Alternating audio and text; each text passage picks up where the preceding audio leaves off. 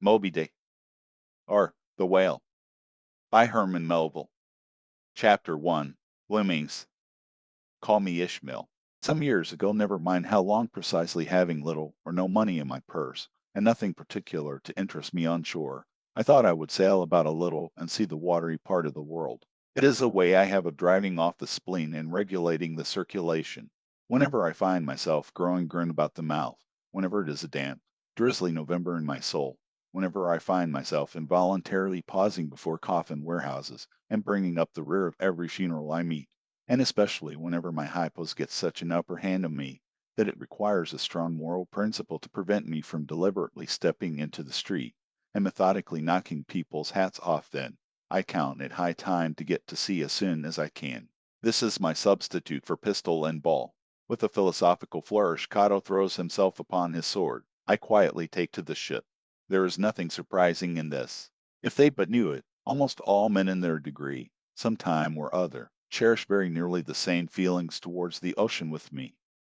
There now is your insular city of the Manhattoes, belted round by wharfs as Indian isles by coral reefs. Commerce surrounds it with her surf. Right and left, the streets take you waterward.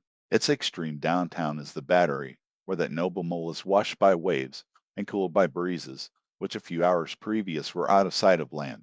Look at the crowds of water gazers there. Circumambulate the city of a dreamy Sabbath afternoon.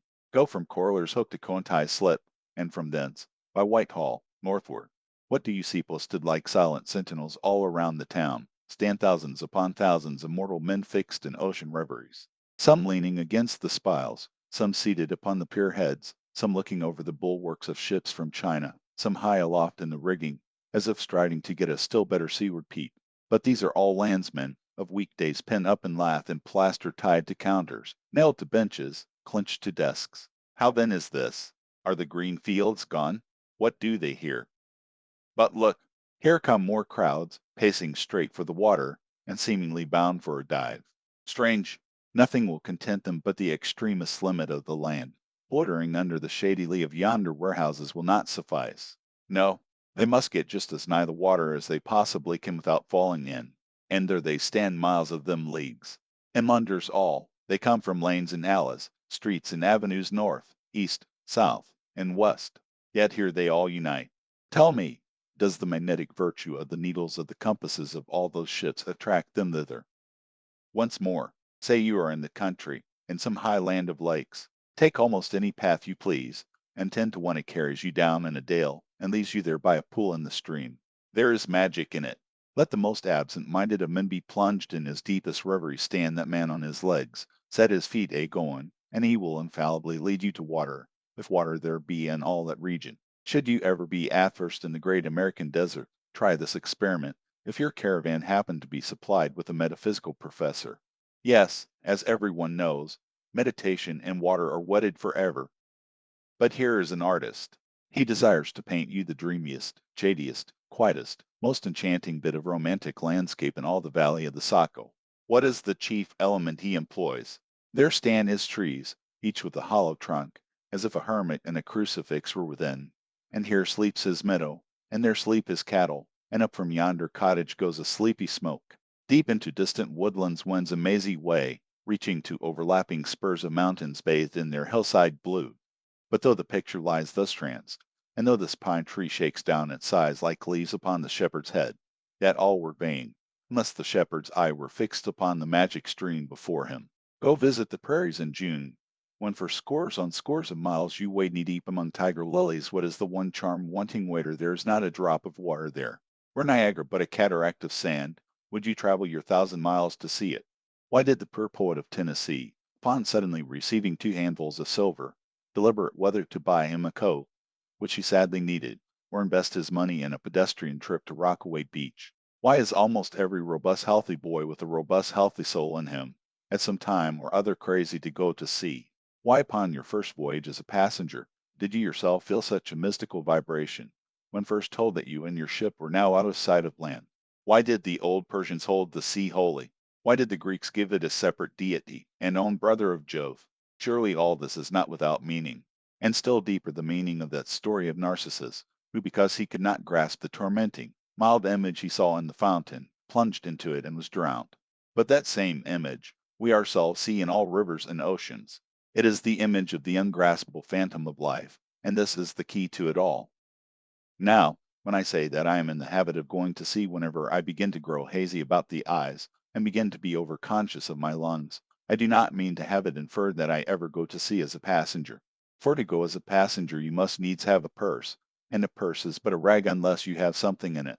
Besides, passengers get seasick, grow quarrelsome, don't sleep of nights, do not enjoy themselves much. As a general thing, no, I never go as a passenger, nor, though I am something of a soul, do I ever go to sea as a commodore, or captain, or cook.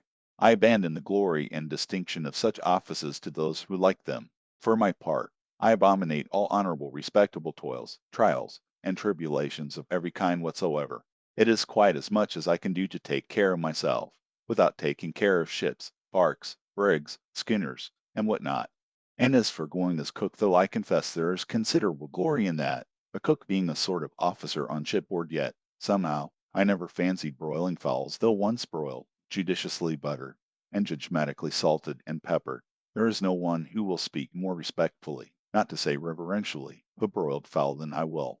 It is out of the idolatrous doings of the old Egyptians upon broiled ibis and roasted river horse that you see the mummies of those creatures in their huge bake houses, the pyramids. No, when I go to sea, I go as a simple sailor, right before the mast, plumb down into the forecastle, off there to the royal masthead. True, they rather order me about some, and make me jump from spar to spar, like a grasshopper in a May meadow. And at first, this sort of thing is unpleasant enough.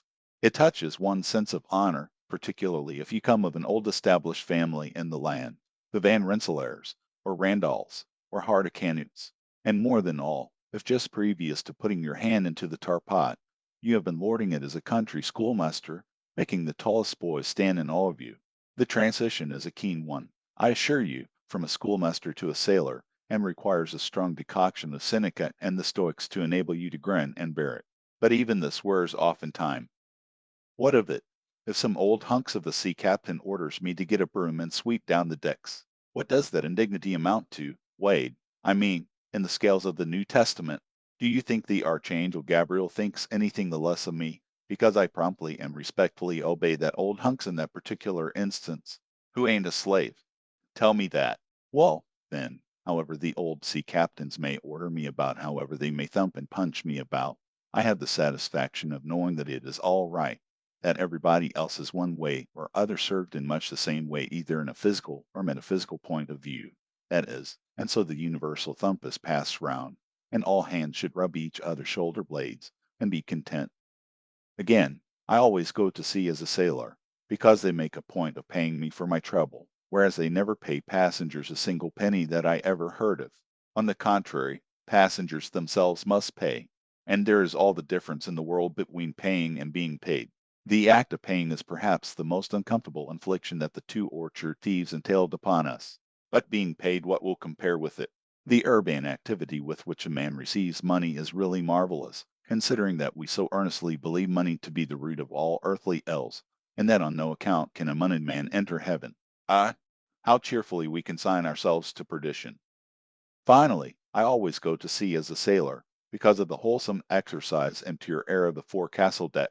For as in this world, head winds are far more prevalent than winds from astern, that is, if you never violate the Pythagorean maxim, so for the most part the commodore on the quarterdeck gets his atmosphere at second hand from the sailors on the forecastle. He thinks he breathes it first, but not so. In much the same way do the commonalty lead their leaders in many other things, at the same time that the leaders little suspect it. But wherefore it was that after having repeatedly smelt the sea as a merchant sailor, I should now take it into my head to go on a whaling voyage, this the invisible police officer of the fates, who is the constant surveillance of me, and secretly dogs me, and influences me in some unaccountable way he can better answer than any one else. And, doubtless, my going on this whaling voyage formed part of the grand program of Providence that was drawn up a long time ago. It came in as a sort of brief interlude and solo between more extensive performances. I take it that this part of the bill must have run something like this: Grand contested election for the presidency of the United States. Whaling voyage by one Ishmael. Bloody battle in Afghanistan. Though I cannot tell why it was exactly that those stage managers, The fates put me down for the shabby part of a whaling voyage, when others were set down for magnificent parts in high tragedies, and short and easy parts in genial comedies, and jolly parts in farces, though I cannot tell why this was exactly. Yet, now that I recall all the circumstances, I think I can see a little into the springs and motives which, being cunningly presented to me under various disguises, induced me to set about performing the part I did, besides cajoling me into the delusion that it was a choice resulting from my own unbiased free will and discriminating judgment. Chief among these motives was the overwhelming idea of the great whale himself. Such a portentous and mysterious monster roused all my curiosity. Then the wild and distant seas where he rolled his island bulk, the undeliverable, nameless perils of the whale, these, with all the attending marvels of the thousand Patagonian sights and sounds, helped to sway me to my wish. With other men, perhaps, such things would not have been inducements, but as for me, I am tormented with an everlasting itch for things remote. I love to sail forbidden seas, and land on barbarous coasts.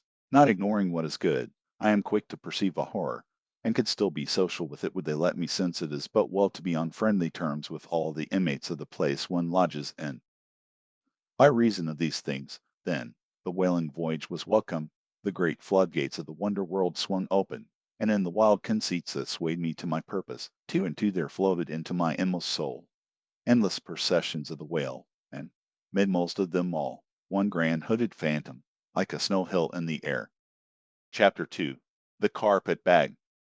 I stuffed a shirt or two into my old carpet bag, tucked it under my arm, and started for Cape Horn in the Pacific. Quitting the good city of Old Manhattan, I duly arrived in New Bedford. It was a Saturday night in December. Much was I disappointed upon learning that the little packet for Nantucket had already sailed, and that no way of reaching that place would offer till the following Monday. As most young candidates for the pains and penalties of whaling stop at the same New Bedford, thence to embark on their voyage, it may as well be related that I, for one, had no idea of so doing, for my mind was made up to sail in no other than a Nantucket craft, because there was a fine, boisterous something about everything connected with that famous old island, which amazingly pleased me. Besides, though New Bedford has of late been gradually monopolizing the business of whaling, and though in this matter poor old Nantucket is now much behind her, yet Nantucket was her great original, the tire of this Carthage, the place where the first dead American whale was stranded. Where else but from Nantucket did those aboriginal whalemen, the red men, first sally out in canoes to give chase to the Leviathan? And where but from Nantucket, too, did that first adventurous little sloop put forth, partly laden with imported cobblestones, so goes the story, to throw at the whales, in order to discover when they were nigh enough to risk a harpoon from the bowsprit. Now having a night, a day, and still another night following before me in New Bedford, ere I could embark for my destined port, it became a matter of concernment where I was to eat and sleep meanwhile. It was a very dubious looking, nay, a very dark and dismal night, bitingly cold and cheerless. I knew no one in the place. With anxious grapnels I had sound in my pocket, and only brought up a few pieces of silver, so, wherever you go, Ishmael, said I to myself, as I stood in the middle of a dreary street shouldering my bag, and comparing the gloom towards the north with the darkness towards the south, wherever in your wisdom you may conclude to lodge for the night, my dear Ishmael, be sure to inquire the price, and don't be too particular. With halting steps I paced the streets, and passed the sign of the Cross Harpoons, but it looked too expensive and jolly there. Further on, from the bright red windows of the Swordfish Inn, there came such fervent rays that it seemed to have melted the packed snow and ice from before the house, for everywhere else the congealed frost lay 10 inches thick in a hard, asphaltic pavement rather weary for me, when I struck my foot against the flinty projections, because from hard, remorseless service the soles of my boots were in a most miserable plight. Too expensive and jolly, again thought I, pausing one moment to watch the broad glare in the street, and hear the sounds of the tinkling glasses within. But go on, Ishmael, said I at last, don't you hear? Get away from before the door, your patched boots are stopping the way. So on I went. I now by instinct followed the streets that took me waterward, for there, doubtless, were the cheapest, if not the cheeriest inns. Such dreary streets! Blocks of blackness, not houses, on either hand, and here and there a candle, like a candle moving about in a tomb.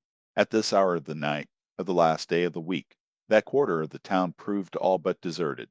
But presently I came to a smoky light proceeding from a low, wide building, the door of which stood invitingly open. It had a careless look, as if it were meant for the uses of the public. So, Entering, the first thing I did was to stumble over an ash box in the porch. Ah, thought I, ha, as the flying particles almost choked me. Are these ashes from that destroyed city, Gomorrah? But the crossed harpoons and the swordfish. This, then, must needs be the sign of the trap. However, I picked myself up and hearing a loud voice within, pushed on and opened the second, interior door. It seemed the great black parliament sitting in Tophet. 100 black faces turned round in their rows to peer, and beyond, a black angel of doom was beating a book in a pulpit. It was a negro church, and the preacher's text was about the blackness of darkness, and the weeping and wailing and teeth gnashing there. Ha, Ishmael, muttered I, backing out, wretched entertainment at the sign of the trap. Moving on, I at last came to a dim sort of light not far from the docks, and heard a forlorn creaking in the air, and looking up, saw a swinging sign over the door with a white painting upon it, faintly representing a tall straight jet of misty spray, and these words underneath, the Spouter in Peter Coffin. Coffin Spouter rather ominous in that particular connection, thought I, but it is a common name in Nantucket, they say, and I suppose this Peter here is an emigrant from there, as the light looked so dim, and the place, for the time, looked quiet enough, and the dilapidated little wooden house itself looked as if it might have been carted here from the ruins of some burnt district, and as the swinging sign had a poverty-stricken sort of creak to it, I thought that here was the very spot for cheap lodgings and the best of pea coffee. It was a queer sort of place, a gable-ended old house, one side palsied as it were, and leaning over sadly. It stood on a sharp bleak corner, where that tempestuous wind Euroclydon kept up a worse howling than ever it did about per Paul's tossed craft. Euroclydon, nevertheless, is a mighty pleasant zephyr to any one indoors, with his feet on the hob quietly toasting for bed, and judging of that tempestuous wind called Euroclydon, says an old writer of whose works I possess the only copy extant. It maketh a marvellous difference, whether thou lookest out at it from a glass window where the frost is all on the outside, or whether thou observest it from the sashless window, where the frost is on both sides, and of which the white death is the only glazier. True enough, thought I, as this passage occurred to my mind, old black letter, thou reasonest well. Yes, these eyes are windows, and this body of mine is the house. What a pity they didn't stop up the chinks in the crannies though, and thrust in a little lint here and there. But it's too late to make any improvements now. The universe is finished, the copestone is on, and the chips were carted off 1,000,000 years ago. Poor Lazarus there, chattering his teeth against the curbstone for his pillow, and shaking off his tatters with his shiverings, he might plug up both ears with rags, and put a corn cob into his mouth, and yet that would not keep out the tempestuous Euroclydon. Euroclydon, says old Dives, in his red silken wrapper, he had a redder one afterwards, pooh, pooh. What a fine frosty night! How Orion glitters! What northern lights! Let them talk of their oriental summer climes of everlasting conservatories. Give me the privilege of making my own summer with my own coals. But what thinks Lazarus? Can he warm his blue hands by holding them up to the grand northern lights? Would not Lazarus rather be in Sumatra than here? Would he not far rather lay him down lengthwise along the line of the equator? Yea, ye gods, go down to the fiery pit itself, in order to keep out this frost. Now, that Lazarus should lie stranded there on the curbstone before the door of Dives, this is more wonderful than that an iceberg should be moored to one of the Moluccas. Yet Dives himself, he too lives like a czar in an ice palace made of frozen sighs, and being a president of a temperance society, he only drinks the tepid tears of orphans. But no more of this blubbering now. We are going a-whaling, and there is plenty of that yet to come. Let us scrape the ice from our frosted feet, and see what sort of a place the Spouter may be. Chapter 3 The Spouter Inn. Entering that gable-ended Spouter Inn, you found yourself in a wide, low, straggling entry with old-fashioned wainscots, reminding one of the bulwarks of some condemned old craft. On one side hung a very large oil painting so thoroughly besmoked, and every way defaced, and in the unequal cross-lights by which you viewed it, it was only by diligent study and a series of systematic visits to it, and careful enquiry of the neighbors, that you could any way arrive at an understanding of its purpose. Such unaccountable masses of shades and shadows, that at first you almost thought some ambitious young artist, in the time of the New England hags, had endeavored to delineate chaos bewitched, but by dint of much and earnest contemplation, and oft-repeated ponderings, and especially by throwing open the little window towards the back of the entry, you at last come to the conclusion that such an idea, however wild, might not be altogether unwarranted. But what most puzzled and confounded you was a long, limber, portentous, black mass of something hovering in the center of the picture over three blue, dim, perpendicular lines floating in a nameless yeast. A body, soggy, squishy picture truly, enough to drive a nervous man distracted. Yet was there a sort of indefinite, half-attained, unimaginable sublimity about it that fairly froze you to it, till you involuntarily took an oath with yourself to find out what that marvelous painting meant. Ever and anon a bright, but, alas, deceptive idea would dart you through Doddits the Black Sea and a midnight gale Doddits the unnatural combat of the four primal elements Doddits a blasted heath Doddits a hyperborean winter scene Doddits the breaking up of the icebound stream of time. But at last all these fancies yielded to that one portentous something in the picture's midst. That once found out, and all the rest were plain. But stop, does it not bear a faint resemblance to a gigantic fish, even the great Leviathan himself? In fact, the artist's design seemed this, a final theory of my own, partly based upon the aggregated opinions of many aged persons with whom I conversed upon the subject. The picture represents a Cape Horn in a great hurricane, the half-foundered ship weltering there with its three dismantled masts alone visible, and an exasperated whale, purposing to spring clean over the craft, is in the enormous act of impaling himself upon the three mastheads. The opposite wall of this entry was hung all over with a heathenish array of monstrous clubs and spears. Some were thickly set with glittering teeth resembling ivory saws, others were tufted with knots of human hair, and one was sickle-shaped, with a vast handle sweeping round like the segment made in the new mown grass by a long-armed mower. You shuddered as you gazed, and wondered what monstrous cannibal and savage could ever have gone to death harvesting with such a hacking, horrifying implement. Mixed with these were rusty old whaling lances and harpoons all broken and deformed. Some were storied weapons. With this once long lance, now wildly elbowed, 50 years ago did Nathan Swain kill 15 whales between a sunrise and a sunset. And that harpoon so like a corkscrew now was flung in Javan seas, and run away with by a whale, years afterwards slain off the Cape of Blanco. The original iron entered nigh the tail, and, like a restless needle sojourning in the body of a man, travelled full 40 feet, and at last was found embedded in the hump. Crossing this dusky entry, and on through yon low archway cut through what in old times must have been a great central chimney with fireplaces all round you enter the public room. A still duskier place is this, with such low ponderous beams above, and such old wrinkled planks beneath, that you would almost fancy you trod some old craft's cockpits, especially of such a howling night, when this corn-rankered old ark rocked so furiously. On one side stood a long, low, shelf-like table covered with cracked glass cases, filled with dusty rarities gathered from this wide world's remotest nooks. Projecting from the further angle of the room stands a dark-looking din the bar rude attempt at a right whale's head. Be that how it may, there stands the vast arched bone of the whale's jaw, so wide, a coach might almost drive beneath it. Within are shabby shelves, ranged round with old decanters, bottles, flasks, and in those jaws of swift destruction, like another cursed Jonah by which name indeed they called him, bustles a little withered old man, who, for their money, dearly sells the sailors deliriums in death. Abominable are the tumblers into which he pours his poison, though true cylinders without within. The villainous green goggling glasses deceitfully taper downwards to a cheating bottom. Parallel meridians rudely pecked into the glass surround these footbeds goblets. Fill to this mark, and your charge is but a penny, to this a penny more, and so on to the full glass the Cape Horn measure, which you may gulp down for a shilling.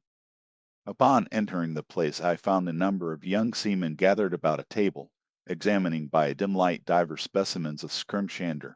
I sought the landlord, and telling him I desired to be accommodated with a room, received for answer that his house was full amount of bed unoccupied. But avast, he added, tapping his forehead, you hain't no objections to sharing a harpooner's blanket, have ye? I suppose you are going a whalin', so you better get used to that sort of thing.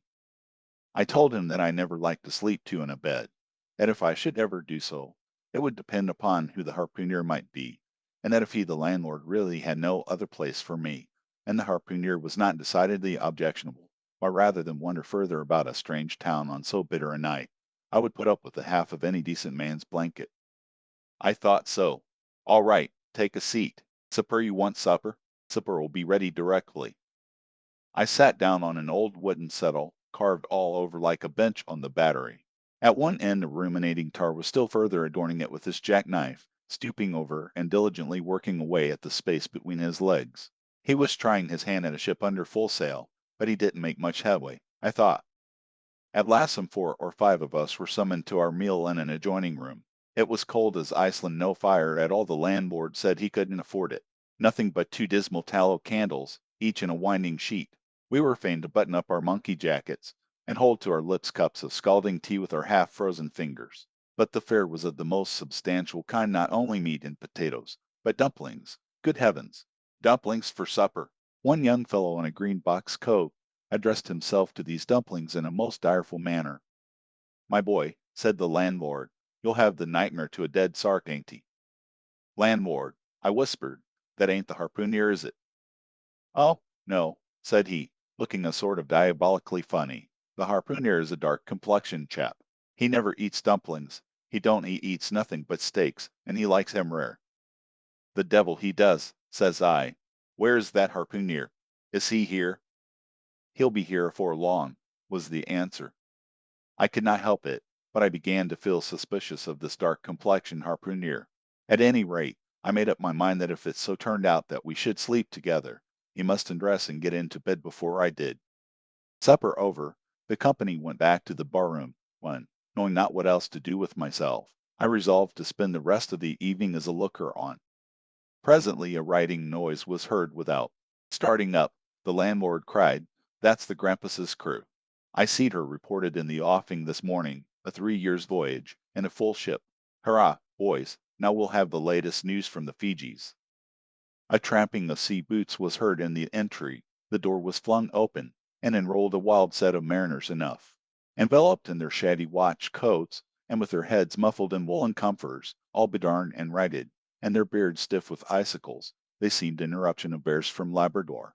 They had just landed from their boat, and this was the first house they entered.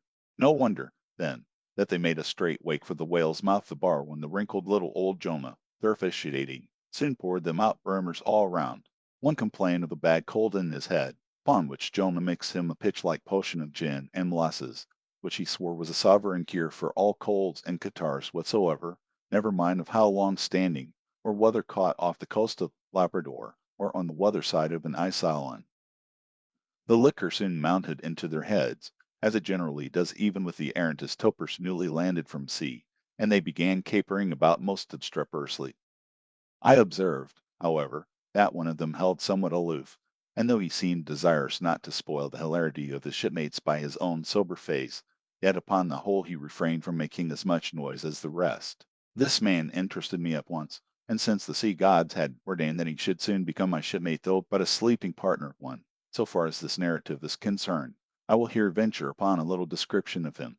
He stood full 6 feet in height, with noble shoulders, and a chest like a cofferdam. I have seldom seen such brawn in a man. His face was deeply brown and burnt, making his white teeth dazzling by the contrast, while in the deep shadows of his eyes floated some reminiscences that did not seem to give him much joy. His voice at once announced that he was a Southerner, and from his fine stature, I thought he must be one of those tall mountaineers from the Alleghanian Ridge in Virginia. When the revelry of his companions had mounted to its height, this man slipped away unobserved, and I saw no more of him till he became my comrade on the sea. In a few minutes, however, he was missed by his shipmates, and being, it seems, for some reason a huge favorite with them, they raised a cry of "Bulkington! Bulkington! Where's Bulkington?" and darted out of the house in pursuit of him. It was now about 9 o'clock, and the room seeming almost supernaturally quiet after these orgies, I began to congratulate myself upon a little plan that had occurred to me just previous to the entrance of the seamen. No man prefers to sleep two in a bed. In fact, you would a good deal rather not sleep with your own brother. I don't know how it is, but people like to be private when they are sleeping, and when it comes to sleeping with an unknown stranger, in a strange inn, in a strange town, and that stranger a harpooner, then your objections indefinitely multiply. Nor was there any earthly reason why I as a sailor should sleep two in a bed, more than anybody else, for sailors no more sleep two in a bed at sea, than bachelor kings do ashore. To be sure they all sleep together in one apartment, but you have your own hammock, and cover yourself with your own blanket, and sleep in your own skin. The more I pondered over this harpooner, the more I abominated the thought of sleeping with him. It was fair to presume that being a harpooner, his linen or woolen, as the case might be, would not be of the tidiest, certainly none of the finest. I began to twitch all over. Besides, it was getting late, and my decent harpooner ought to be home and going bedwards. Suppose now, he should tumble in upon me at midnight, how could I tell from what vile hole he had been coming? Landlord, I've changed my mind about that harpooner. I shan't sleep with him. I'll try the bench here. Just as you please. I'm sorry I can't spare ye a tablecloth for a mattress, and it's a plight I rough board here feeling of the knots and notches. But wait a bit, Scrimshander, I've got a carpenter's plane there in the bar. Wait, I say, and I'll make ye snug enough. So saying, he procured the plane, and with his old silk handkerchief first dusting the bench, vigorously set to planing away at my bed, the while grinning like an ape. The shadings flew right and left, till at last the plain iron came bump against an indestructible knot. The landlord was near spraining his wrist, and I told him for heaven's sake to quit. The bed was soft enough to suit me, and I did not know how all the planing in the world could make kiter down of a pine plank. So gathering up the shavings with another grin, and throwing them into the great stove in the middle of the room, he went about his business, and left me in a brown study. I now took the measure of the bench, and found that it was a foot too short, but that could be mended with a chair. But it was a foot too narrow, and the other bench in the room was about 4 inches higher than the plain one, so there was no yoking them. I then placed the first bench lengthwise along the only clear space against the wall, leaving a little interval between, for my back to settle down in. But I soon found that there came such a draught of cold air over me from under the sill of the window, that this plan would never do at all, especially as another current from the rickety door met the one from the window, and both together formed a series of small whirlwinds in the immediate vicinity of the spot where I had thought to spend the night. The devil fetch that harpooner, thought I, but stop, couldn't I steal a march on him, bolt his door inside, and jump into his bed, not to be wakened by the most violent knockings? It seemed no bad idea, but upon second thoughts I dismissed it, for who could tell but what the next morning, so soon as I popped out of the room, the harpooner might be standing in the entry, all ready to knock me down. So, looking round me again, and seeing no possible chance of spending a sufferable night unless in some other person's bed, I began to think that after all I might be cherishing unwarrantable prejudices against this unknown harpooner. Thinks I, I'll wait a while. He must be dropping in before long.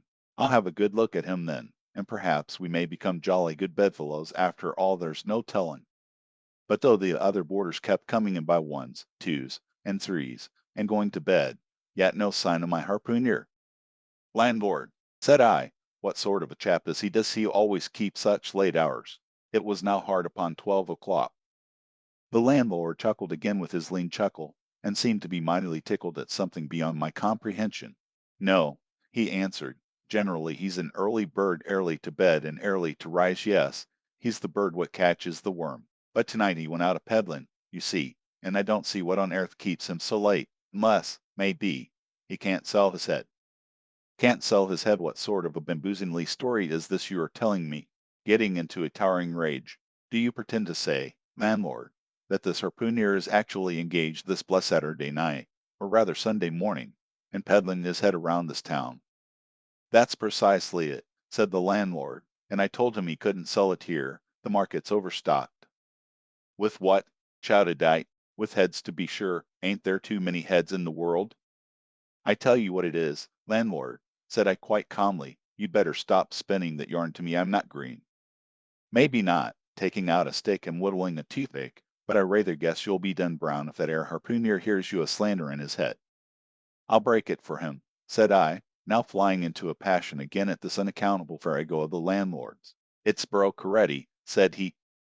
Broke, said I, broke, do you mean? Sarting, and that's the very reason he can't sell it, I guess.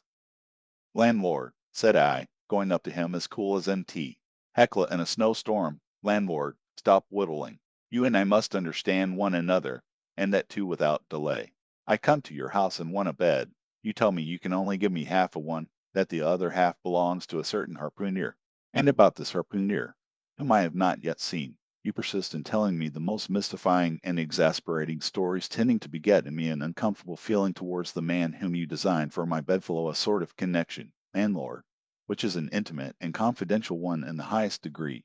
I now demand of you to speak out and tell me who and what this harpooner is, and whether I shall be in all respects safe to spend the night with him. And in the first place, you will be so good as to unsay that story about selling his head, which if true I take to be good evidence that this harpooner is stark mad, and had no idea of sleeping with a man. And you, sir, you I mean, landlord, you, sir, by trying to induce me to do so knowingly, would thereby render yourself liable to a criminal prosecution. Wall, said the landlord, fetching a long breath, that's a purty long sarmon for a chap that writes a little now and then. But be easy, be easy. This here harpooneer I have been telling you of has just arrived from the South Seas, where he bought up a lot of Bond New Zealand heads great curios, you know, and he sold all on but one, and that one he's trying to sell tonight, cost tomorrow Sunday, and it would not do to be selling human heads about the streets when folks is going to churches. He wanted to, last Sunday, but I stopped him just as he was going out of the door with 4 heads strung on a string, for all the airth like a string of anions. This account cleared up the otherwise unaccountable mystery, and showed that the landlord, after all, had no idea of fooling me, but at the same time what could I think of a harpooneer who stayed out of a Saturday night clean into the holy Sabbath, engaged in such a cannibal business as selling the heads of dead idolaters? Depend upon it, landlord, that harpooneer is a dangerous man. He pays reglar, was the rejoinder. But come, it's getting dreadful late. Ye had better be turning flukes. It's a nice bed. Sal and me slept in that ere bed the night we were spliced. There's plenty of room for 2 to kick about in that bed. It's an almighty big bed that. Why, afore we give it up, Sal used to put our Sam and little Johnny in the foot of it. But I got a dreaming and sprawling about one night, and somehow Sam got pitched on the floor, and came near breaking his arm. Arter that, Sal said it wouldn't do. Come along here. I'll give ye a glum in a jiffy, and so saying he lighted a candle and held it towards me, offering to lead the way. But I stood irresolute, when looking at a clock in the corner, he exclaimed, I vum, it's Sunday, you won't see that harpooneer tonight. He's come to anchor somewhere. Come along then. Do come. Won't ye come? I considered the matter a moment, and then upstairs we went, and I was ushered into a small room, cold as a clam, and furnished, sure enough, with a prodigious bed, almost big enough indeed for any 4 harpooneers to sleep abreast. There, said the landlord, placing the candle on a crazy old sea chest that did double duty as a washstand and center table. There, make yourself comfortable now, and good night to ye. I turned round from eyeing the bed, but he had disappeared. Folding back the counterpane, I stooped over the bed. Though none of the most elegant, it yet stood the scrutiny tolerably well. I then glanced round the room, and besides the bedstead and center table, could see no other furniture belonging to the place but a rude shelf, the 4 walls, and a papered fireboard representing a man striking a whale. Of things not properly belonging to the room, there was a hammock lashed up, and thrown upon the floor in one corner, also a large seaman's bag, containing the harpooneer's wardrobe, no doubt in lieu of a land trunk. Likewise, there was a parcel of outlandish bonefish hooks on the shelf over the fireplace, and a tall harpoon standing at the head of the bed. But what is this on the chest? I took it up, and held it close to the light, and felt it, and smelt it, and tried every way possible to arrive at some satisfactory conclusion concerning it. I can compare it to nothing but a large door mat, ornamented at the edges with little tinkling tags something like the stained porcupine quills round an Indian moccasin. There was a hole or slit in the middle of this mat, as you see the same in South American ponchos. But could it be possible that any sober harpooner would get into a door mat and parade the streets of any Christian town in that sort of guise? I put it on, to try it, and it weighed me down like a hamper, being uncommonly shaggy and thick, and I thought a little damp, as though this mysterious harpooner had been wearing it of a rainy day. I went up in it to a bit of glass stuck against the wall, and I never saw such a sight in my life. I tore myself out of it in such a hurry that I gave myself a kink in the neck. I sat down on the side of the bed, and commenced thinking about this head peddling harpooneer, and his door mat.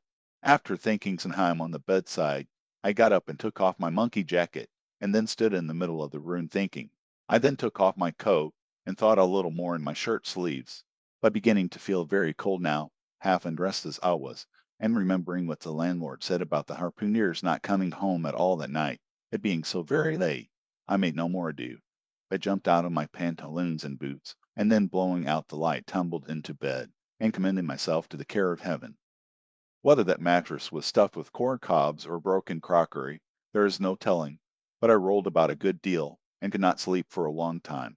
At last I slid off into a light doze, and had pretty nearly made a good offing towards the land of Nod, when I heard a heavy footfall in the passage, and saw a glimmer of light come into the room from under the door. Lord save me, thinks I, that must be the harpooneer, the infernal head peddler. But I lay perfectly still, and resolved not to say a word till spoken to. Holding the light in one hand, and that identical New Zealand head in the other, the stranger entered the room, and without looking towards the bed, placed his candle a good way off from me on the floor in one corner, and then began working away at the knotted cords of the large bag I before spoke of as being in the room. I was all eagerness to see his face, but he kept it averted for some time while employed in unlacing the bag's mouth. This accomplished, however, he turned round one. Good heavens! What a sight! Such a face! It was of a dark, purplish, yellow color, here and there stuck over with large blackish-looking squares. Yes, it's just as I thought. He's a terrible bedfellow. He's been in a fight, got dreadfully cut, and here he is, just from the surgeon. But at that moment he chanced to turn his face so towards the light that I plainly saw they could not be sticking plasters at all, those black squares on his cheeks. They were stains of some sort or other. At first I knew not what to make of this, but soon an inkling of the truth occurred to me. I remembered a story of a white man, a whaleman too, who, falling among the cannibals, had been tattooed by them. I concluded that this harpooner, in the course of his distant voyages, must have met with a similar adventure. And what is it, thought I, after all? It's only his outside. A man can be honest in any sort of skin. But then, what to make of his unearthly complexion, that part of it, I mean, lying round about, and completely independent of the squares of tattooing. To be sure, it might be nothing but a good coat of tropical tanning, but I never heard of a hot sun's tanning a white man into a purplish yellow one. However, I had never been in the South Seas, and perhaps the sun there produced these extraordinary effects upon the skin.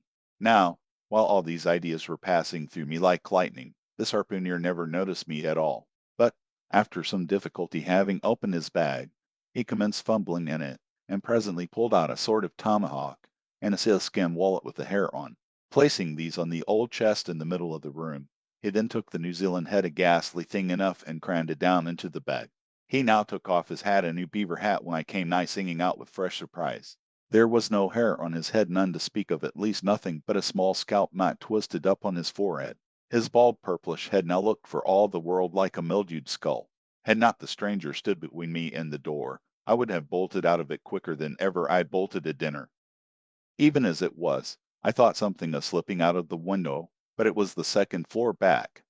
I am no coward, but what to make of this head bedling purple rascal altogether past my comprehension.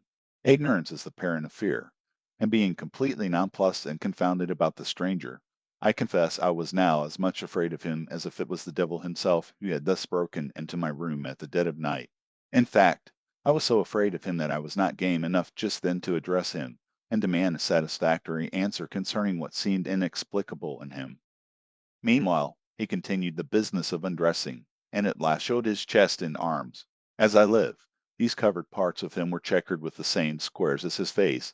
His back, too, was all over the same dark squares. He seemed to have been in a 30 years' war, and just escaped from it with a sticking plaster shirt. Still more, his very legs were marked, as if a parcel of dark green frogs were running up the trunks of young palms. It was now quite plain that he must be some abominable savage or other shipped aboard of a whaleman in the South Seas, and so landed in this Christian country. I quake to think of it. A peddler of heads, too, perhaps the heads of his own brothers. He might take a fancy to mine heavens. Look at that tomahawk. But there was no time for shuddering, for now the savage went about something that completely fascinated my attention, and convinced me that he must indeed be a heathen. Going to his heavy grego, or rapal, or dreadnought, which he had previously hung on a chair, he fumbled in the pockets, and produced at length a curious little deformed image with a hunch on its back, and exactly the color of a 3 days old Congo baby. Remembering the embalmed head, at first I almost thought that this black manikin was a real baby preserved in some similar manner.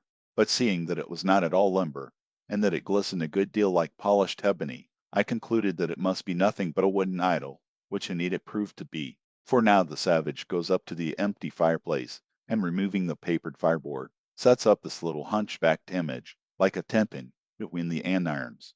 The chimney jambs and all the bricks inside were very sooty, so that I thought this fireplace made a very appropriate little shrine or chapel for his Congo idol.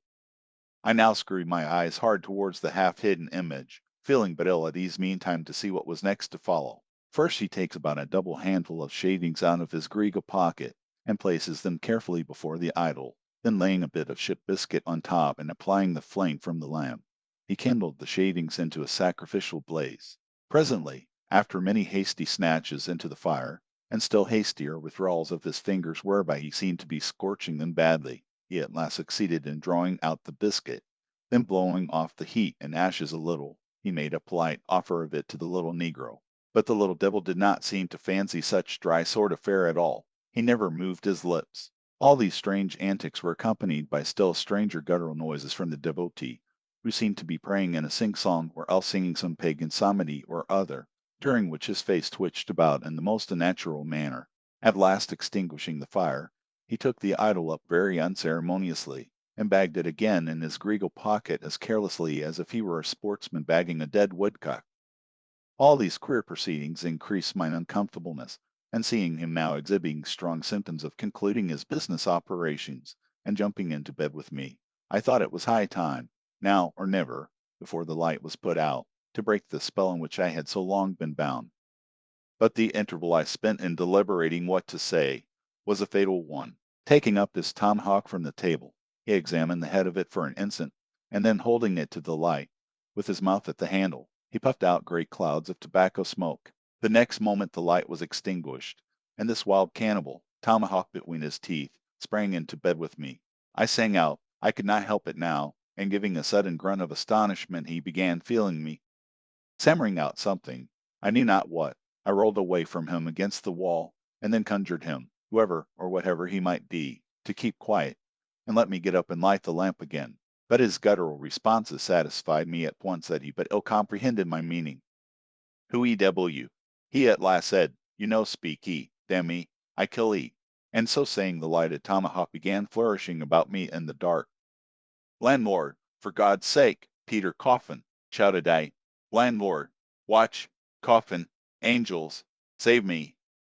Seek he, tell he me who he be, or damn me, I kill he.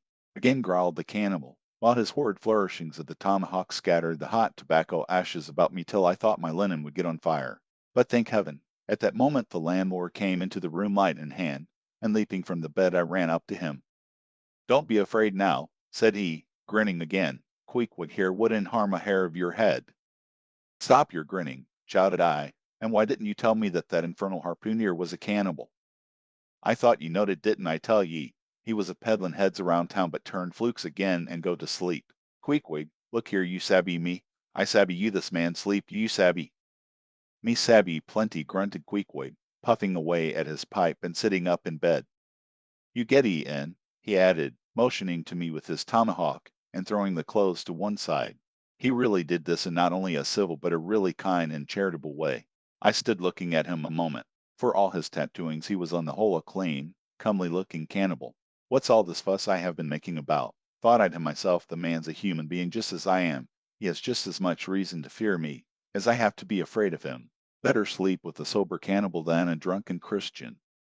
Landlord, said I, tell him to stash his tomahawk there, or pipe, or whatever you call it. Tell him to stop smoking, in short, and I will turn him with him. But I don't fancy having a man smoking in bed with me. It's dangerous. Besides, I ain't insured. This being told to Queequeg, he at once complied, and again politely motioned me to get into bed, rolling over to one side as much as to say, I won't touch a leg of ye. Good night, landlord, said I, you may go. I turned in, and never slept better in my life. Chapter 4. The Counterpane.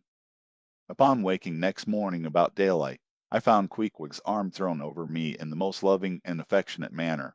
You had almost thought I had been his wife. The counterpane was a patchwork, full of odd little party-colored squares and triangles, and this arm of his tattooed all over with an interminable cretin labyrinth of a figure, no two parts of which were of one precise shade, owing, I suppose, to his keeping his arm at sea unmethodically in sun and shade. The shirt sleeves irregularly rolled up at various times. The same arm of his, I say, looked for all the world like a strip of that same patchwork quilt. Indeed, partly lying on it as the arm did when I first awoke, I could hardly tell it from the quilt, they so blended their hues together, and it was only by the sense of weight and pressure that I could tell that Queequeg was hugging me. My sensations were strange. Let me try to explain them. When I was a child, I well remember a somewhat similar circumstance that befell me. Whether it was a reality or a dream, I never could entirely settle. The circumstance was this. I had been cutting up some caper, or other I think it was trying to crawl up the chimney. as I had seen a little sweep do a few days previous, and my stepmother who, somehow or other, was all the time whipping me, or sending me to bed supple as my mother dragged me by the legs out of the chimney and packed me off to bed. Though it was only 2 o'clock in the afternoon of the 21st June, the longest day in the year in our hemisphere, I felt dreadfully, but there was no help for it, so upstairs I went to my little room in the third floor, and dressed myself as slowly as possible so as to kill time, and with a bitter sigh got between the sheets. I lay there dismally calculating that 16 entire hours must elapse before I could hope for resurrection. 16 hours in bed! The small of my back ached to think of it. And it was so light, too, the sun shining in at the window, and a great rattling of coaches in the streets, and the sound of gay voices all over the house. I felt worse and worse at last. I got up, dressed, and softly going down in my stockinged feet, sought out my stepmother, and suddenly threw myself at her feet, beseeching her as a particular favor to give me a good slippering for my misbehavior, anything indeed but condemning me to lie abed such an unendurable length of time. But she was the best and most conscientious of stepmothers, and back I had to go to my room.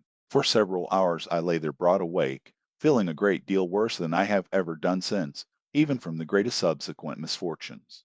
At last I must have fallen into a troubled nightmare of a doze, and slowly waking from it half steeped in dreams, I opened my eyes, and the before sunlit room was now wrapped in outer darkness. Instantly I felt a shock running through all my frame. Nothing was to be seen, and nothing was to be heard, but a supernatural hand seemed placed in mine. My arm hung over the counterpane, and the nameless, unimaginable, silent form or phantom, to which the hand belonged, seemed closely seated by my bedside. For what seemed ages piled on ages, I lay there, frozen with the most awful fears, not daring to drag away my hand, yet ever thinking that if I could but stir it one single inch, the horrid spell would be broken. I knew not how this consciousness at last glided away from me, but waking in the morning, I shudderingly remembered it all, and for days and weeks and months afterwards I lost myself in confounding attempts to explain the mystery. Nay, to this very hour, I often puzzle myself with it. Now, take away the awful fear, and my sensations at feeling the supernatural hand in mine were very similar, in their strangeness, to those which I experienced on waking up and seeing Queequeg's pagan arm thrown round me. But at length all the past night's events soberly recurred, one by one, in fixed reality, and then I lay only alive to the comical predicament. For though I tried to move his arm and lock his bridegroom clasp yet, sleeping as he was, he still hugged me tightly, as though not but death should part us twain. I now strove to rouse him, Queequeg, but his only answer was a snore. I then rolled over, my neck feeling as if it were in a horse collar, and suddenly felt a slight scratch. Throwing aside the counterpane, there lay the tomahawk sleeping by the savage side, as if it were a hatchet-faced baby. A pretty pickle, truly, thought I, abed here in a strange house in the broad day, with a cannibal and a tomahawk. Queequeg exclamation in the name of goodness, Queequeg, wait. At length, I did much wriggling, and loud and incessant expostulations upon the unbecomingness of his hugging a fellow male in that matrimonial sort of style. I succeeded in extracting a grunt, and presently he drew back his arm, shook himself all over like a Newfoundland dog just from the water, and sat up in bed, stiff as a pikestaff, looking at me, and rubbing his eyes as if he did not altogether remember how I came to be there, though a dim consciousness of knowing something about me seemed slowly dawning over him. Meanwhile, I lay quietly eyeing him, having no serious misgivings now, and bent upon narrowly observing so curious a creature, when, at last, his mind seemed made up touching the character of his bedfellow, and he became, as it were, reconciled to the fact. He jumped out upon the floor, and by certain signs and sounds gave me to understand that, if it pleased me, he would dress first and then leave me to dress afterwards, leaving the whole apartment and myself. Thinks I, Queequeg, under the circumstances, this is a very civilized overture, but the truth is, these savages have an innate sense of delicacy. Say what you will, it is marvelous how essentially polite they are. I pay this particular compliment to Queequeg, because he treated me with so much civility and consideration, while I was guilty of great rudeness, staring at him from the bed, and watching all his toilet motions, for the time my curiosity getting the better of my breeding. Nevertheless, a man like Queequeg you don't see every day. Even his ways were well worth unusual regarding. He commenced dressing at top by donning his beaver hat, a very tall one, by the by, and then still minus his trousers he hunted up his boots. What under the heavens he did it for, I cannot tell, but his next movement was to crush himself boots in hand, and hat on under the bed, From sundry violent gaspings and strainings, I inferred he was hard at work booting himself, though by no law of propriety that I ever heard of is any man required to be private when putting on his boots. But Queequeg, do you see, was a creature in the transition stage neither caterpillar nor butterfly. He was just enough civilized to show off his outlandishness in the strangest possible manners. His education was not yet completed. He was an undergraduate. If he had not been a small degree civilized, he very probably would not have troubled himself with boots at all. But then, if he had not been still a savage, he never would have dreamt of getting under the bed to put them on. At last, he emerged with his hat very much dinted and crushed down over his eyes, and began creaking and limping about the room, as if, not being much accustomed to boots, this pair of damp, wrinkled cowhide ones probably not made to order either rather pinched and tormented him at the first go off of the bitter cold morning. Seeing, now, that there were no curtains to the window, and that the street being very narrow, the house opposite commanded a plain view into the room, and observing more and more the indecorous figure that Queequeg made, staving about with little else but his hat and boots on, I begged him as well as I could to accelerate his toilet somewhat, and particularly to get into his pantaloons as soon as possible. He complied, and then proceeded to wash himself. At that time in the morning any Christian would have washed his face, but Queequeg, to my amazement, contented himself with restricting his ablutions to his chest, arms, and hands. He then donned his waistcoat, and taking up a piece of hard soap on the washstand center table, dipped it into water and commenced lathering his face. I was watching to see where he kept his razor, when lo and behold, he takes the harpoon from the bed corner, flips out the long wooden stock, unsheathes the head, wets it a little on his boot, and striding up to the bit of mirror against the wall, begins a vigorous scraping, or rather harpooning of his cheeks. Thinks I, Queequeg, this is using Rogers's best cutlery with a vengeance. Afterwards I wondered the less at this operation when I came to know of what fine steel the head of a harpoon is made, and how exceedingly sharp the long straight edges are always cut. The rest of his toilet was soon achieved, and he proudly marched out of the room, wrapped up in his great pilot monkey jacket, and sporting his harpoon like a marshal's baton. Chapter 5. Breakfast. I quickly followed suit, and descending into the barroom accosted the grinning landlord very pleasantly. I cherished no malice towards him, though he had been skulking with me not a little in the matter of my bedfellow. However, a good laugh is a mighty good thing, and rather too scarce a good thing, the more's the pity.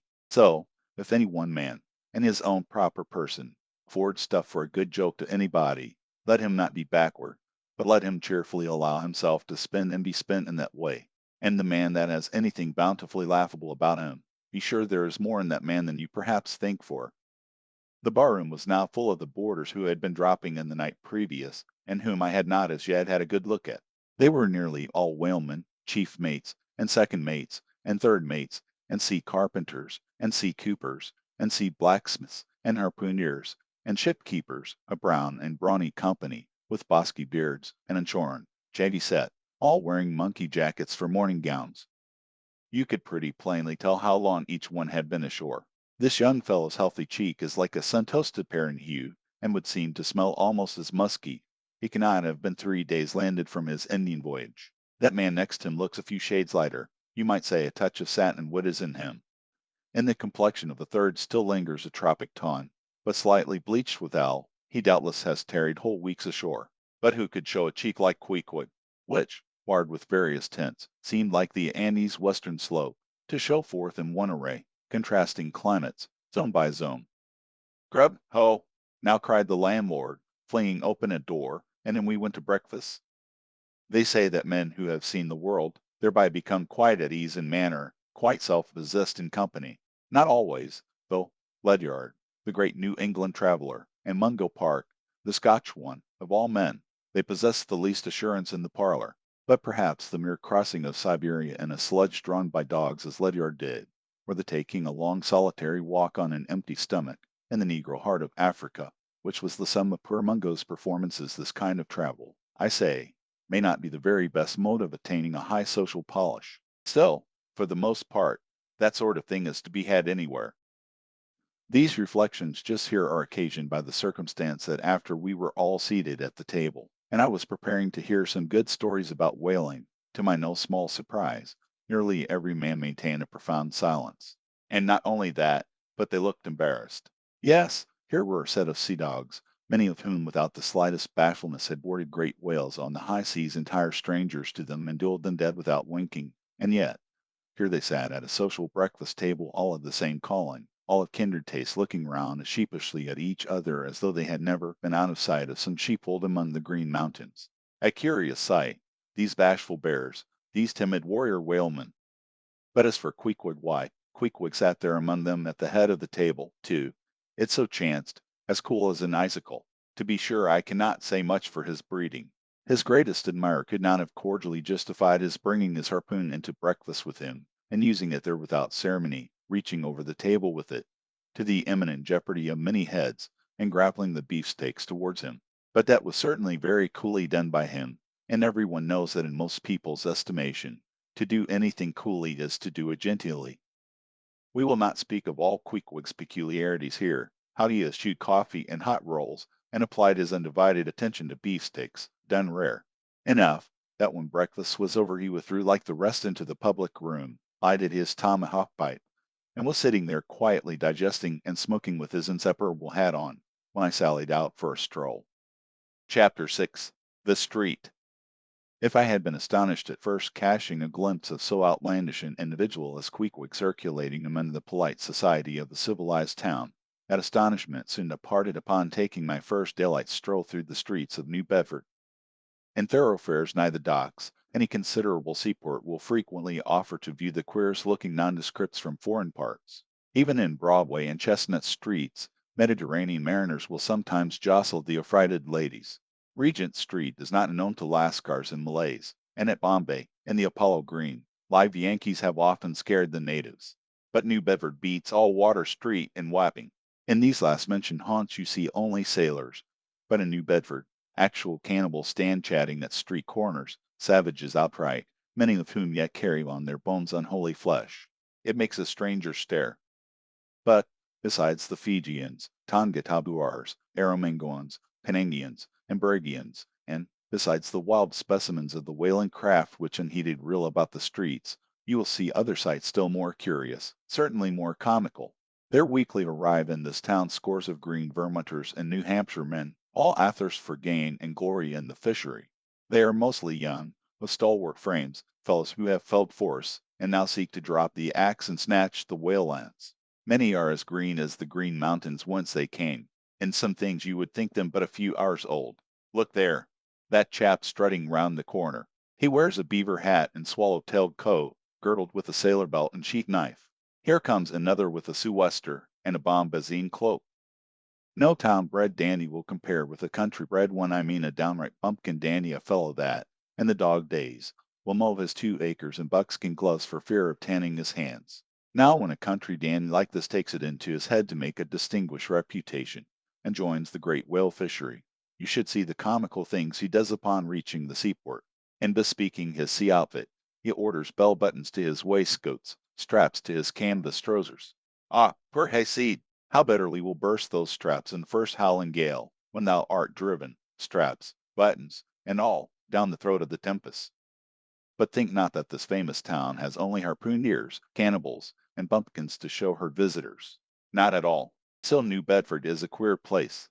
Had it not been for us whalemen, that tract of land would this day perhaps have been in as howling condition as the coast of Labrador. As it is, parts of her back country are enough to frighten one, they look so bony. The town itself is perhaps the dearest place to live in all New England. It is a land of oil, true enough, but not like Canaan, a land, also, of corn and wine. The streets do not run with milk, nor in the springtime do they pave them with fresh eggs. Yet, in spite of this, nowhere in all America will you find more patrician-like houses, parks, and gardens more opulent than in New Bedford. Whence came they? How planted upon this once scraggy scoria of a country? Go and gaze upon the iron emblematical harpoons round yonder lofty mansion, and your question will be answered. Yes, all these brave houses and flowery gardens came from the Atlantic, Pacific, and Indian Oceans. One and all, they were harpooned and dragged up hither from the bottom of the sea. Can Herr Alexander perform a feat like that? In New Bedford, fathers, they say, give whales for dowers to their daughters, and portion off their nieces with a few porpoises apiece. You must go to New Bedford to see a brilliant wedding, for, they say, They have reservoirs of oil in every house, and every night recklessly burn their lamps and spermaceti candles. In summer time, the town is sweet to see, full of fine maples, long avenues of green and gold. And in August, high in air, the beautiful and bountiful horse chestnuts, candelabra-wise, proffer the passer by their tapering, upright cones of congregated blossoms. So omnipotent is art, which in many a district of New Bedford has superinduced bright terraces of flowers upon the barren, refused rocks thrown aside at creation's final day. And the women of New Bedford, they bloom like their own red roses. But roses only bloom in summer, whereas the fine carnation of their cheeks is perennial as sunlight in the seventh heavens. Elsewhere match that bloom of theirs you cannot, save in Salem, where they tell me the young girls breathe such musk, their sailor sweethearts smell them miles offshore, as though they were drawing nigh the odorous Moluccas instead of the puritanic sands. Chapter 7. The Chapel. In this same New Bedford there stands a whaleman's chapel, and few are the moody fishermen, shortly bound for the Indian Ocean or Pacific, who failed to make a Sunday visit to the spot. I am sure that I did not. Returning from my first morning stroll, I again sallied out upon this special errand. The sky had changed from clear, sunny cold, to driving sleet and mist. Wrapping myself in my shaggy jacket of the cloth called bearskin, I fought my way against the stubborn storm. Entering, I found a small scattered congregation of sailors, and sailors' wives and widows. A muffled silence reigned, only broken at times by the shrieks of the storm. Each silent worshipper seemed purposely sitting apart from the other, as if each silent grief were insular and incommunicable. The chaplain had not yet arrived, and there these silent islands of men and women sat steadfastly eyeing several marble tablets, with black borders, masoned into the wall on either side the pulpit. Three of them ran something like the following, but I do not pretend to quote. Sacred to the memory of John Talbot, who, at the age of 80, was lost overboard near the Isle of Desolation, off Patagonia, November 1st, 1836. This tablet is erected to his memory by his sister. Sacred to the memory of Robert Long, Willis Ellery, Nathan Coleman, Walter Canny, Seth Macy, and Samuel Glade, forming one of the boat's crews of the ship Eliza, who were towed out of sight by a whale on the offshore ground in the Pacific, December 31st, 1839. This marble is here placed by their surviving shipmates. Sacred to the memory of the late Captain Ezekiel Hardy, who in the bows of his boat was killed by a sperm whale on the coast of Japan, August 3d, 1833. This tablet is erected to his memory by his widow. Shaking off the sleet from my ice-lace hat and jacket, I seated myself near the door, and turning sideways was surprised to see Queequeg near me. Affected by the solemnity of the scene, there was a wondering gaze of incredulous curiosity in his countenance. This savage was the only person present who seemed to notice my entrance, because he was the only one who could not read, and, therefore, was not reading those frigid inscriptions on the wall. Whether it be any of the relatives of the seamen whose names appeared there were now among the congregation, I knew not, but so many are the unrecorded accidents in the fishery, and so plainly did several women present wear the countenance if not the trappings of some unceasing grief, and I feel sure that here before me were assembled those, in whose unhealing hearts the sight of those bleak tablets sympathetically caused the old wounds to bleed afresh. Oh, he whose dead lie buried beneath the green grass, who standing among flowers can say here lies my beloved. You know not the desolation that broods in bosoms like these. What bitter blanks in those black bordered marbles which cover no ashes. What despair in those immovable inscriptions. What deadly voids and unbidden infidelities in the lines that seem to null upon all faith, and refuse resurrections to the beings who have placelessly perished without a grave. As well might those tablets stand in the cave of Elephanta as here. And what census of living creatures, the dead of mankind, are included? Why it is that a universal proverb says of them, that they tell no tales, though containing more secrets than the Goodman Sands. How it is that to his name, who yesterday departed for the other world, we prefix so significant and infidel a word, and yet do not thus entitle him, if he but embarks for the remotest Indies of this living earth. Why the life insurance companies pay death forfeitures upon immortals, and what eternal, and stirring paralysis, and deadly, hopeless trance, yet lies in he Adam who died 60 round centuries ago.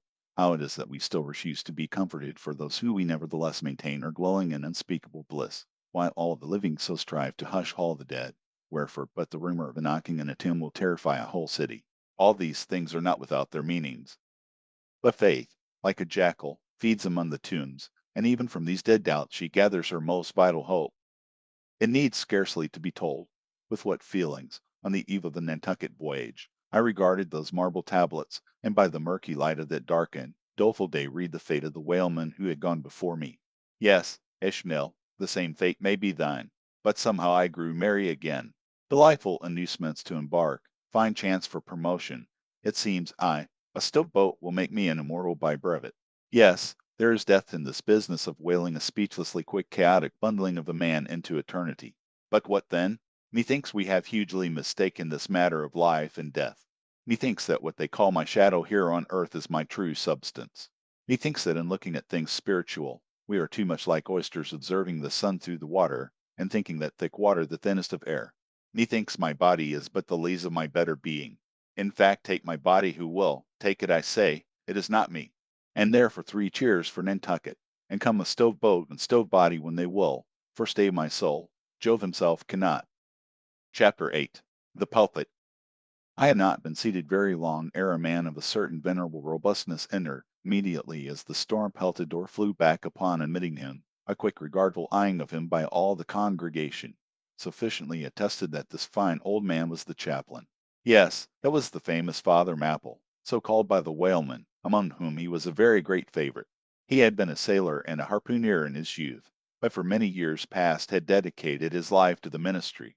At the time I now write of, Father Mapple was in the hardy winter of healthy old age, that sort of old age which seems merging into a second flowering youth, for among all the fissures of his wrinkles, there shone certain mild gleams of a newly developing bloom, the spring verdure peeping forth even beneath February snow.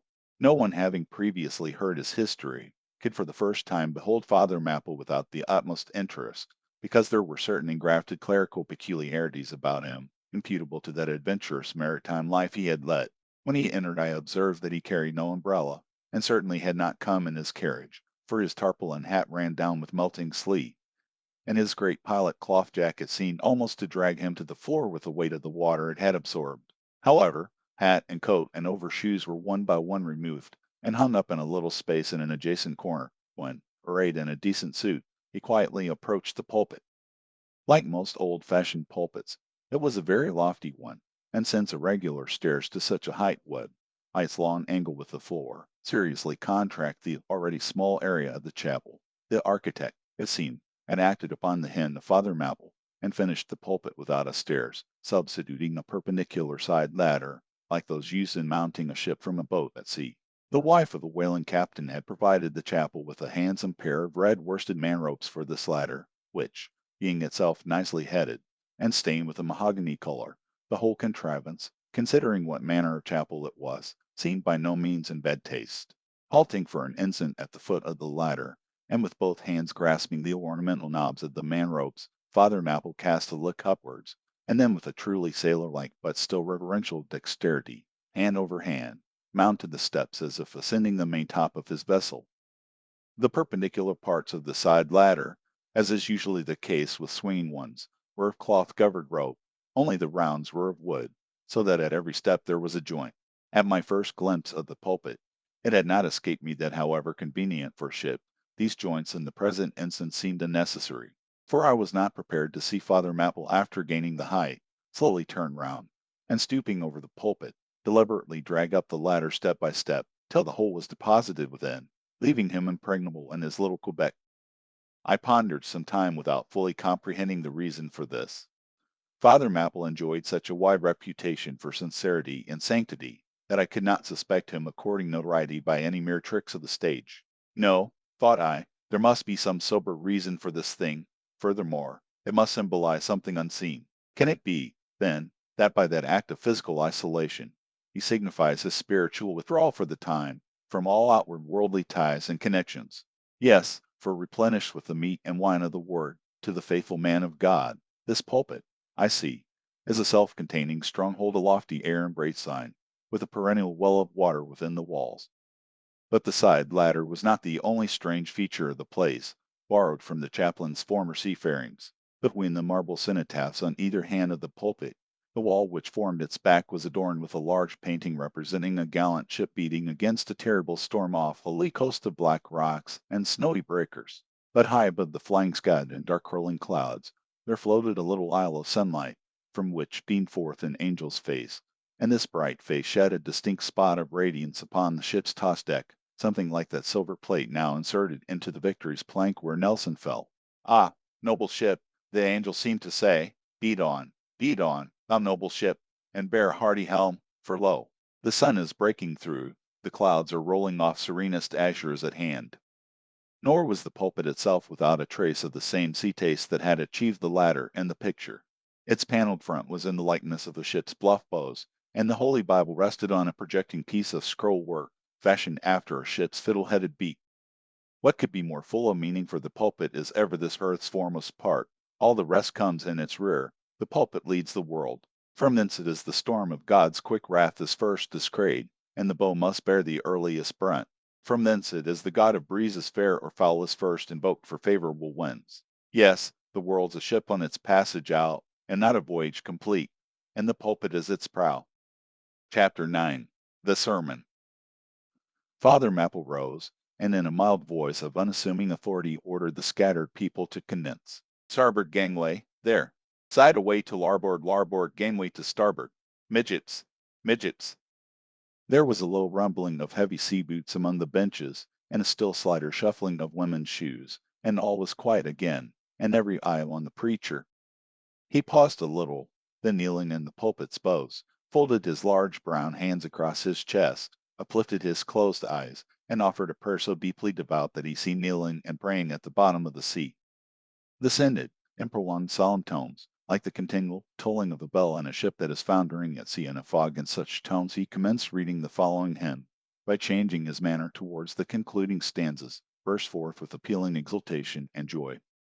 The ribs and tears in the whale arched over me a dismal gloom, while all God's sunlit waves rolled by, and lift me deepening down to doom. I saw the opening maw of hell, with endless pains and sorrows there, which none but they that feel can tell. Oh, I was plunging to despair. In black distress, I called my guide, when I could scarce believe him mine. He bowed his ear to my complaints. No more the whale did me confine. With speed he flew to my relief, as on a radiant dolphin borne. Awful, yet bright, as lightning shone, the face of my deliverer God. My song forever shall record that terrible, that joyful hour. I give the glory to my God. His all the mercy and the power. Nearly all joined in singing this hymn, which swelled high above the howling of the storm. A brief pause ensued.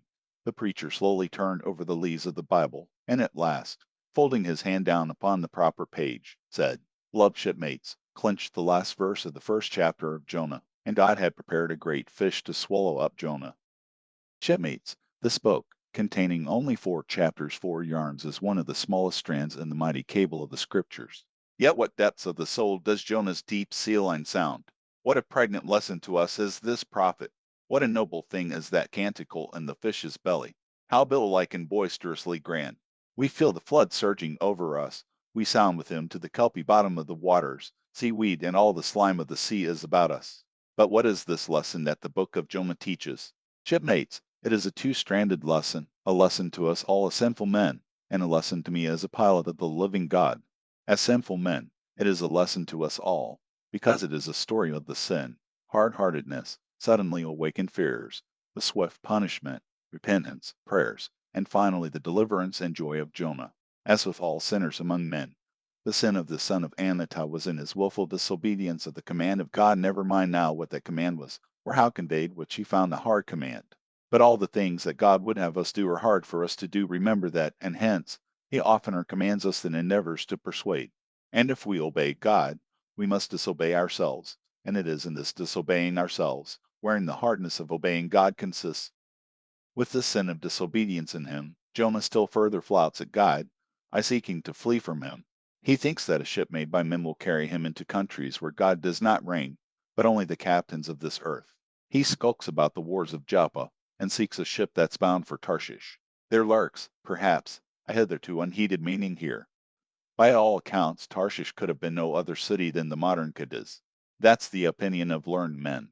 And where's Cadiz, shipmates? Cadiz is in Spain, as far by water from Joppa as Jonah could possibly have sailed in those ancient days, when the Atlantic was an almost unknown sea. Because Joppa, the modern Jaffa, shipmates, is on the most easterly coast of the Mediterranean, the Syrian, and Tarshish or Cadiz more than 2,000 miles to the westward from that, just outside the Straits of Gibraltar. See ye not then, shipmates, that Jonah sought to flee worldwide from God? Miserable man! Oh, most contemptible and worthy of all scorn, with slouched hat and guilty eye, skulking from his God, prowling among the shipping like a vile burglar hastening to cross the seas. So disordered, self-condemning is his look, that had there been policemen in those days, Jonah, on the mere suspicion of something wrong, had been arrested ere he touched a deck. How plainly he's a fugitive! No baggage, not a hat box, valise, or carpet bag, no friends accompany him to the wharf with their adieus. At last, after much dodging search, he finds the Tarshish ship receiving the last items of her cargo, and as he steps on board to see its captain in the cabin, all the sailors for the moment desist from hoisting in the goods, to mark the stranger's evil eye. Jonah sees this, but in vain he tries to look all ease and confidence, in vain essays his wretched smile. Strong intuitions of the man assure the mariners he can be no innocent. In their gamesome but still serious way, one whispers to the other, Jack, he's robbed a widow, or Joe, do you mark him? He's a bigamist. Or, Harry lad, I guess he's the adulterer that broke jail in old Gomorrah. Or belike, one of the missing murderers from Sodom. Another runs to read the bill that's stuck against the spile upon the wharf to which the ship is moored, offering 500 gold coins for the apprehension of a parricide, and containing a description of his person. He reads, and looks from Jonah to the bill, while all his sympathetic shipmates now crowd round Jonah, prepared to lay their hands upon him. Frighted Jonah trembles, and summoning all his boldness to his face, only looks so much the more a coward. He will not confess himself suspected, but that itself is strong suspicion.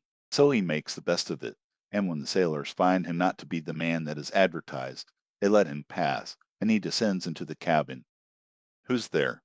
cries the captain at his busy desk, hurriedly making out his papers for the customs. "Who's there?" Oh, how that harmless question mangles Jonah! For the instant he almost turns to flee again, but he rallies.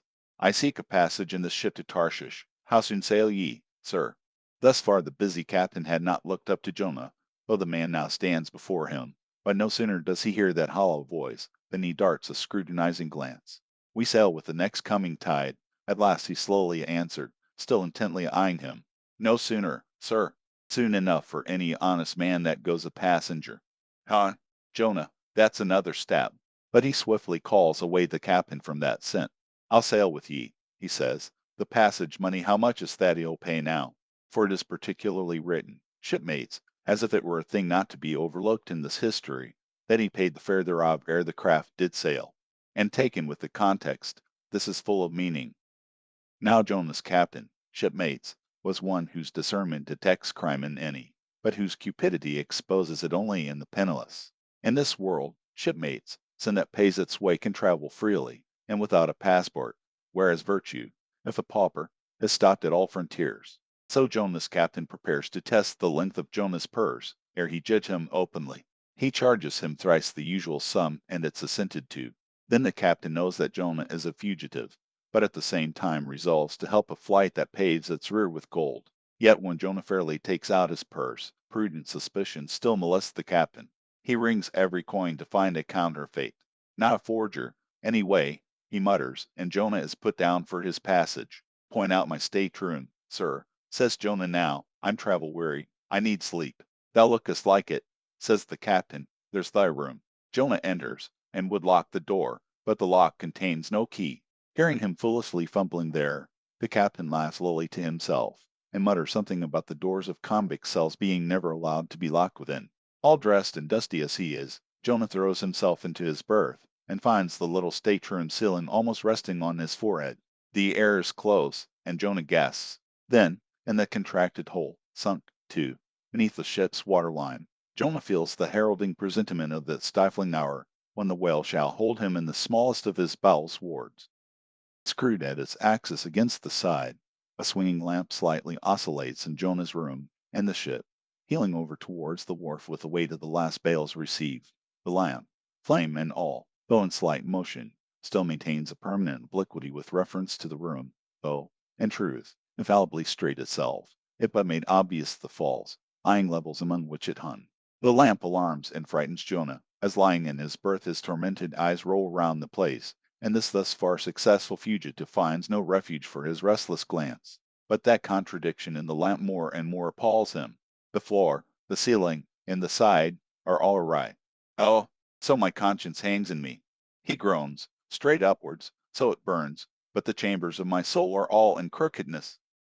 Like one who after a night of drunken revelry hies to his bed, still reeling, but with conscience yet pricking him, as the plungings of the Roman racehorse but so much the more strike his steel tags into him, as one who in that miserable plight still turns and turns in giddy anguish, praying God for annihilation until the fit be past, and at last amid the whirl of woe he feels, a deep stupor steals over him, as over the man who bleeds to death, for conscience is the wound, and there is naught to staunch it. So, after sore wrestlings in his berth, Jonah's prodigy of ponderous misery drags him drowning down to sleep. And now the time of tide has come. The ship casts off her cables, and from the deserted wharf the uncheered ship for Tarshish, all careening, glides to sea. That ship, my friends, was the first of recorded smugglers. The contraband was Jonah. But the sea rebels, he will not bear the wicked burden. A dreadful storm comes on. The ship is like to break. But now when the boatswain calls all hands to lighten her, when boxes, ales, and jars are clattering overboard, when the wind is shrieking, and the men are yelling, and every plank thunders with trampling feet right over Jonah's head, and all this raging tumult, Jonah sleeps his hideous sleep.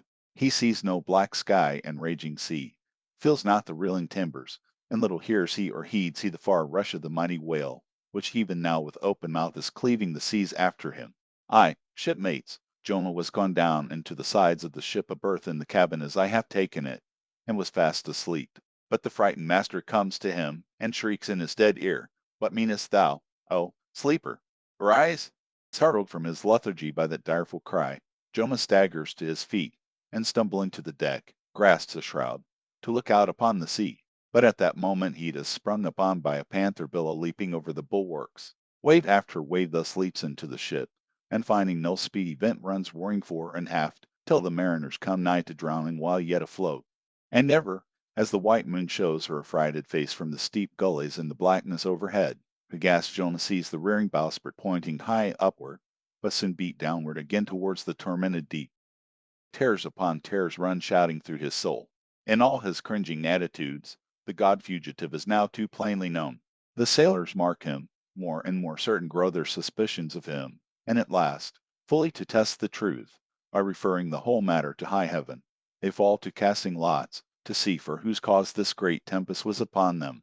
The lot is Jonah's, that discovered, then how furiously they mob him with their questions.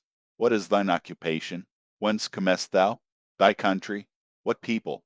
But mark now, my shipmates, the behavior of poor Jonah. The eager mariners but ask him who he is, and where from, whereas they not only receive an answer to those questions, but likewise another answer to a question not put by them. But the unsolicited answer is forced from Jonah by the hard hand of God that is upon him. I'm a Hebrew, he cries, and then, I fear the Lord, the God of heaven, who hath made the sea and the dry land. Fear him, O Jonah. Aye, well mightest thou fear the Lord God then. Straightway he now goes on to make a full confession, whereupon the mariners became more and more appalled, but still are pitiful. For when Jonah, not yet supplicating God for mercy, since he but too well knew the darkness of his deserts, when wretched Jonah cries out to them to take him and cast him forth into the sea, for he knew that for his sake this great tempest was upon them, they mercifully turn from him, and seek by other means to save the ship. But all in vain, the indignant gale howls louder. Then, with one hand raised invokingly to God, with the other they not unreluctantly lay hold of Jonah. And now behold Jonah taken up as an anchor and dropped into the sea, when instantly an oily comet floats out from the east, and the sea is still, as Jonah carries down the gale with him, leaving smooth water behind. He goes down in the whirling heart of such a masterless commotion that he scarce heeds the moment when he drops seething into the yawning jaws awaiting him, and the whale shoots to all his ivory teeth, like so many white bulls, upon his prison. Then Jonah prayed unto the Lord out of the fish's belly. But observe his prayer, and learn a weighty lesson. For sinful as he is, Jonah does not weep and wail for direct deliverance. He feels that his dreadful punishment is just. He leaves all his deliverance to God, contenting himself with this, that spite of all his pains and pangs, he will still look towards his holy temple. And here, shipmates, is true and faithful repentance, not clamorous for pardon, but grateful for punishment. And how pleasing to God was this conduct in Jonah, is shown in the eventual deliverance of him from the sea and the whale. Shipmates, I do not place Jonah before you to be copied for his sin, but I do place him before you as a model for repentance. Sin not, but if you do, take heed to repent of it like Jonah. While he was speaking these words, the howling of the shrieking, slanting storm without seemed to add new power to the preacher, who, when describing Jonah's sea storm, seemed tossed by a storm himself. His deep chest heaved as with a ground swell. His tossed arms seemed the warring elements at work, and the thunders that rolled away from off his swarthy brow, and the light leaping from his eye, made all his simple hearers look on him with a quick fear that was strange to them. There now came a lull in his look, as he silently turned over the leaves of the book once more, and, at last, standing motionless, with closed eyes, for the moment, seemed communing with God and himself. But again he leaned over towards the people, and bowing his head lowly, with an aspect of the deepest yet manliest humility, he spake these words: Shipmates, God has laid but one hand upon you, both his hands press upon me. I have read ye by what murky light may be mine the lesson that Jonah teaches to all sinners, and therefore to ye, and still more to me, for I am a greater sinner than ye. And now how gladly would I come down from this masthead and sit on the hatches there where you sit, and listen as you listen, while some one of you reads me that other and more awful lesson which Jonah teaches to me, as a pilot of the living God, how being an anointed pilot prophet, or speaker of true things, and bidden by the Lord to sound those unwelcome truths in the ears of a wicked Nineveh, Jonah, appalled at the hostility he should raise, fled from his mission, and sought to escape his duty and his God by taking ship at Joppa. But God is everywhere. Tarshish he never reached. As we have seen, God came upon him in the whale, and swallowed him down to living gulfs of doom, and with swift slantings tore him along into the midst of the seas, where the eddying depth sucked him 10,000 fathoms down, and the weeds were wrapped about his head, and all the watery world of woe bowled over him. Yet even then beyond the reach of any plummet, out of the belly of hell when the whale grounded upon the ocean's utmost bones, even then God heard the engulfed, repenting prophet when he cried. Then God spake unto the fish, and from the shuddering cold and blackness of the sea, the whale came breaching up towards the warm and pleasant sun, and all the delights of air and earth, and vomited out Jonah upon the dry land, when the word of the Lord came a second time, and Jonah, bruised and beaten his ears, like two seashells, still multitudinously murmuring of the ocean, Jonah did the Almighty's bidding. And what was that, shipmates? To preach the truth to the face of falsehood. That was it. This, shipmates, this is that other lesson, and woe to that pilot of the living God who slights it. Woe to him whom this world charms from gospel duty. Woe to him who seeks to pour oil upon the waters when God has brewed them into a gale. Woe to him who seeks to please rather than to appall. Woe to him whose good name is more to him than goodness. Woe to him who, in this world, courts not dishonor. Woe to him who would not be true, even though to be false were salvation. Yea, woe to him who, as the great pilot Paul has it, while preaching to others is himself a castaway. He dropped and fell away from himself for a moment, then lifting his face to them again, showed a deep joy in his eyes, as he cried out with a heavenly enthusiasm, But oh, shipmates, on the starboard hand of every woe, there is a sure delight, and higher the top of that delight than the bottom of the woe is deep. Is not the main truck higher than the kelson is low?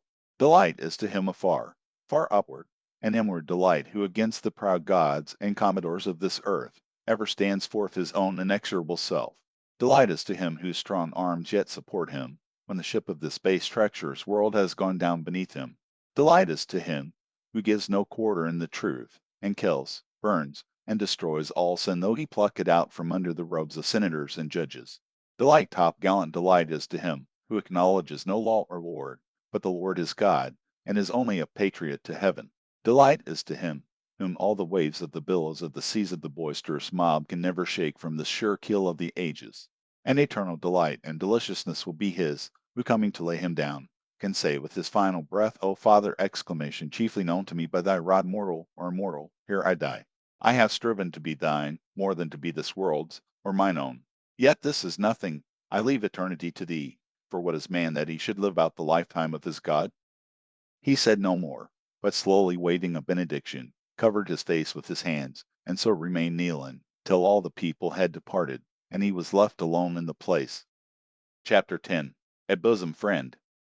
Returning to the spot or in from the chapel, I found Queequeg there quite alone, he having left the chapel before the benediction some time.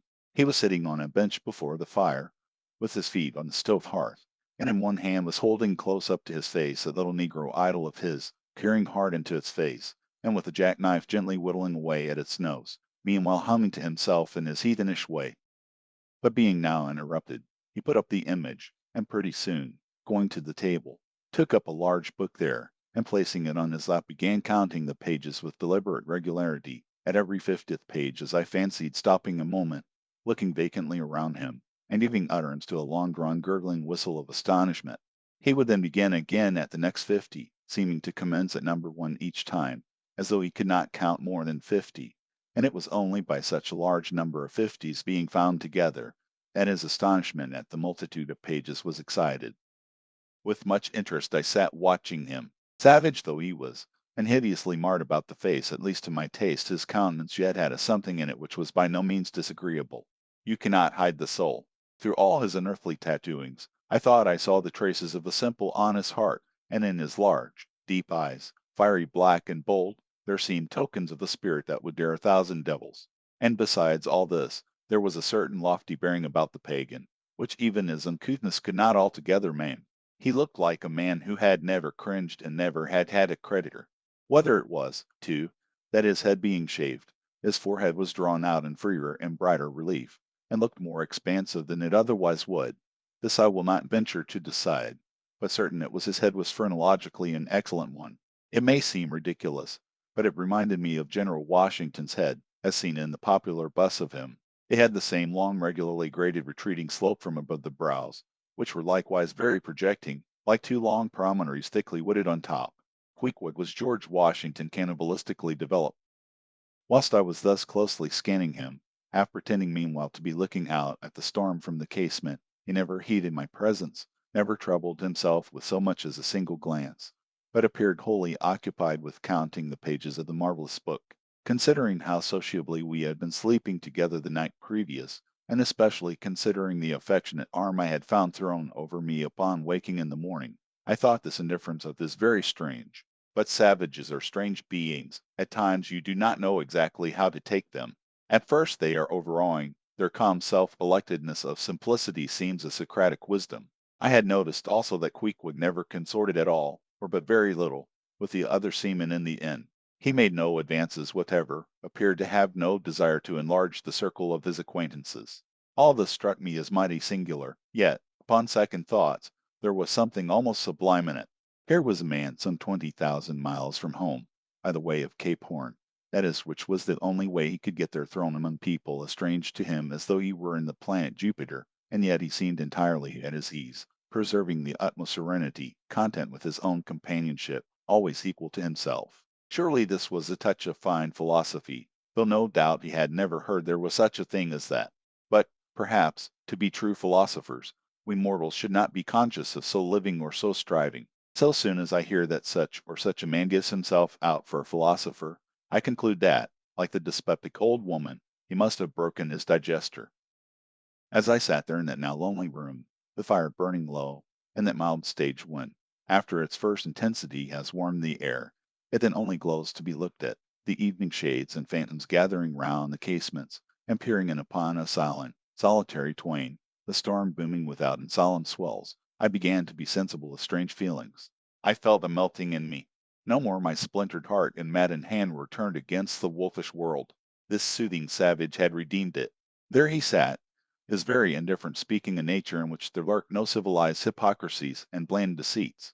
While he was a very sight of sights to see, yet I began to feel myself mysteriously drawn towards him, and those same things that would have repelled most others, they were the very magnets that thus drew me.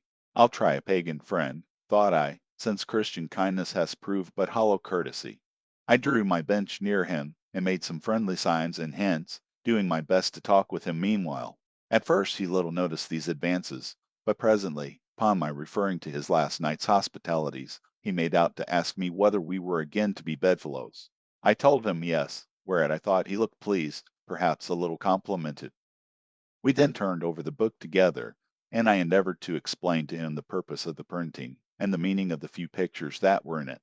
Thus I soon engaged his interest, and from that we went a jabbering the best we could about the various outer sights to be seen in this famous town. Soon I proposed a social smoke, and, producing his pouch and tomahawk, he quietly offered me a puff. And then we sat exchanging puffs from that wild pipe of his, and keeping it regularly passing between us. If there yet lurked any ice of indifference towards me in the pagan's breast, this pleasant, genial smoke we had soon thawed it out, and left us cronies. He seemed to take to me quite as naturally and invidently as I to him, and when our smoke was over, he pressed his forehead against mine, clasped me round the waist, and said that henceforth we were married, meaning, in his country's phrase, that we were bosom friends. He would gladly die for me, if need should be. In a countryman, this sudden flame of friendship would have seemed far too premature, a thing to be much distrusted, but in the simple savage those old rules would not apply. After supper, and another social chat and smoke, we went to our room together. He made me a present of his embalmed head, took out his enormous tobacco wallet, and groping under the tobacco, drew out some $30 in silver, then spreading them on the table, and mechanically dividing them into two equal portions, pushed one of them towards me, and said it was mine. I was going to remonstrate, but he silenced me by pouring them into my trousers pockets. I let them stay. He then went about his evening prayers, took out his idol, and removed the paper fireboard.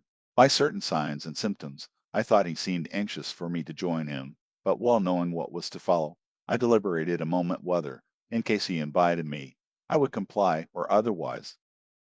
I was a good Christian, born and bred in the bosom of the infallible Presbyterian Church. How then could I unite with this wild idolater in worshipping his piece of wood? But what is worship? Thought I. Do you suppose now, Ishmael, that the magnanimous God of heaven and earth pagans and all included can possibly be jealous of an insignificant bit of black wood? Impossible. But what is worship to do the will of God, that is worship. And what is the will of God to do to my fellow man what I would have my fellow man to do to me, that is the will of God. Now, Queequeg is my fellow man, and what do I wish that this Queequeg would do to me? Why, unite with me in my particular Presbyterian form of worship. Consequently, I must then unite with him in his, ergo, I must turn idolater. So I kindled the shavings, helped prop up the innocent little idol, offered him burnt biscuit with Queequeg, sallying before him twice or thrice, kissed his nose, and that done, we undressed and went to bed, at peace with our own consciences and all the world. But we did not go to sleep without some little chat. How it is I know not, but there is no place like a bed for confidential disclosures between friends. Man and wife, they say, they're open the very bottom of their souls to each other, and some old couples often lie and chat over old times till nearly morning. Thus, then, in our heart's honeymoon, lay I and Queequeg a cozy, loving pair. Chapter 11. Nightgown. We had lain thus in bed, chatting and napping at short intervals, and Queequeg now and then affectionately throwing his brown tattooed legs over mine, and then drawing them back, so entirely sociable and free and easy were we, when, at last, by reason of our confabulations, what little nappishness remained in us altogether departed, and we felt like getting up again, though daybreak was yet some way down the future. Yes, we became very wakeful, so much so that our recumbent position began to grow wearisome, and by little and little we found ourselves sitting up, the clothes well tucked around us, leaning against the headboard with our four knees drawn up close together, and our two noses bending over them, as if our knee pins were warming pans. We felt very nice and snug, the more so since it was so chilly out of doors, and needed out of bed clothes too, seeing that there was no fire in the room. The more so, I say, because truly to enjoy bodily warmth, some small part of you must be cold, for there is no quality in this world that is not what it is merely by contrast. Nothing exists in itself. If you flatter yourself that you are all over comfortable, and have been so a long time, then you cannot be said to be comfortable any more. But if, like Queequeg and me in the bed, the tip of your nose or the crown of your head be slightly chilled, why then, indeed, in the general consciousness you feel most delightfully and unmistakably warm. For this reason a sleeping apartment should never be furnished with a fire, which is one of the luxurious discomforts of the rich. For the height of this sort of deliciousness is to have nothing but the blanket between you and your snugness and the cold of the outer air. Then there you lie like the one warm spark in the heart of an Arctic crystal. We had been sitting in this crouching manner for some time, when all at once I thought I would open my eyes, for when between sheets, whether by day or by night, and whether asleep or awake, I have a way of always keeping my eyes shut. in order the more to concentrate the snugness of being in bed, because no man can ever feel his own identity aright except his eyes be closed, as if darkness were indeed the proper element of our essences, the light be more congenial to our clayey part. Upon opening my eyes then, and coming out of my own pleasant and self-created darkness into the imposed and coarse outer gloom of the unilluminated 12 o'clock at night, I experienced a disagreeable revulsion. Nor did I at all object to the hint from Queequeg that perhaps it were best to strike a light, seeing that we were so wide awake, and besides he felt a strong desire to have a few quiet puffs from his tomahawk. He had said, that though I had felt such a strong repugnance to his smoking in the bed the night before, yet see how elastic our stiff prejudices grow when love once comes to bend them, for now I liked nothing better than to have Queequeg smoking by me, even in bed, because he seemed to be full of such serene household joy then. I no more felt unduly concerned for the landlord's policy of insurance. I was only alive to the condensed confidential comfortableness of sharing a pipe and a blanket with a real friend. With our shaggy jackets drawn about our shoulders, we now passed the tomahawk from one to the other, till slowly there grew over us a blue-hanging tester of smoke, illuminated by the flame of the new-lit lamp.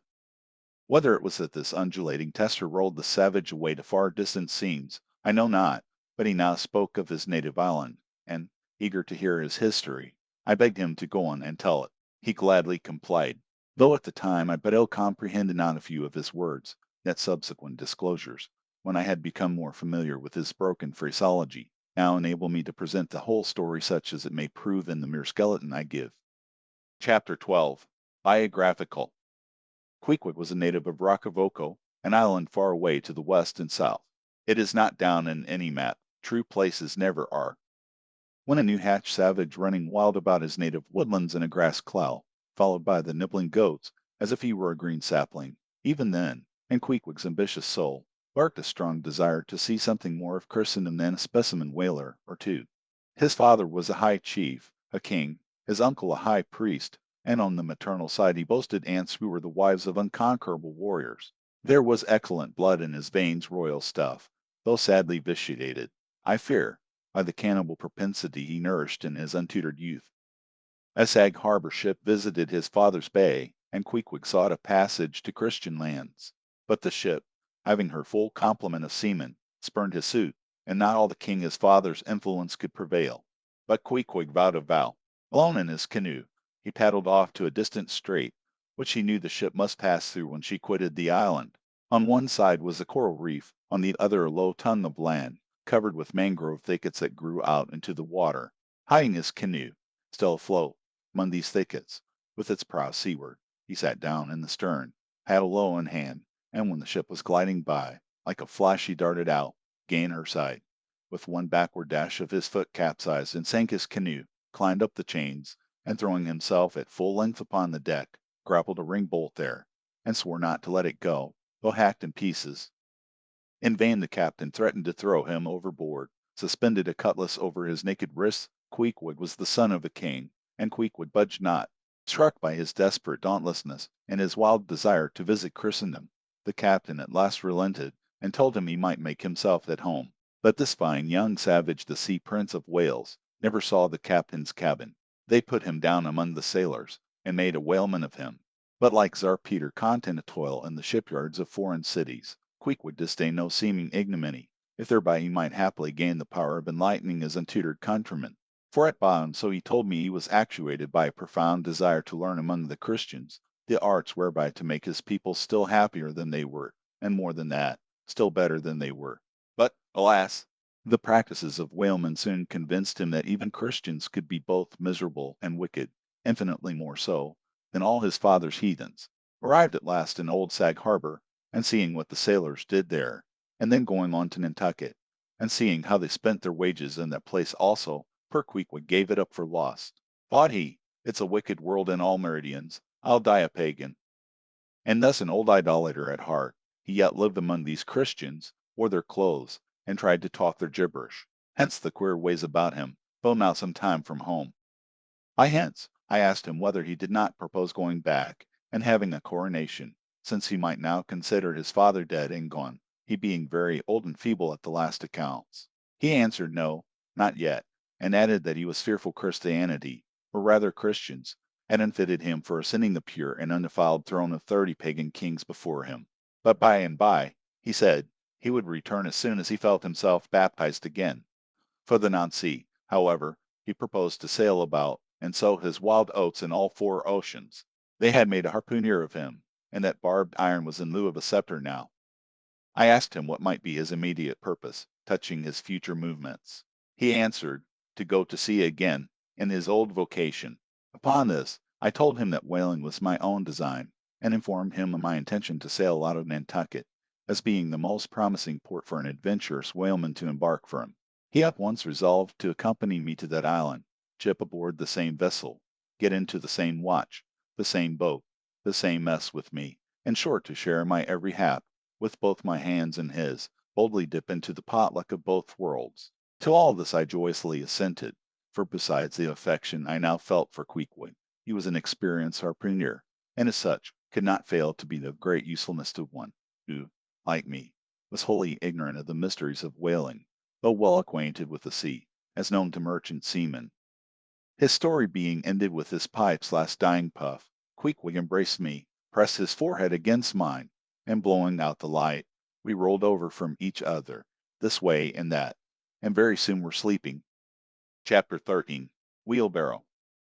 Next morning, Monday, after disposing of the embalmed head to a barber for a block, I settled my own and comrade's bill, using, however, my comrade's money. The grinning landlord, as well as the boarders, seemed amazingly tickled at the sudden friendship which had sprung up between me and Queequeg, especially as Peter Coffin's cock and bull stories about him had previously so much alarmed me concerning the very person whom I now companied with. We borrowed a wheelbarrow, and embarking our things, including my own poor carpet bag, and Queequeg's canvas sack and hammock, away we went down to the Moss, the little Nantucket packet schooner moored at the wharf. As we were going along the people stared, not at Queequeg so much for they were used to seeing cannibals like him in their streets, but at seeing him and me upon such confidential terms. But we heeded them not, going along wheeling the barrow by turns, and Queequeg now and then stopping to adjust the sheath on his harpoon barbs. I asked him why he carried such a troublesome thing with him ashore, and whether all whaling ships did not find their own harpoons. To this, in substance, he replied, that though what I hinted was true enough, yet he had a particular affection for his own harpoon, because it was of assured stuff, well tried in many a mortal combat, and deeply intimate with the hearts of whales. In short, like many inland reapers and mowers, who go into the farmers' meadows armed with their own scythes, though in no wise obliged to furnish them even so, Queequeg, for his own private reasons, preferred his own harpoon. Shifting the barrow from my hand to his, he told me a funny story about the first wheelbarrow he had ever seen. It was in Sag Harbor. The owners of his ship, it seems, had lent him one, in which to carry his heavy chest to his boarding house. Not to seem ignorant about the thing, though in truth he was entirely so, concerning the precise way in which to manage the barrow, Queequeg puts his chest upon it, lashes it fast, and then shoulders the barrow and marches up the wharf. Why, said I, Queequeg, you might have known better than that, one would think. Didn't the people laugh? Upon this, he told me another story. The people of his island of Rocaboco, it seems, at their wedding feasts express the fragrant water of young cocoanuts into a large stained calabash like a punch bowl, and this punch bowl always forms the great central ornament on the braided mat where the feast is held. Now a certain grand merchant ship once touched at Rocaboco, and its commander from all accounts, a very stately punctilious gentleman, at least for a sea captain this commander was invited to the wedding feast of Queequeg's sister, a pretty young princess just turned of 10.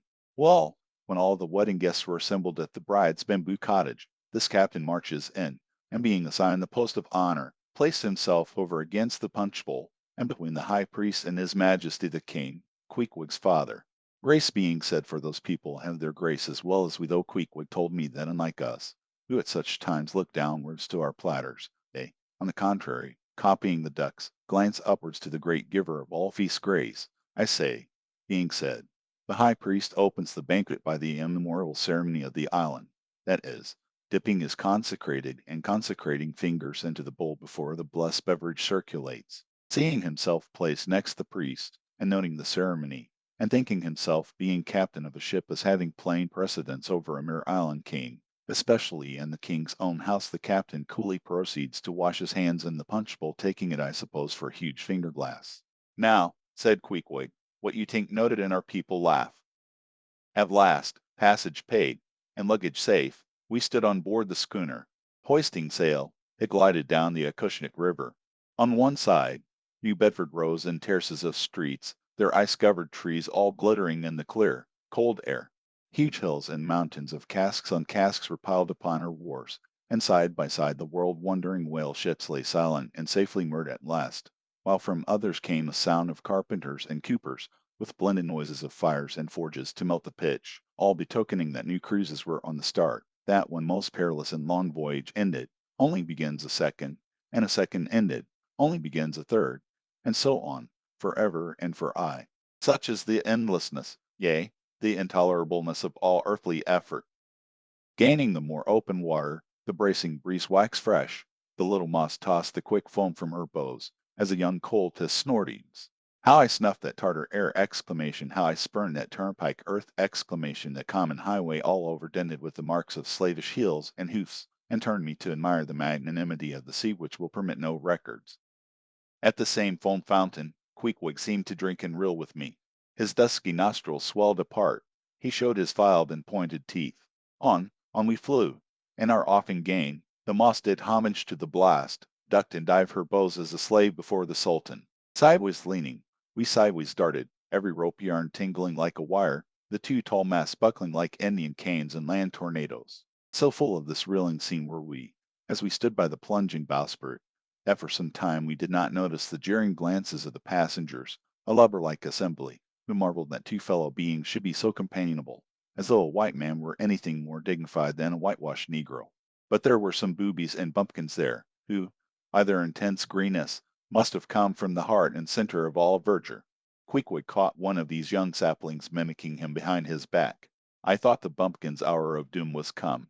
Dropping his harpoon, the brawny savage caught him in his arms, and by an almost miraculous dexterity and strength, sent him high up bodily into the air, then slightly tapping his stern in mid-somerset, the fellow landed with bursting lungs upon his feet, while Queequeg, turning his back upon him, lighted his tomahawk pipe and passed it to me for a puff.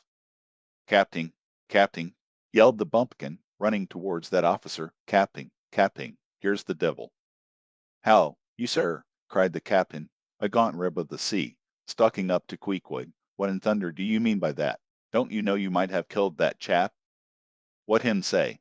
said Queequeg, as he mildly turned to me. "He say," said I, "that you came near Killy that man there," pointing to the still shivering greenhorn. "Killy!" cried Queequeg, twisting his tattooed face into an unearthly expression of disdain. "Ah, him bevy smally fishy. Queequeg no Killy so smally fishy. Queequeg Killy big whale." "Look you," roared the captain, "I'll kill you, you cannibal, if you try any more of your tricks aboard here, so mind your eye." But it so happened just then, that it was high time for the captain to mind his own eye. The prodigious strain upon the mainsail had parted the weather sheet, and the tremendous boom was now flying from side to side, completely sweeping the entire after part of the deck. The poor fellow whom Queequeg had handled so roughly was swept overboard. All hands were in a panic, and to attempt snatching at the boom to stay it seemed madness. It flew from right to left, and back again, almost in one ticking of a watch, and every instant seemed on the point of snapping into splinters. Nothing was done, and nothing seemed capable of being done. Those on deck rushed towards the bows, and stood eyeing the boom as if it were the lower jaw of an exasperated whale. In the midst of this consternation, Queequeg dropped deftly to his knees, and crawling under the path of the boom, whipped hold of a rope, secured one end to the bulwarks, and then flinging the other like a lasso, caught it round the boom as it swept over his head, and at the next jerk, the spar was that way trapped, and all was safe. The schooner was run into the wind, and while the hands were clearing away the stern boat, Queequeg, stripped to the waist, darted from the side with a long living arc of a leap. For 3 minutes or more he was seen swimming like a dog, throwing his long arms straight out before him, and by turns revealing his brawny shoulders through the freezing foam. I looked at the grand and glorious fellow, but saw no one to be saved. The greenhorn had gone down. Cheating himself perpendicularly from the water, Queequeg now took an instant's glance around him, and seeming to see just how matters were, dived down and disappeared. A few minutes more, and he rose again, one arm still striking out, and with the other dragging a lifeless form. The boat soon picked them up. The poor bumpkin was restored. All hands voted Queequeg a noble trump. The captain begged his pardon. From that hour I clove to Queequeg like a barnacle, yea, till poor Queequeg took his last long dive. Was there ever such unconsciousness? He did not seem to think that he at all deserved a medal from the humane and magnanimous societies. He only asked for water, fresh water, something to wipe the brine off. That done, he put on dry clothes, lighted his pipe, and leaning against the bulwarks, and mildly eyeing those around him, seemed to be saying to himself, "It's a mutual, joint stock world, in all meridians. We cannibals must help these Christians." Chapter 14. Nantucket. Nothing more happened on the passage worthy the mentioning, so, after a fine run, we safely arrived in Nantucket. Nantucket. Take out your map and look at it. See what a real corner of the world it occupies, how it stands there, away offshore, more lonely than the Eddystone Lighthouse. Look at it, a mere hillock, an elbow of sand, all beach, without a background.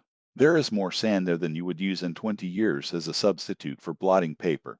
Some games and whites will tell you that they have to plant weeds there.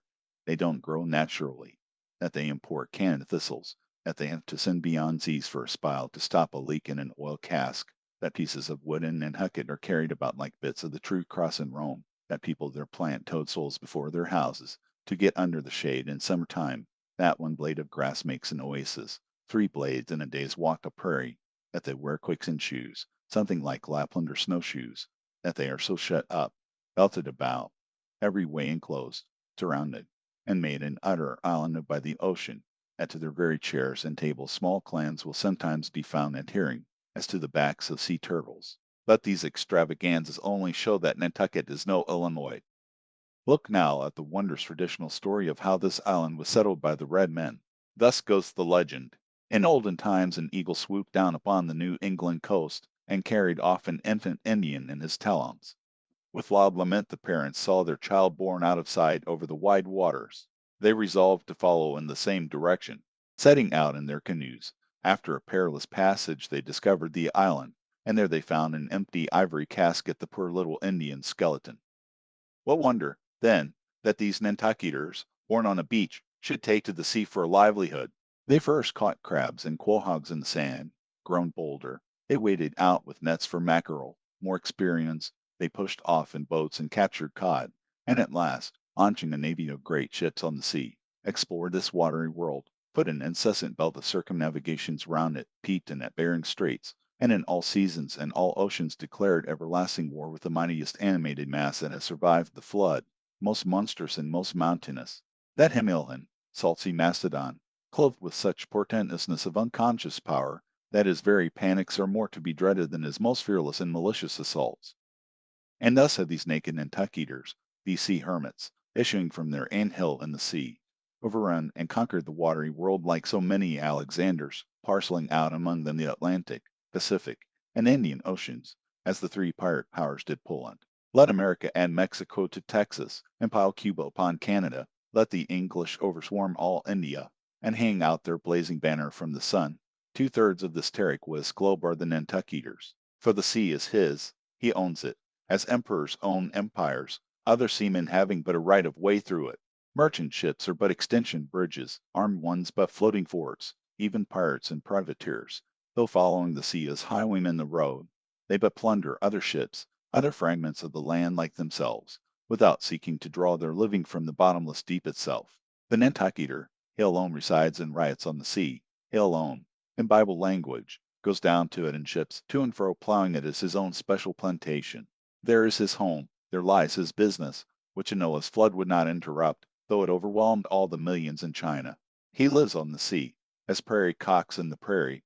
He hides among the waves, he climbs them as chamois hunters climb the Alps. For years he knows not the land, so that when he comes to it at last, it smells like another world, more strangely than the moon would to an earthsman, with the landless gull, that at sunset folds her wings and is rocked to sleep between billows, so at nightfall, the Nantucketer, out of sight of land, furls his sails, and lays into his rest, while under his very pillow rush herds of walruses and whales. Chapter 15. Chowder. It was quite late in the evening when the little Moss came snugly to anchor, and Queequeg and I went ashore, so we could attend to no business that day, at least none but a supper and a bed. The landlord of the Spouterin had recommended us to his cousin Hosey Hussey of the Tried Pots, whom he asserted to be the proprietor of one of the best-kept hotels in all Nantucket, and moreover he had assured us that Cousin Hosea, as he called him, was famous for his chowders. In short, he plainly hinted that we could not possibly do better than try pot luck at the try-pots. But the directions he had given us about keeping a yellow warehouse on our starboard hand till we opened a white church to the larboard, and then keeping that on the larboard hand till we made a corner 3 points to the starboard, and that done, then asked the first man we met where the place was. These crooked directions of his very much puzzled us at first, especially as, at the outset, Queequeg insisted that the yellow warehouse our first point of departure must be left on the larboard hand, whereas I had understood Peter Coffin to say it was on the starboard. However, I then a beating about a little in the dark, and now and then knocking up a peaceable inhabitant to inquire the way, we at last came to something which there was no mistaking. Two enormous wooden pots painted black, and suspended by asses' ears, swung from the cross trees of an old topmast, planted in front of an old doorway. The horns of the cross trees were sawed off on the other side, so that this old topmast looked not a little like a gallows. Perhaps I was over-sensitive to such impressions at the time, but I could not help staring at this gallows with a vague misgiving. A sort of crick was in my neck as I gazed up to the two remaining horns, yes, two of them, one for Queequeg, and one for me. It's ominous, thinks I. A cough in my innkeeper upon landing in my first whaling port, tombstone staring at me in the whaleman's chapel, and here a gallows, and a pair of prodigious black pots too. Are these last throwing out oblique hints touching Tophet? I was called from these reflections by the sight of a freckled woman with yellow hair and a yellow gown, standing in the porch of the inn, under a dull red lamp swinging there, that looked much like an injured eye, and carrying on a brisk scolding with a man in a purple woolen shirt. "Get along with ye," said she to the man, "or I'll be combing ye." "Come on, Queequeg," said I, "all right. There's Mrs. Hussey." And so it turned out, Mr. Hosea Hussey being from home, but leaving Mrs. Hussey entirely competent to attend to all his affairs. Upon making known our desires for a supper and a bed, Mrs. Hussey, postponing further scolding for the present, ushered us into a little room, and seating us at a table spread with the relics of a recently concluded repast, turned round to us and said, "Clam or cod?" "What's that about cods, ma'am?" said I, with much politeness. "Clam or cod," she repeated. "A clam for supper? A cold clam? Is that what you mean, Mrs. Hussey?" Says I, "But that's a rather cold and clammy reception in the winter time, ain't it, Mrs. Hussey?" But being in a great hurry to resume scolding the man in the purple shirt, who was waiting for it in the entry, and seeming to hear nothing but the word clam, Mrs. Hussey hurried towards an open door leading to the kitchen, and bawling out clam for two, disappeared. "Queequeg," said I, "do you think that we can make out a supper for us both on one clam?" However, a warm savory steam from the kitchen served to belie the apparently cheerless prospect before us. But when that smoking chowder came in, the mystery was delightfully explained. "Oh, sweet friends, hearken to me." It was made of small juicy clams, scarcely bigger than hazelnuts, mixed with pounded ship biscuit, and salted pork cut up into little flakes, the whole enriched with butter, and plentifully seasoned with pepper and salt. Our appetites being sharpened by the frosty voyage, and in particular, Queequeg seeing his favorite fishing food before him, and the chowder being surpassingly excellent, we dispatched it with great expedition, when leaning back a moment and bethinking me of Mrs. Hussey's clam and cod announcement, I thought I would try a little experiment. Stepping to the kitchen door, I uttered the word cod with great emphasis, and resumed my seat. In a few moments the savory steam came forth again, but with a different flavor, and in good time a fine cod chowder was placed before us. We resumed business, and while plying our spoons in the bowl, thinks I to myself, I wonder now if this here has any effect on the head. What's that stultifying saying about chowder-headed people? But look, Queequeg, ain't that a live eel in your bowl? Where's your harpoon? Fishiest of all fishy places was the try-pots, which well deserved its name, for the pots there were always boiling chowders. Chowder for breakfast, and chowder for dinner, and chowder for supper, till you began to look for fish bones coming through your clothes. The area before the house was paved with clam shells. Mrs. Hussey wore a polished necklace of codfish vertebra, and Hosea Hussey had his account books bound in superior old shark skin. There was a fishy flavor to the milk, too, which I could not at all account for, till one morning happening to take a stroll along the beach among some fishermen's boats, I saw Hosea's brindled cow feeding on fish remnants and marching along the sand with each foot in a cod's decapitated head, looking very slipshod. I assure ye, supper concluded, we received the lamp and directions from Mrs. Hussey concerning the nearest way to bed, but as Queequeg was about to precede me up the stairs, the lady reached forth her arm and demanded his harpoon. She allowed no harpoon in her chambers. Why not? Said I. Every true whaleman sleeps with his harpoon, but why not? Because it's dangerous, says she. Ever since young Stig's coming from that unfortunate beja of his, when he was gone 4 years and a half, with only 3 barrels of ile, was found dead in my first floor back, with his harpoon in his side. Ever since then I allow no boarders to take sich dangerous weapons in their rooms at night. So, Mr. Queequeg, for she had learned his name, I will just take this here iron, and keep it for you till morning. But the chowder, clam or cod tomorrow for breakfast, men? Both, says I, and let's have a couple of smoked herring by way of variety. Chapter 16. The Ship. In bed we concocted our plans for the morrow, but to my surprise and no small concern, Queequeg now gave me to understand that he had been diligently consulting Yojo the name of his black little god, and Yojo had told him 2 or 3 times over, and strongly insisted upon in every way, that instead of our going together among the whaling fleet in harbor, and in concert selecting our craft, instead of this, I say, Yojo earnestly enjoined that the selection of the ship should rest wholly with me, inasmuch as Yojo purposed befriending us, and in order to do so, and already pitched upon a vessel, which, if left to myself, I, Ishmael, should infallibly light upon, for all the world as though it had turned out by chance, and in that vessel I must immediately ship myself, for the present irrespective of Queequeg. I have forgotten to mention that, in many things, Queequeg placed great confidence in the excellence of Yojo's judgment and surprising forecast of things, and cherished Yojo with considerable esteem, as a rather good sort of god, who perhaps meant well enough upon the whole, but in all cases did not succeed in his benevolent designs. Now, this plan of Queequeg's, or rather Yojo's, touching the selection of our craft, I did not like that plan at all. I had not a little relied upon Queequeg's sagacity to point out the whaler best fitted to carry us and our fortunes securely, but as all my remonstrances produced no effect upon Queequeg, I was obliged to acquiesce, and accordingly prepared to set about this business with a determined rushing sort of energy and vigor that should quickly settle that trifling little affair. Next morning early, leaving Queequeg shut up with Yojo in our little bedroom, for it seemed that it was some sort of Lent or Ramadan, or day of fasting, humiliation, and prayer with Queequeg and Yojo that day. How it was I never could find out, for, though I applied myself to it several times, I never could master his liturgies and Roman 39 articles. Leaving Queequeg, then, fasting on his tomahawk pie, and Yojo warming himself at his sacrificial fire of shavings, I sallied out among the shipping. After much prolonged sauntering and many random inquiries, I learnt that there were 3 ships up for 3 years' voyages: the Devil Dam, the Tit-Bit, and the Pequod.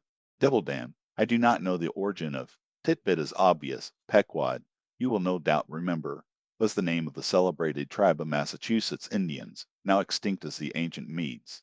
I paired and pried about the Devil Dam from her, hopped over to the Tit-Bit, and finally, going on board the Pequod, looked around her for a moment, and then decided that this was the very ship for us. You may have seen many a quaint craft in your day. For aught I know, square-toed luggers, mountainous Japanese junks, butterbox galleots, and what not, but take my word for it, you never saw such a rare old craft as the same rare old Pequod. She was a ship of the old school, rather small if anything, with an old-fashioned claw-footed look about her. Long seasoned and weather-stained in the typhoons and calms of all 4 oceans, her old hull's complexion was dark and like a French grenadier's, who has alike fought in Egypt and Siberia. Her venerable bows looked bearded, her masts caught somewhere on the coast of Japan, where her original ones were lost overboard in a gale. Her masts stood stiffly up like the spines of the 3 old kings of Cologne. Her ancient decks were worn and wrinkled, like the pilgrim-worshipped flagstone in Canterbury Cathedral where Becket bled. But to all these her old antiquities were added new and marvelous features pertaining to the wild business that for more than half a century she had followed. Old Captain Pele, many years her chief mate, before he commanded another vessel of his own, and now a retired seaman, and one of the principal owners of the Pequod. This old Pele, during the term of his chief mateship, had built upon her original grotesqueness, and inlaid it all over with a quaintness both of material and device, unmatched by anything except it be Thor Cohake's carved buckler or bedstead. She was apparelled like any barbaric Ethiopian emperor, his neck heavy with pendants of polished ivory. She was a thing of trophies, a cannibal of the craft, tricking herself forth in the chaste bones of her enemies. All round, her unpanelled, open bulwarks were garnished like one continuous jaw, with the long sharp teeth of the sperm whale, inserted there for pins, to fasten her old hempen thews and tendons to. Those thews ran not through base blocks of land wood, but deftly travelled over sheaths of sea ivory. Scorning the turnstile wheel at her reverend helm, she sported there a tiller, and that tiller was in one mass, curiously carved from the long narrow lower jaw of her hereditary foe. The helmsman who steered by that tiller in a tempest felt like the Tartar when he holds back his fiery steed by clutching its jaw. A noble craft, but somehow most melancholy. All noble things are touched with that.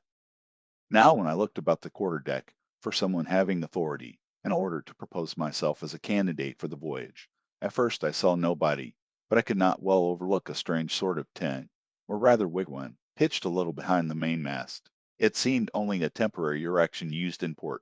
It was of a conical shape, some 10 feet high, consisting of the long, huge slabs of limber black bone taken from the middle and highest part of the jaws of the right whale, planted with their broad ends on the deck. A circle of these slabs laced together, mutually sloped towards each other, and at the apex united in a tufted point, where the loose hairy fibers waved to and fro like the top knot on some old Potawatomi sessions head.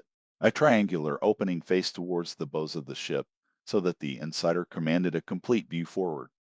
And half concealed in this queer tenement, I at length found one who by his aspect seemed to have authority, and who, it being noon, and the ship's work suspended, was now enjoying respite from the burden of command. He was seated on an old-fashioned oaken chair, wriggling all over with curious carving, and the bottom of which was formed of the stout interlacing of the same elastic stuff of which the wigwam was constructed. There was nothing so very particular, perhaps, about the appearance of the elderly man I saw. He was brown and brawny, like most old seamen, and heavily rolled up in blue pilot cloth, cut in the Quaker style. Only there was a fine and almost microscopic network of the meninous wrinkles interlacing round his eyes, which must have arisen from his continual sailings in many hard gales, and always looking to windward for this causes the muscles about the eyes to become pursed together. Such eye wrinkles are very effectual in a scowl. "Is this the captain of the Pequod?" said I, advancing to the door of the tent. "Supposing it be the captain of the Pequod, what dost thou want of him?" he demanded. "I was thinking of shipping." "Thou wast thou? I see thou art no Nantucketer ever been in a stove boat." "No, sir, I never have." "Thou'st know nothing at all about whaling, I dare say, eh?" "Nothing, sir, but I have no doubt I shall soon learn. I've been several voyages in the merchant service, and I think that—" "Merchant service be damned! Talk not that lingo to me. Dost see that leg'll take that leg away from thy stern, if ever thou talkest of the marchant service to me again. Marchant service, indeed! I suppose now you feel considerable proud of having served in those marchant ships. But flukes! Man, what makes thee want to go a whaling? It looks a little suspicious, don't it? Hast not been a pirate? Hast thou didst not rob thy last captain? Didst thou dost not think of murdering the officers when thou gettest to sea?" I protested my innocence of these things. I saw that under the mask of these half humorous innuendos, this old seaman, as an insulated Quakerish Nantucketer, was full of his insular prejudices, and rather distrustful of all aliens, unless they hailed from Cape Cod or the Vineyard. "But what takes thee a whaling? I want to know that before I think of shipping ye." "Well, sir, I want to see what whaling is. I want to see the world." "Want to see what whaling is, eh? Have ye clapped eye on Captain Ahab?" "Who is Captain Ahab, sir?" I thought so. Captain Ahab is the captain of this ship." "I am mistaken then. I thought I was speaking to the captain himself." "Thou art speaking to Captain Peleg, that's who ye are speaking to, young man. It belongs to me and Captain Bildad to see the Pequod fitted out for the voyage, and supplied with all her needs, including crew. We are part owners and agents. But as I was going to say, if thou wantest to know what whaling is, as thou tellest ye do, I can put ye in a way of finding it out before ye bind yourself to it. Pass backing out. Clap eye on Captain Ahab, young man, and thou wilt find that he has only one leg." "What do you mean, sir? Was the other one lost by a whale?" "Lost by a whale! Young man, come nearer to me. It was devoured, chewed up, crunched by the monstrous parmacity that ever chipped a boat! Exclamation, ah, ah. I was a little alarmed by his energy, perhaps also a little touched at the hearty grief in his concluding exclamation, but said as calmly as I could, "What you say is no doubt true enough, sir, but how could I know there was any peculiar ferocity in that particular whale, though indeed I might have inferred as much from the simple fact of the accident. Look ye now, young man, thy lungs are a sort of soft, d'ye see, thou dost not talk shark a bit. Sure, ye have been to sea before now, sure of that." "Sir," said I thought I told you that I had been 4 voyages in the merchant." "Hard down out of that. Mind what I said about the merchant service. Don't aggravate me, I won't have it. But let us understand each other. I have given thee a hint about what whaling is. Do you yet feel inclined for it?" "I do, sir." "Very good. Now, art thou the man to pitch a harpoon down a live whale's throat, and then jump after it? Answer, quick!" "I am, sir, if it should be positively indispensable to do so, not to be got rid of, that is, which I don't take to be the fact." "Good again. Now then, thou not only wantest to go a whaling, to find out by experience what whaling is, but ye also want to go in order to see the world. Was not that what ye said? I thought so. Well then, just step forward there, and take a peep over the weather bow, and then back to me and tell me what ye see there." For a moment I stood a little puzzled by this curious request, not knowing exactly how to take it, whether humorously or in earnest. But concentrating all his crow's feet into one scowl, Captain Peleg started me on the errand. Going forward and glancing over the weather bow, I perceived that the ship swinging to her anchor with the flood tide was now obliquely pointing towards the open ocean. The prospect was unlimited, but exceedingly monotonous and forbidding, not the slightest variety that I could see. "Well, what's the report?" said Peleg when I came back. "What did ye see?" "Not much," I replied. "Nothing but water, considerable horizon though, and there's a squall coming up, I think." "Well, what dost thou think then of seeing the world? Do ye wish to go round Cape Horn to see any more of it, eh? Can't ye see the world where you stand?"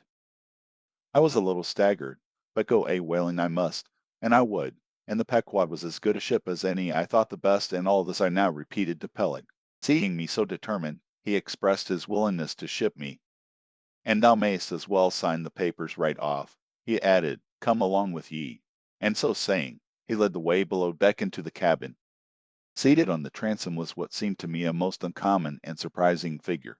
It turned out to be Captain Bildad, who along with Captain Peleg was one of the largest owners of the vessel, the other shares, as is sometimes the case in these ports, being held by a crowd of old annuitants, widows, fatherless children, and chancery wards, each owning about the value of a timber head, or a foot of plank, or a nail or two in the ship. People in Nantucket invest their money in whaling vessels, the same way that you do yours in approved state stocks bringing in good interest. Now, Bildad, like Peleg, and indeed many other Nantucketers, was a Quaker, the island having been originally settled by that sect, and to this day its inhabitants in general retain in an uncommon measure the peculiarities of the Quaker, only variously and anomalously modified by things altogether alien and heterogeneous. For some of these same Quakers are the most sanguinary of all sailors and whale hunters. They are fighting Quakers. They are Quakers with a vengeance. So that there are instances among them of men, who, named with Scripture names a singularly common fashion on the island, and in childhood naturally imbibing the stately dramatic the and now of the Quaker idiom, still, from the audacious, daring, and boundless adventure of their subsequent lives, strangely blend with these outgrown peculiarities, a thousand bold dashes of character, not unworthy a Scandinavian sea king, or a poetical pagan Roman. And when these things unite in a man of greatly superior natural force, with a globular brain and a ponderous heart, who is also by the stillness and seclusion of many long night watches in the remotest waters, and beneath constellations never seen here at the North, and led to think untraditionally and independently, receiving all nature's sweet or savage impressions fresh from her own virgin, voluntary, and confiding breast, and thereby chiefly, but with some help from accidental advantages, to learn a bold and nervous lofty language that man makes one in a whole nation census a mighty pageant creature, formed for noble tragedies. Nor would at all detract from him, dramatically regarded, if either by birth or other circumstances he have what seems a half wilful overruling morbidness at the bottom of his nature. For all men tragically great are made so through a certain morbidness. Be sure of this, O young ambition, all mortal greatness is but disease.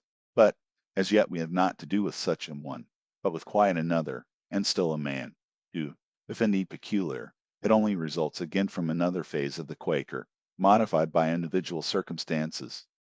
Like Captain Peleg, Captain Bildad was a well-to-do, retired whaleman, but unlike Captain Peleg, who cared not a rush for what are called serious things, and indeed deemed those self-same serious things the veriest of all trifles, Captain Bildad had not only been originally educated according to the strictest sect of Nantucket Quakerism, but all his subsequent ocean life, and the sight of many unclad, lovely island creatures round the Horn all that had not moved this native-born Quaker one single jot, and not so much as altered one angle of his vest. Still, for all this immutableness, was there some lack of common consistency about worthy Captain Bildad, though refusing, from conscientious scruples, to bear arms against land invaders, yet himself had illimitably invaded the Atlantic and Pacific, and though a sworn foe to human bloodshed, yet had he in his straight-bodied coat spilled tons upon tons of Leviathan gore. How now, in the contemplative evening of his days, the pious Bildad reconciled these things in the reminiscence, I do not know, but it did not seem to concern him much, and very probably he had long since come to the sage and sensible conclusion that a man's religion is one thing, and this practical world quite another. This world pays dividends, rising from a little cabin boy in short clothes of the drabbest drab, to a harpooner in a broad shad-bellied waistcoat, from that becoming boat-header, chief mate, and captain, and finally a ship owner. Bildad, as I hinted before, had concluded his adventurer's career by wholly retiring from active life at the goodly age of 60, and dedicating his remaining days to the quiet receiving of his well-earned income. Now, Bildad, I am sorry to say, had the reputation of being an incorrigible old hunks, and in his sea-going days, a bitter, hard taskmaster. They told me in Nantucket, though it certainly seems a curious story, that when he sailed the old Cattegut whaleman, his crew, upon arriving home, were mostly all carried ashore to the hospital, sore exhausted and worn out. For a pious man, especially for a Quaker, he was certainly rather hard-hearted, to say the least. He never used to swear, though, at his men, they said, but somehow he got an inordinate quantity of cruel, unmitigated hard work out of them. When Bildad was a chief mate, to have his drab-colored eye intently looking at you, made you feel completely nervous, till you could clutch something a hammer or a marling spike, and go to work like mad, at something or other, never mind what. Indolence and idleness perished before him. His own person was the exact embodiment of his utilitarian character. On his long, gaunt body, he carried no spare flesh, no superfluous spirit, his chin having a soft, economical nap to it, like the worn nap of his broad-brimmed hat. Such, then, was the person that I saw seated on the transom when I followed Captain Peleg down into the cabin. The space between the decks was small, and there, bolt upright, sat old Bildad, who always sat so, and never leaned, and this to save his coat tails. His broad brim was placed beside him, his legs were stiffly crossed, his drab vesture was buttoned up to his chin, and spectacles on nose. He seemed absorbed in reading from a ponderous volume. Bildad, cried Captain Peleg, at it again. Bildad, eh? Ye have been studying those scriptures, now, for the last 30 years, to my certain knowledge. How far ye got, Bildad? As if long habituated to such profane talk from his old shipmate, Bildad, without noticing his present irreverence, quietly looked up, and seeing me, glanced again inquiringly towards Peleg. He says he's our man, Bildad, said Peleg. He wants to ship. Dost thee? Said Bildad, in a hollow tone, and turning round to me. I dost, said I unconsciously. He was so intense a Quaker. What do ye think of him, Bildad? Said Peleg.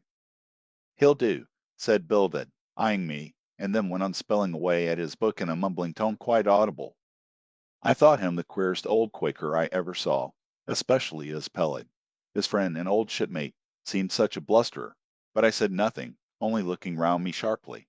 Peleg now threw open a chest, and drawing forth the ship's articles, placed pen and ink before him, and seated himself at a little table. I began to think it was high time to settle with myself at what terms I would be willing to engage for the voyage. I was already aware that in the whaling business they paid no wages, but all hands, including the captain, received certain shares of the profits called lays, and that these lays were proportioned to the degree of importance pertaining to the respective duties of the ship's company.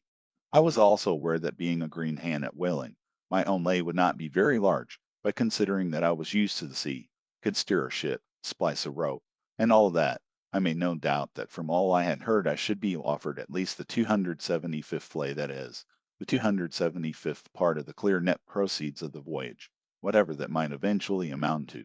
And though the 275th lay was what they call a rather long lay, yet it was better than nothing, and if we had a lucky voyage, might pretty nearly pay for the clothing I would wear out on it, not to speak of my 3 years' beef and board, for which I would not have to pay one stiver. It might be thought that this was a poor way to accumulate a princely fortune, and so it was, a very poor way indeed. But I am one of those that never take on about princely fortunes, and am quite content if the world is ready to board and lodge me, while I am putting up at the scrim sign of the thunder cloud.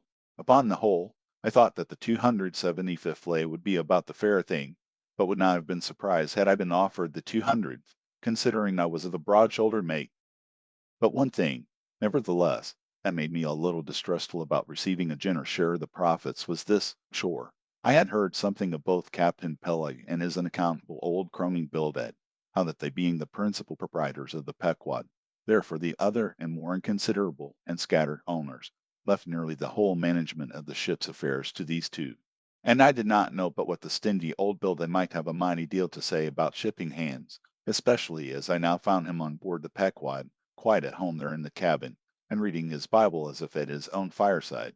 Now while Peleg was vainly trying to mend a pen with his jack-knife, old Bildad, to my no small surprise, considering that he was such an interested party in these proceedings, Bildad never heeded us, but went on mumbling to himself out of his book, "Lay not up for yourselves treasures upon earth, where moth—" "Well, Captain Bildad," interrupted Peleg, "what do you say? What lay shall we give this young man?" "Thou knowest best," was the sepulchral reply. "The 777th wouldn't be too much, would it? Where moth and rust do corrupt, but lay." "Lay, indeed, thought I, in such a lay. The 777th. Well, old Bildad, you are determined that I, for one, shall not lay out many lays here below, where moth and rust do corrupt."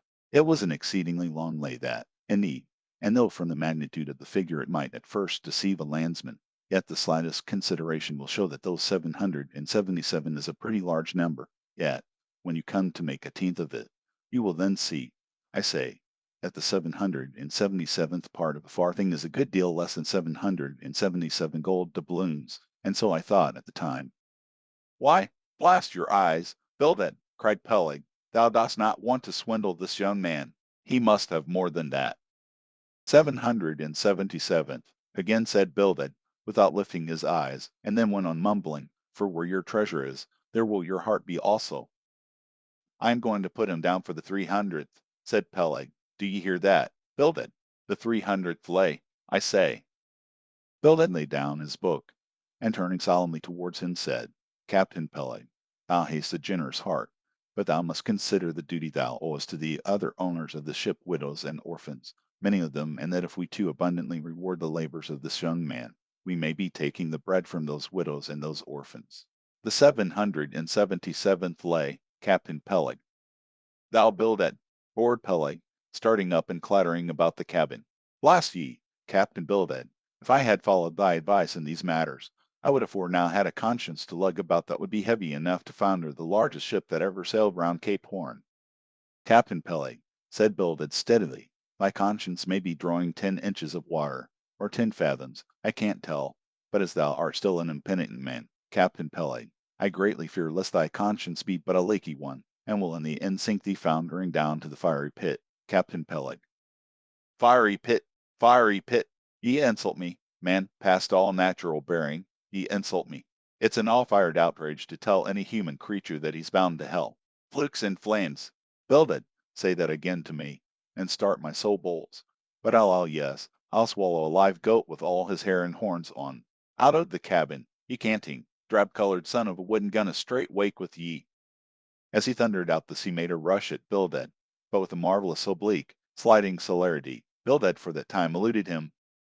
Alarmed at this terrible outburst between the two principal and responsible owners of the ship, and feeling half a mind to give up all idea of sailing in a vessel so questionably owned and temporarily commanded, I stepped aside from the door to give egress to Bildad, who, I made no doubt, was all eagerness to vanish from before the awakened wrath of Peleg. But to my astonishment, he sat down again on the transom very quietly, and seemed to have not the slightest intention of withdrawing. He seemed quite used to impenitent Peleg and his ways. As for Peleg, after letting off his rage as he had, there seemed no more left in him, and he, too, sat down like a lamb, though he twitched a little as if still nervously agitated. Phew! He whistled at last. The squall's gone off to leeward, I think. Bildad, thou used to be good at sharpening a lance. Mend that pen, will ye? My jackknife here needs the grindstone. That's he. Thank ye, Bildad. Now then, my young man, Ishmael's thy name, didn't ye say? Well then, down ye go here, Ishmael, for the 300th lay. Captain Peleg, said I have a friend with me who wants to ship too. Shall I bring him down tomorrow? To be sure, said Peleg. Fetch him along, and we'll look at him. What lay does he want? Groaned Bildad, glancing up from the book in which he had again been burying himself. Oh, never thee mind about that, Bildad, said Peleg. Has he ever whaled it any? Turning to me. Killed more whales than I can count, Captain Peleg. Well, bring him along then. And, after signing the papers, off I went, nothing doubting but that I had done a good morning's work, and that the Pequod was the identical ship that Yojo had provided to carry Queequeg and me round the Cape. But I had not proceeded far, when I began to bethink me that the captain with whom I was to sail yet remained unseen by me, though, indeed, in many cases, a whale ship will be completely fitted out, and receive all her crew on board, ere the captain makes himself visible by riding to take command, for sometimes these voyages are so prolonged, and the short intervals at home so exceedingly brief, that if the captain have a family, or any absorbing concernment of that sort, he does not trouble himself much about his ship in port, but leaves her to the owners till all is ready for sea. However, it is always as well to have a look at him before irrevocably committing yourself into his hands. Turning back, I accosted Captain Peleg, inquiring where Captain Ahab was to be found. And what dost thou want of Captain Ahab? It's all right enough. Thou art shipped. Yes, but I should like to see him. But I don't think thou wilt be able to at present. I don't know exactly what's the matter with him, but he keeps close inside the house, a sort of sick, and yet he don't look so. In fact, he ain't sick, but no, he doesn't well either. Anyhow, young man, he won't always see me, so I don't suppose he will thee. He's a queer man, Captain Ahab, so some think, but a good one. Oh, thou'lt like him well enough. No fear, no fear. He's a grand, ungodly, godlike man, Captain Ahab, doesn't speak much, but when he does speak, then you may well listen. Mark ye, be forewarned, Ahab's above the common. Ahab's been in colleges, as well as among the cannibals, been used to deeper wonders than the waves, fixed his fiery lance in mightier, stranger foes than whales. His lance, aye, the keenest and the surest that out of all our isle. Oh, he ain't Captain Bildad, no, and he ain't Captain Peleg. He's Ahab, boy, and Ahab of old, thou knowest, was a crown king, and a very vile one. When that wicked king was slain, the dogs, did they not lick his blood? Come hither to me, hither, said Peleg, with a significance in his eye that almost startled me. Look ye, lad, never say that on board the Pequod. Never say it anywhere. Captain Ahab did not name himself. 'Twas a foolish, ignorant whim of his crazy, widowed mother, who died when he was only a 12-month old. And yet the old squattistic Agad said that the name would somehow prove prophetic, and, perhaps, other fools like her may tell thee the same. I wish to warn thee. It's a lie. I know Captain Ahab well. I sailed with him as mate years ago. I know what he is, a good man, not pious. Good man, like Bildad. But a swearing good man, something like me, only there's a good deal more of him. I know that he was never very jolly, and I know that on the passage home he was a little out of his mind for a spell. But it was the sharp shooting pains in his bleeding stump that brought that about, as any one might see. I know, too, that ever since he lost his leg last voyage by that accursed whale, he's been a kind of moody, desperate moody, and savage sometimes, but that will all pass off. And once for all, let me tell thee and assure thee, young man, it's better to sail with a moody good captain than a laughing bad one. So good-bye to thee, and wrong not Captain Ahab, because he happens to have a wicked name. Besides, my boy, he has a wife not 3 voyages wedded, a sweet, resigned girl. Think of that. By that sweet girl, that old man has a child. Hold ye then there can be any utter, hopeless harm in Ahab? No, no, my lad, stricken, blasted, if he be, Ahab has his humanities. As I walked away, I was full of thoughtfulness, What had been incidentally revealed to me of Captain Ahab filled me with a certain wild vagueness of painfulness concerning him. And somehow, at the time, I felt a sympathy and a sorrow for him, but for I don't know what, unless it was the cruel loss of his leg. And yet I also felt a strange awe of him, but that sort of awe, which I cannot at all describe, was not exactly awe. I do not know what it was, but I felt it, and it did not disincline me towards him, though I felt impatience at what seemed like mystery in him, so imperfectly as he was known to me then. However, my thoughts were at length carried in other directions, so that for the present dark Ahab slipped my mind. Chapter 17 The Ramadan. As Queequeg's Ramadan, or fasting and humiliation, was to continue all day, I did not choose to disturb him until towards nightfall, for I cherished the greatest respect towards everybody's religious obligations, never mind how comical, and could not find it in my heart to undervalue even a congregation of ants worshipping a toadstool, or those other creatures in certain parts of our earth, who with a degree of footism quite unprecedented in other planets, bow down before the torso of a deceased landed proprietor merely on account of the inordinate possessions yet owned and rented in his name. I say, we good Presbyterian Christians should be charitable in these things, and not fancy ourselves so vastly superior to other mortals, pagans and what not, because of their half-crazy conceits on these subjects. There was Queequeg, now, certainly entertaining the most absurd notions about Yojo and his Ramadan, but what of that? Queequeg thought he knew what he was about, I suppose. He seemed to be content, and there let him rest. All our arguing with him would not avail. Let him be. I say, and heaven have mercy on us all Presbyterians and pagans alike, for we are all somehow dreadfully cracked about the head, and sadly need mending. Towards evening, when I felt assured that all his performances and rituals must be over, I went up to his room and knocked at the door, but no answer. I tried to open it, but it was fastened inside. Queequeg, said I softly through the keyhole, all silent. I say, Queequeg, why don't you speak? It's I Ishmael. But all remained still as before. I began to grow alarmed. I had allowed him such abundant time. I thought he might have had an apoplectic fit.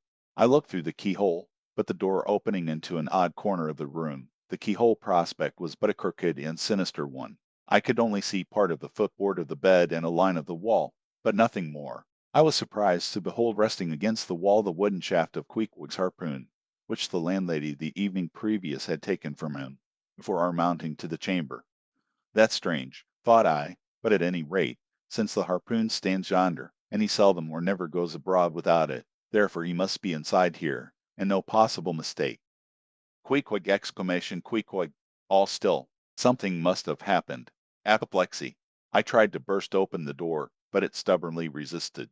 Running downstairs, I quickly stated my suspicions to the first person I met, the chambermaid. Blah, blah, she cried. I thought something must be the matter. I went to make the bed after breakfast, and the door was locked, and not a mouse to be heard, and it's been just so silent ever since. But I thought, maybe, you had both gone off and locked your baggage in for safe keeping. Blah, blah, ma'am! Mistress, murder, Mrs. Hussy, apoplexy. And with these cries, she ran towards the kitchen, I following. Mrs. Hussy soon appeared, with a mustard pot in one hand and a vinegar cruse in the other, having just broken away from the occupation of attending to the castors, and scolding her little black boy meantime. Woodhouse, cried I, which way to it? Run for God's sake, and fetch something to pry open the door. The axe! The axe! He's had a stroke, depend upon it. And so saying, I was methodically rushing upstairs again empty-handed, when Mrs. Hussy interposed the mustard pot and vinegar cruse, and the entire castor of her countenance. What's the matter with you, young man? Get the axe. For God's sake, run for the doctor, someone, while I pry it open. Look here, said the landlady, quickly putting down the vinegar cruse, so as to have one hand free. Look here, are you talking about prying open any of my doors? And with that she seized my arm. What's the matter with you? What's the matter with you, shipmate?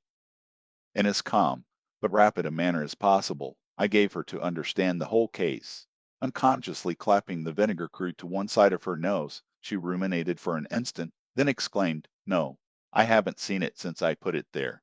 Running to a little closet under the landing of the stairs, she glanced in, and returning, told me that Queequeg's harpoon was missing. He's killed himself, she cried.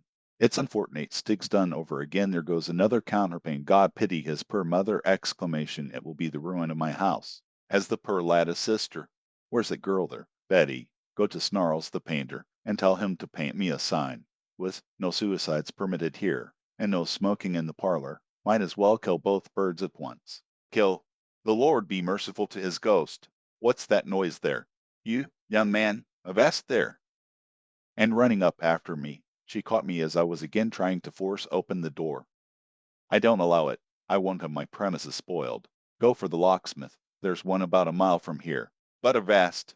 Putting her hand in her side pocket. Here's a key that'll fit, I guess. Let's see. And with that, she turned it in the lock, but, alas, Queequeg's supplemental bolt remained unwithdrawn within. Have to burst it open, said I, and was running down the entry a little, for a good start, when the landlady caught at me, again vowing I should not break down her premises. But I tore from her, and with a sudden bodily rush dashed myself full against the mark. With a prodigious noise the door flew open, and the knob slamming against the wall sent the plaster to the ceiling, and there, good heavens, there sat Queequeg, altogether cool and self-collected, right in the middle of the room, squatting on his hams, and holding Yodo on top of his head. He looked neither one way nor the other way, but sat like a carved image with scarce a sign of active life. Queequeg, said I, going up to him, Queequeg, what's the matter with you? He hain't been a sitting so all day, has he? Said the landlady. But all we said, not a word could we drag out of him. I almost felt like pushing him over, so as to change his position, for it was almost intolerable. It seemed so painfully and unnaturally constrained, especially as in all probability he had been sitting so for upwards of 8 or 10 hours, going to without his regular meals. Mrs. Hussy, said I, he's alive at all events, so leave us, if you please, and I will see to this strange affair myself. Closing the door upon the landlady, I endeavored to prevail upon Queequeg to take a chair, but in vain. There he sat, and all he could do for all my polite arts and blandishments he would not move a peg, nor say a single word, nor even look at me, nor notice my presence in the slightest way. I wonder, thought I, if this can possibly be a part of his Ramadan. Do they fast on their hands that way in his native island? It must be so. Yes, it's part of his creed, I suppose. Well, then, let him rest. He'll get up sooner or later, no doubt. It can't last forever, thank God, and his Ramadan only comes once a year, and I don't believe it's very punctual then. I went down to supper, after sitting a long time listening to the long stories of some sailors who had just come from a plumbing voyage, as they called it, that is, a short whaling voyage in a schooner or brig, confined to the north of the line, in the Atlantic Ocean only. After listening to these plump-huddingers till nearly 11 o'clock, I went upstairs to go to bed, feeling quite sure by this time Queequeg must certainly have brought his Ramadan to a termination. But no, there he was just where I had left him. He had not stirred an inch. I began to grow vexed with him.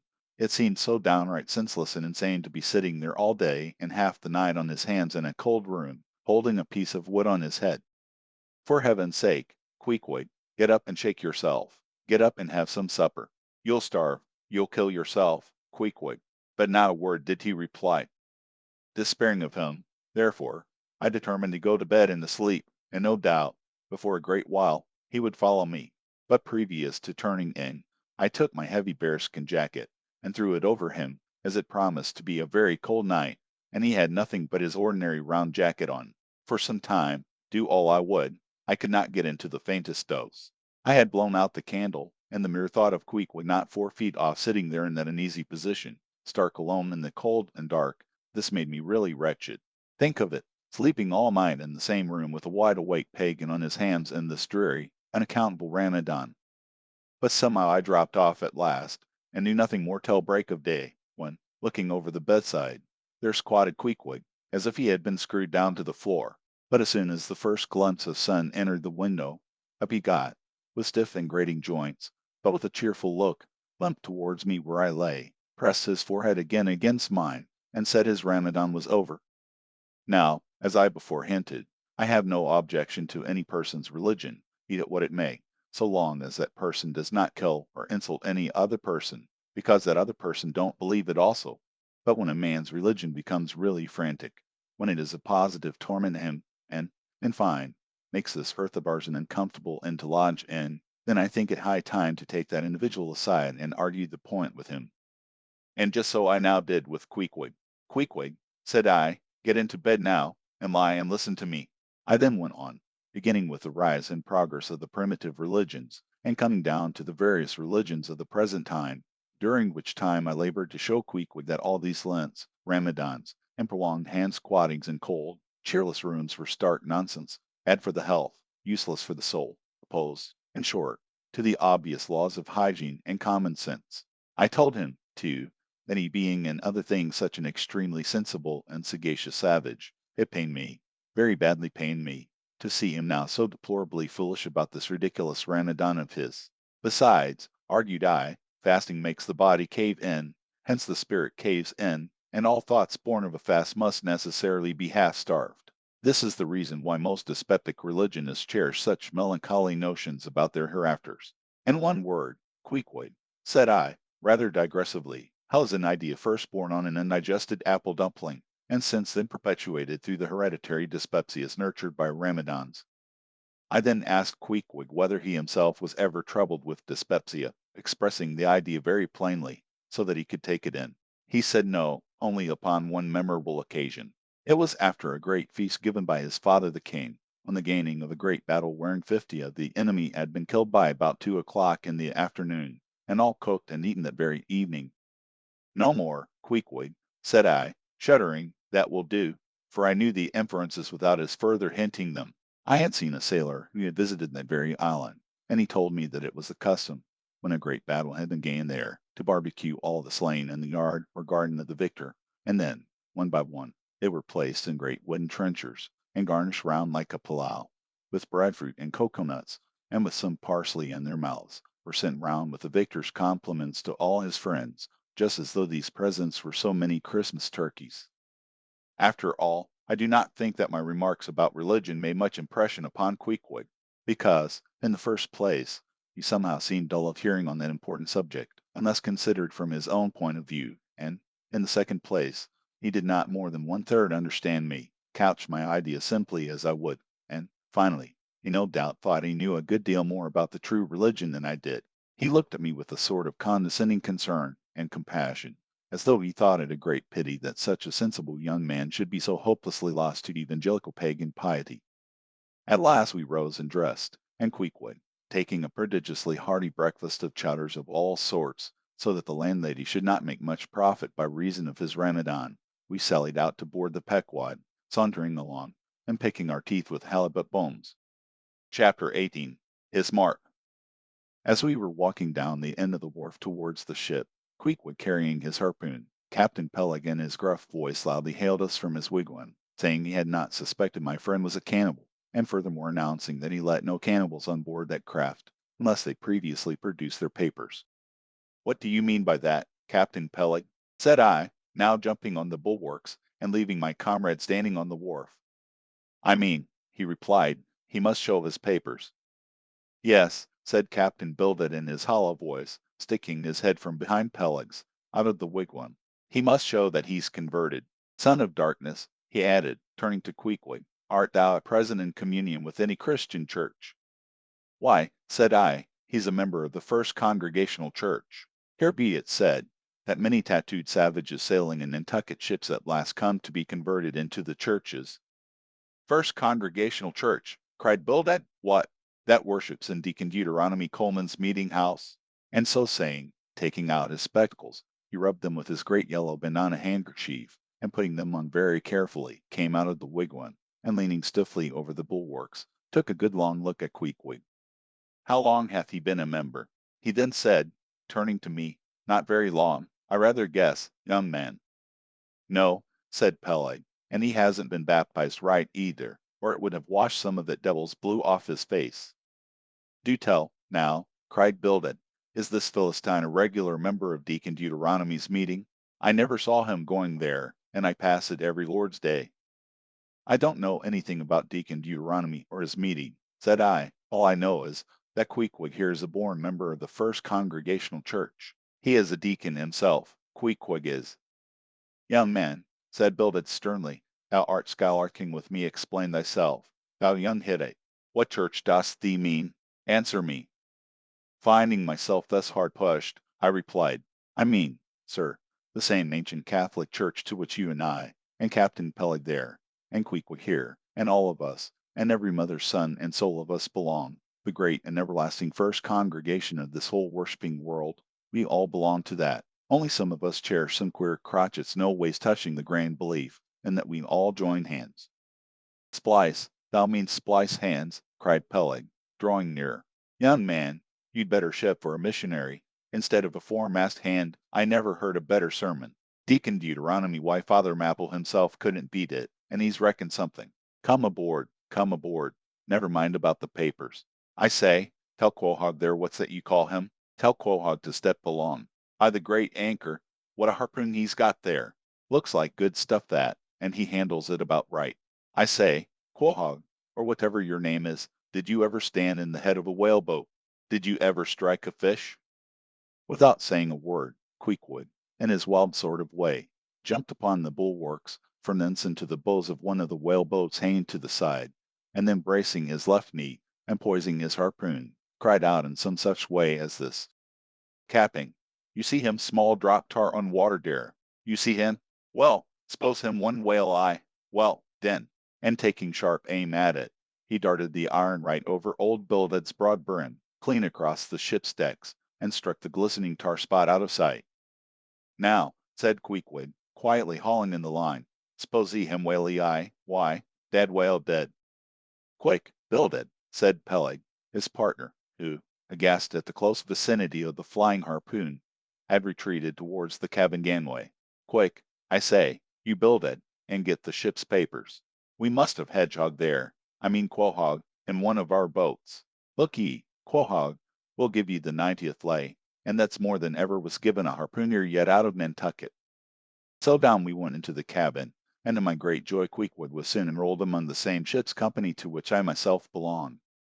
When all preliminaries were over and Peleg had got everything ready for signing, he turned to me and said, I guess, Quahog there don't know how to write, does he? I say, Quahog, blast ye, dost thou sign thy name or make thy mark? But at this question, Queequeg, who had twice or thrice before taken part in similar ceremonies, looked no ways abashed, but taking the offered pen, copied upon the paper, in the proper place, an exact counterpart of a queer round figure which was tattooed upon his arm, so that through Captain Peleg's obstinate mistake touching his appellative, it stood something like this: Quahog is ex Mart.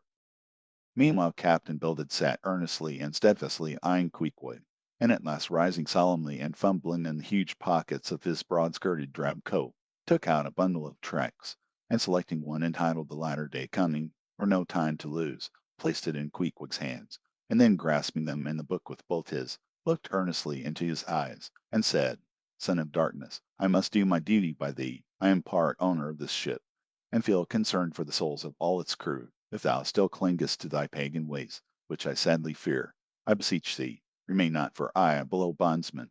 Spurn the idle bell, and the hideous dragon, turn from the wrath to come. Mind thine eye, I say, oh, goodness gracious, steer clear of the fiery pit.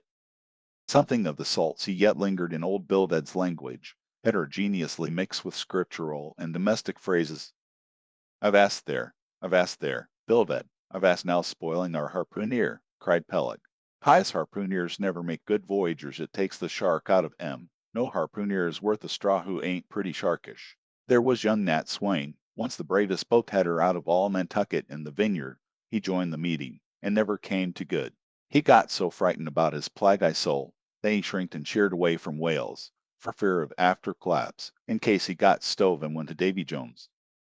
Peleg, Peleg, said Bildad, lifting his eyes and hands, thou thyself, as I myself, hast seen many a perilous time, thou knowest, Peleg, what it is to have the fear of death. How, then, canst thou prate in this ungodly guise?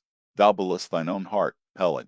Tell me, when the same Pequod here had her 3 masts overboard in that typhoon on Japan, that same voyage when thou went mate with Captain Ahab, didst thou not think of death and the judgment then? Hear him now, cried Peleg, marching across the cabin, and thrusting his hands far down into his pockets. Hear him, all of ye. Think of that. When every moment we thought the ship would sink. Death and the judgment then? What? with all three masts making such an everlasting thundering against the side, and every sea breaking over us, fore and aft. Think of death and the judgment then? No, no time to think about death then. Life was what Captain Ahab and I was thinking of, and how to save all hands, how to rig jury masts, how to get into the nearest port. That was what I was thinking of. Bildad said no more, but buttoning up his coat, stalked on deck, where we followed him. There he stood, very quietly overlooking some sailmakers who were mending a topsail in the waist. Now and then he stooped to pick up a patch, or save an end of tarred twine, which otherwise might have been wasted. Chapter 19. The Prophet. Shipmates, have ye shipped in that ship? Pequod and I had just left the Pequod, and were sauntering away from the water, for the moment each occupied with his own thoughts, when the lip of words were put to us by a stranger, who, pausing before us, levelled his massive forefinger at the vessel in question. He was but shabbily apparelled in faded jacket and patched trousers, a rag of a black handkerchief investing his neck. A confluent smallpox had in all directions flowed over his face, and left it like the complicated ribbed bed of a torrent, when the rushing waters have been dried up. Have ye shipped in her? He repeated. You mean the ship Pequod, I suppose, said I, trying to gain a little more time for an uninterrupted look at him. Aye, the Pequod that ship there, he said, drawing back his whole arm, and then rapidly shoving it straight out from him, with the fixed bayonet of his pointed finger darted full at the object. Yes, said I, we have just signed the articles. Anything down there about your souls? About what? Oh, perhaps you haven't got any, he said quickly. No matter though, I know many chaps that haven't got any good luck to 'em, and they are all the better off for it. A soul's a sort of a fifth wheel to a wagon. What are you jabbering about, shipmate? Said I. He's got enough, though, to make up for all deficiencies of that sort in other chaps, abruptly said the stranger, placing a nervous emphasis upon the word he. Queequeg, said I, let's go. This fellow has broken loose from somewhere. He's talking about something and somebody we don't know. Stop, cried the stranger. Ye said true ye haven't seen Old Thunder yet, have ye? Who's Old Thunder? Said I, again riveted with the insane earnestness of his manner. Captain Ahab. What? The captain of our ship, the Pequod? Aye, among some of us old sailor chaps, he goes by that name. Ye haven't seen him yet, have ye? No, we haven't. He's sick, they say, but is getting better, and will be all right again before long. All right again before long, laughed the stranger, with a solemnly derisive sort of laugh. Look ye, when Captain Ahab is all right, then this left arm of mine will be all right, not before. What do you know about him? What did they tell you about him? Say that. They didn't tell much of anything about him, only I've heard that he's a good whale hunter, and a good captain to his crew. That's true, yes, both true enough. But you must jump when he gives an order. Step and growl, and go, that's the word with Captain Ahab. But nothing about that thing that happened to him off Cape Horn, long ago, when he lay like dead for 3 days and nights. Nothing about that deadly scrimmage with the Spaniard before the altar in Santa heard nothing about that, eh? Nothing about the silver calabash he spat into. And nothing about his losing his leg last voyage, according to the prophecy. Didn't ye hear a word about them matters and something more, eh? No, I don't think he did. How could ye? Who knows it? Not all Nantucket, I guess. But howsever, mayhap, ye have heard tell about the leg, and how he lost it. Aye, ye have heard of that, I dare say. Oh yes, that every one knows a'most. I mean they know he's only one leg, and that a Parma said he took the other off. My friend, said I, what all this gibberish of yours is about, I don't know, and I don't much care, for it seems to me that you must be a little damaged in the head. But if you are speaking of Captain Ahab, of that ship there, the Pequod, then let me tell you, that I know all about the loss of his leg. All about it, sure you doll. Pretty sure. With finger pointed and eye leveled at the Pequod, the beggar-like stranger stood a moment, as if in a troubled reverie, then starting a little, turned and said, Ye have shipped, have ye? Name's down on the papers. Well, what's signed, is signed, and what's to be, will be, and then again, perhaps it won't be, after all. Anyhow, it's all fixed and arranged already, and some sailors or other must go with him, I suppose, as well these as any other men. God pity 'em. Morning to ye, shipmates, morning. The ineffable heavens bless ye. I'm sorry I stopped ye. Look here, friend, said I, if you have anything important to tell us, out with it. But if you are only trying to bamboozle us, you are mistaken in your game. That's all I have to say. And it's said very well, and I like to hear a chap talk up that way. You're just the man for him, the likes of ye. Morning to ye, shipmates, morning. Oh, when ye get there, tell him I've concluded not to make one of em. Ah, my dear fellow, you can't fool us that way, you can't fool us. It is the easiest thing in the world for a man to look as if he had a great secret in him. Morning to ye, shipmates, morning. Morning it is, said I. Come along, Queequeg, let's leave this crazy man. But stop, tell me your name, will you? Elijah. Elijah, thought I, and we walked away, both commenting, after each other's fashion, upon this ragged old sailor, and agreed that he was nothing but a humbug, trying to be a bugbear. But we had not gone perhaps above 100 yards, when chancing to turn a corner, and looking back as I did so, we should be seen but Elijah following us, though at a distance. Somehow, the sight of him struck me so, that I said nothing to Queequeg of his being behind, but passed on with my comrade, anxious to see whether the stranger would turn the same corner that we did. He did, and then it seemed to me that he was dogging us, but with what intent I could not for the life of me imagine. This circumstance, coupled with his ambiguous, half hinting, half revealing, trotted sort of talk, now begat in me all kinds of vague wonderments and half apprehensions, and all connected with the Pequod, and Captain Ahab, and the leg he had lost, and the Cape Horn fit, and the silver calabash, and what Captain Peleg had said of him, when I left the ship the day previous, and the prediction of the squattistic, and the voyage we had bound ourselves to sail, and 100 other shadowy things.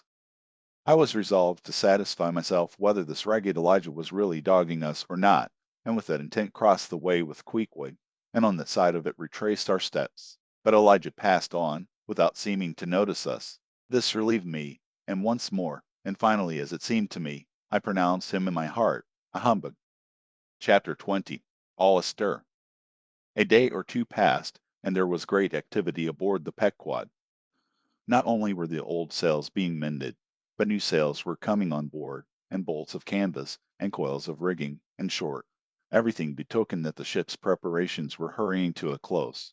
Captain Peleg seldom or never went ashore, but sat in his wigwam keeping a sharp lookout upon the hands. Bilda did all the purchasing and providing at the stores, and the men employed in the hold and on the rigging were working till long after nightfall.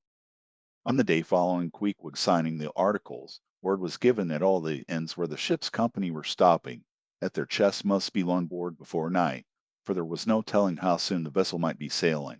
So Queequeg and I got down our traps, resolving, however, to sleep ashore till the last. But it seems they always give very long notice in these cases, and the ship did not sail for several days. But no wonder, there was a good deal to be done, and there is no telling how many things to be thought of before the Pequod was fully equipped. Every one knows what a multitude of things beds, saucepans, knives and forks, shovels and tongs, napkins, nutcrackers, and what not, are indispensable to the business of housekeeping. Just so with whaling, which necessitates a 3 years' housekeeping upon the wide ocean, far from all grocers, costermongers, doctors, bakers, and bankers. And though this also holds true of merchant vessels, yet not by any means to the same extent as with whalemen. For besides the great length of the whaling voyage, the numerous articles peculiar to the prosecution of the fishery, and the impossibility of replacing them at the remote harbors usually frequented, it must be remembered, that of all ships, whaling vessels are the most exposed to accidents of all kinds, and especially to the destruction and loss of the very things upon which the success of the voyage most depends. Hence, the spare boats, spare spars, and spare lines and harpoons, and spare everythings, almost, but a spare captain and duplicate ship. At the period of our arrival at the island, the heaviest storage of the Pequod had been almost completed, comprising her beef, bread, water, fuel, and iron hoops and staves. But, as before hinted, for some time there was a continual fetching and carrying on board of divers odds and ends of things, both large and small. Chief among those who did this fetching and carrying was Captain Bildad's sister, a lean old lady of a most determined and indefatigable spirit, but without very kind-hearted, who seemed resolved that, if she could help it, nothing should be found wanting in the Pequod, after once fairly getting to sea. At one time she would come on board with a jar of pickles for the steward's pantry, another time with a bunch of quills for the chief mate's desk, where he kept his log, a third time with a roll of flannel for the small of someone's rheumatic back. Never did any woman better deserve her name, which was Charity Aunt Charity, as everybody called her. And like a sister of Charity did this charitable Aunt Charity bustle about hither and thither, ready to turn her hand and heart to anything that promised to yield safety, comfort, and consolation to all on board a ship in which her beloved brother Bildad was concerned, and in which she herself owned a score or two of well-saved dollars. But it was startling to see this excellent-hearted Quakeress coming on board, as she did the last day, with a long well ladle in one hand, and a still longer whaling lance in the other. Nor was Bildad himself nor Captain Peleg at all backward. As for Bildad, he carried about with him a long list of the articles needed, and at every fresh arrival, down went his mark opposite that article upon the paper. Every once in a while Peleg came hobbling out of his whalebone den, roaring at the men down the hatchways, roaring up to the riggers at the masthead, and then concluded by roaring back into his wigwam. During these days of preparation, Queequeg and I often visited the craft, and as often I asked about Captain Ahab, and how he was, and when he was going to come on board a ship. To these questions they would answer that he was getting better and better, and was expected aboard every day. Meantime, the two captains, Peleg and Bildad, could attend to everything necessary to fit the vessel for the voyage. If I had been downright honest with myself, I would have seen very plainly in my heart that I did but half fancy being committed this way to so long a voyage, without once laying my eyes on the man who was to be the absolute dictator of it, so soon as the ship sailed out upon the open sea. But when a man suspects any wrong, it sometimes happens that if he be already involved in the matter, he insensibly strives to cover up his suspicions even from himself. And much this way it was with me. I said nothing, and tried to think nothing. At last it was given out that some time next day the ship would certainly sail. So next morning, Queequeg and I took a very early start. Chapter 21. Going Aboard. It was nearly 6 o'clock, but only gray and perfect misty dawn, when we drew nigh the wharf. There are some sailors running ahead there, if I see right, said I to Queequeg. It can't be shadows. She's off by sunrise. I guess, come on. Avast! Cried a voice, whose owner at the same time coming close behind us, laid a hand upon both our shoulders, and then insinuating himself between us, stood stooping forward a little, in the uncertain twilight, strangely peering from Queequeg to me. It was Elijah. Going aboard? Hands off, will you? Said I. Looky here, said Queequeg, shaking himself. Go away. Ain't going aboard, then? Yes, we are, said I, but what business is that of yours? Do you know, Mr. Elijah, that I consider you a little impertinent?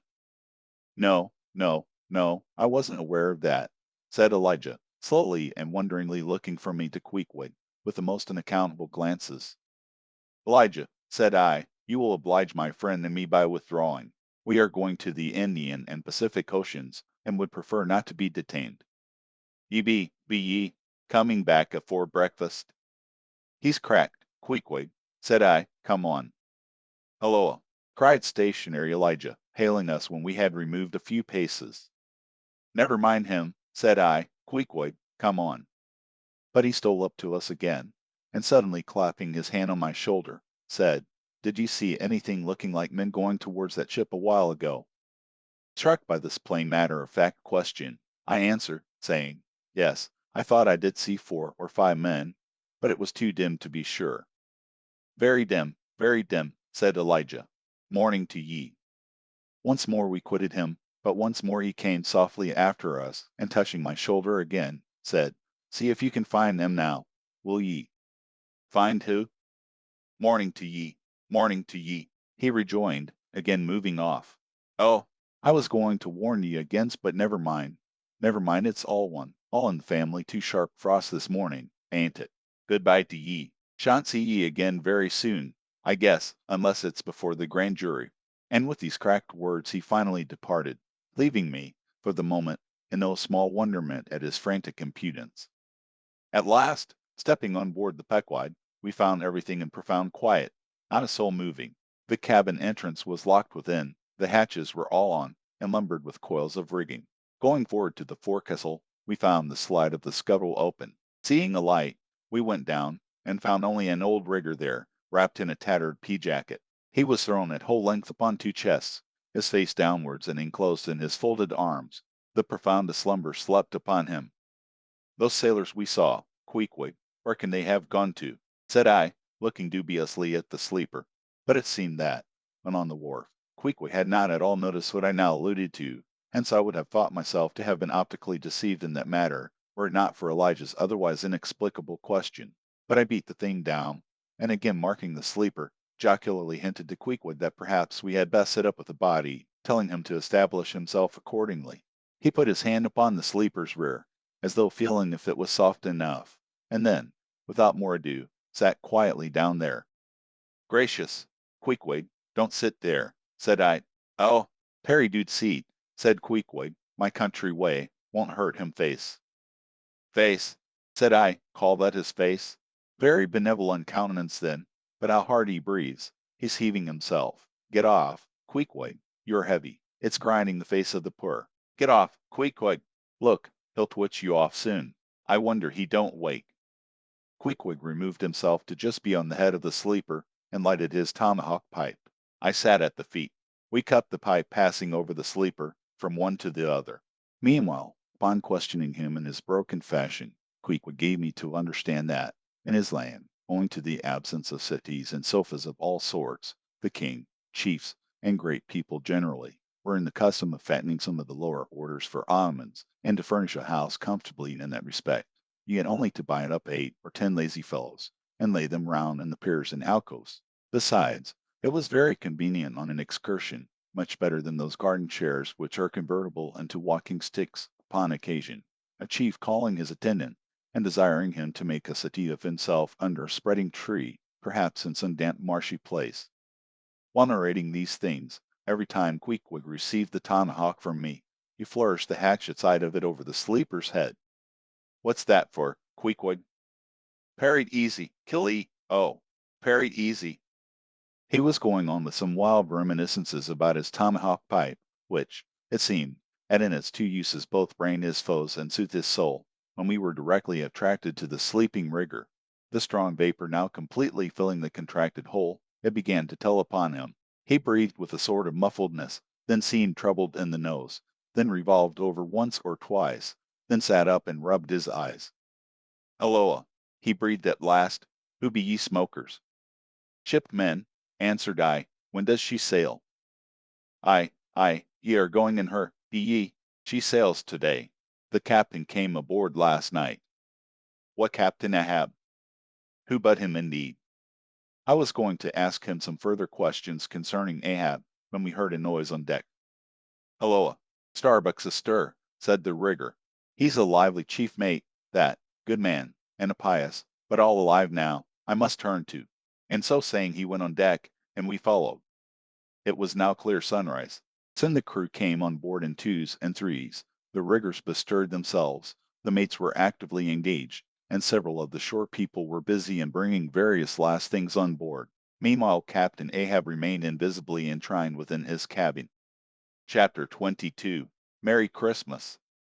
At length, towards noon, upon the final dismissal of the ship's riggers, and after the Pequod had been hauled out from the wharf, and after the ever thoughtful Charity had come off in a whale boat, with her last gift a nightcap for Stubb, the second mate, her brother-in-law, and a spare Bible for the steward, after all this, the two captains, Peleg and Bildad, issued from the cabin, and turning to the chief mate, Peleg said, Now, mister, Starbuck, are you sure everything is right?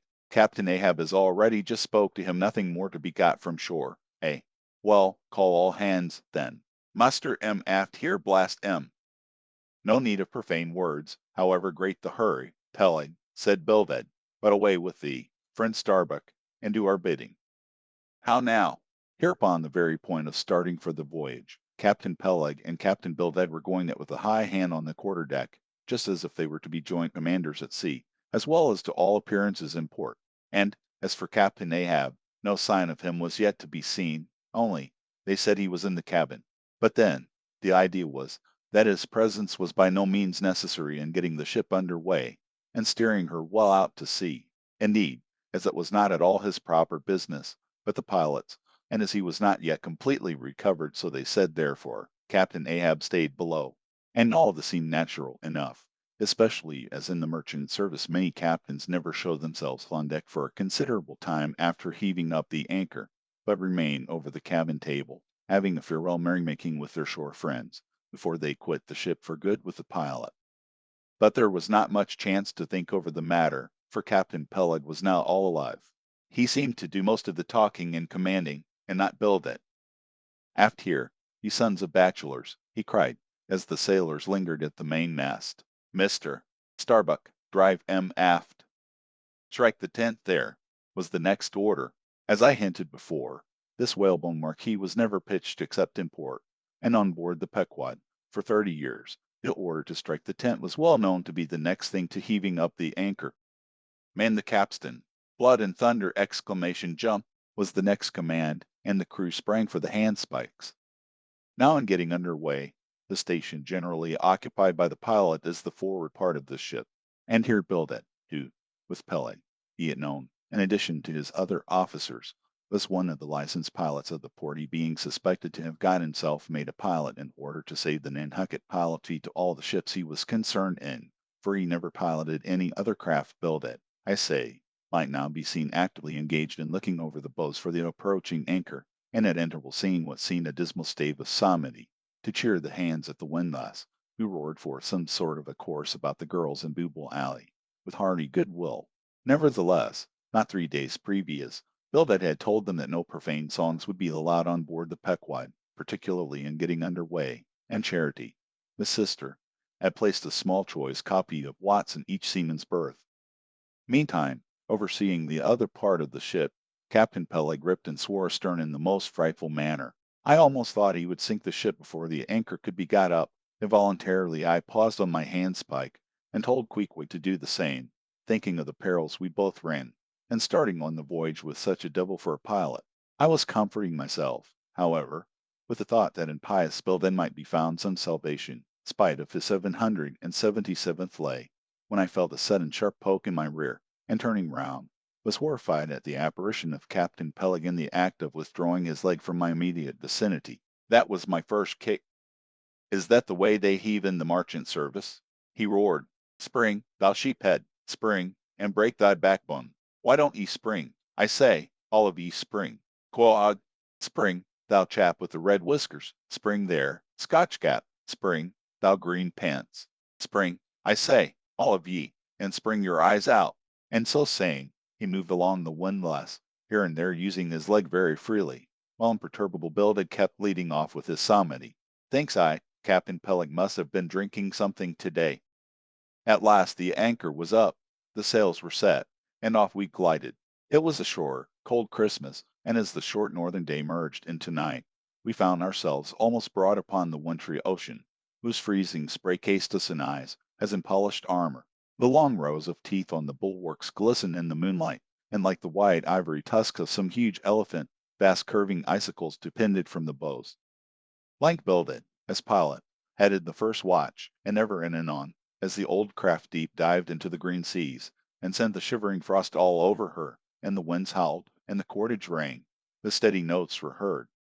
Sweet fields beyond the swelling flood stand dressed in living green. So to the Jew's old cannon stood, while Jordan rolled between. Never did those sweet words sound more sweetly to me than then.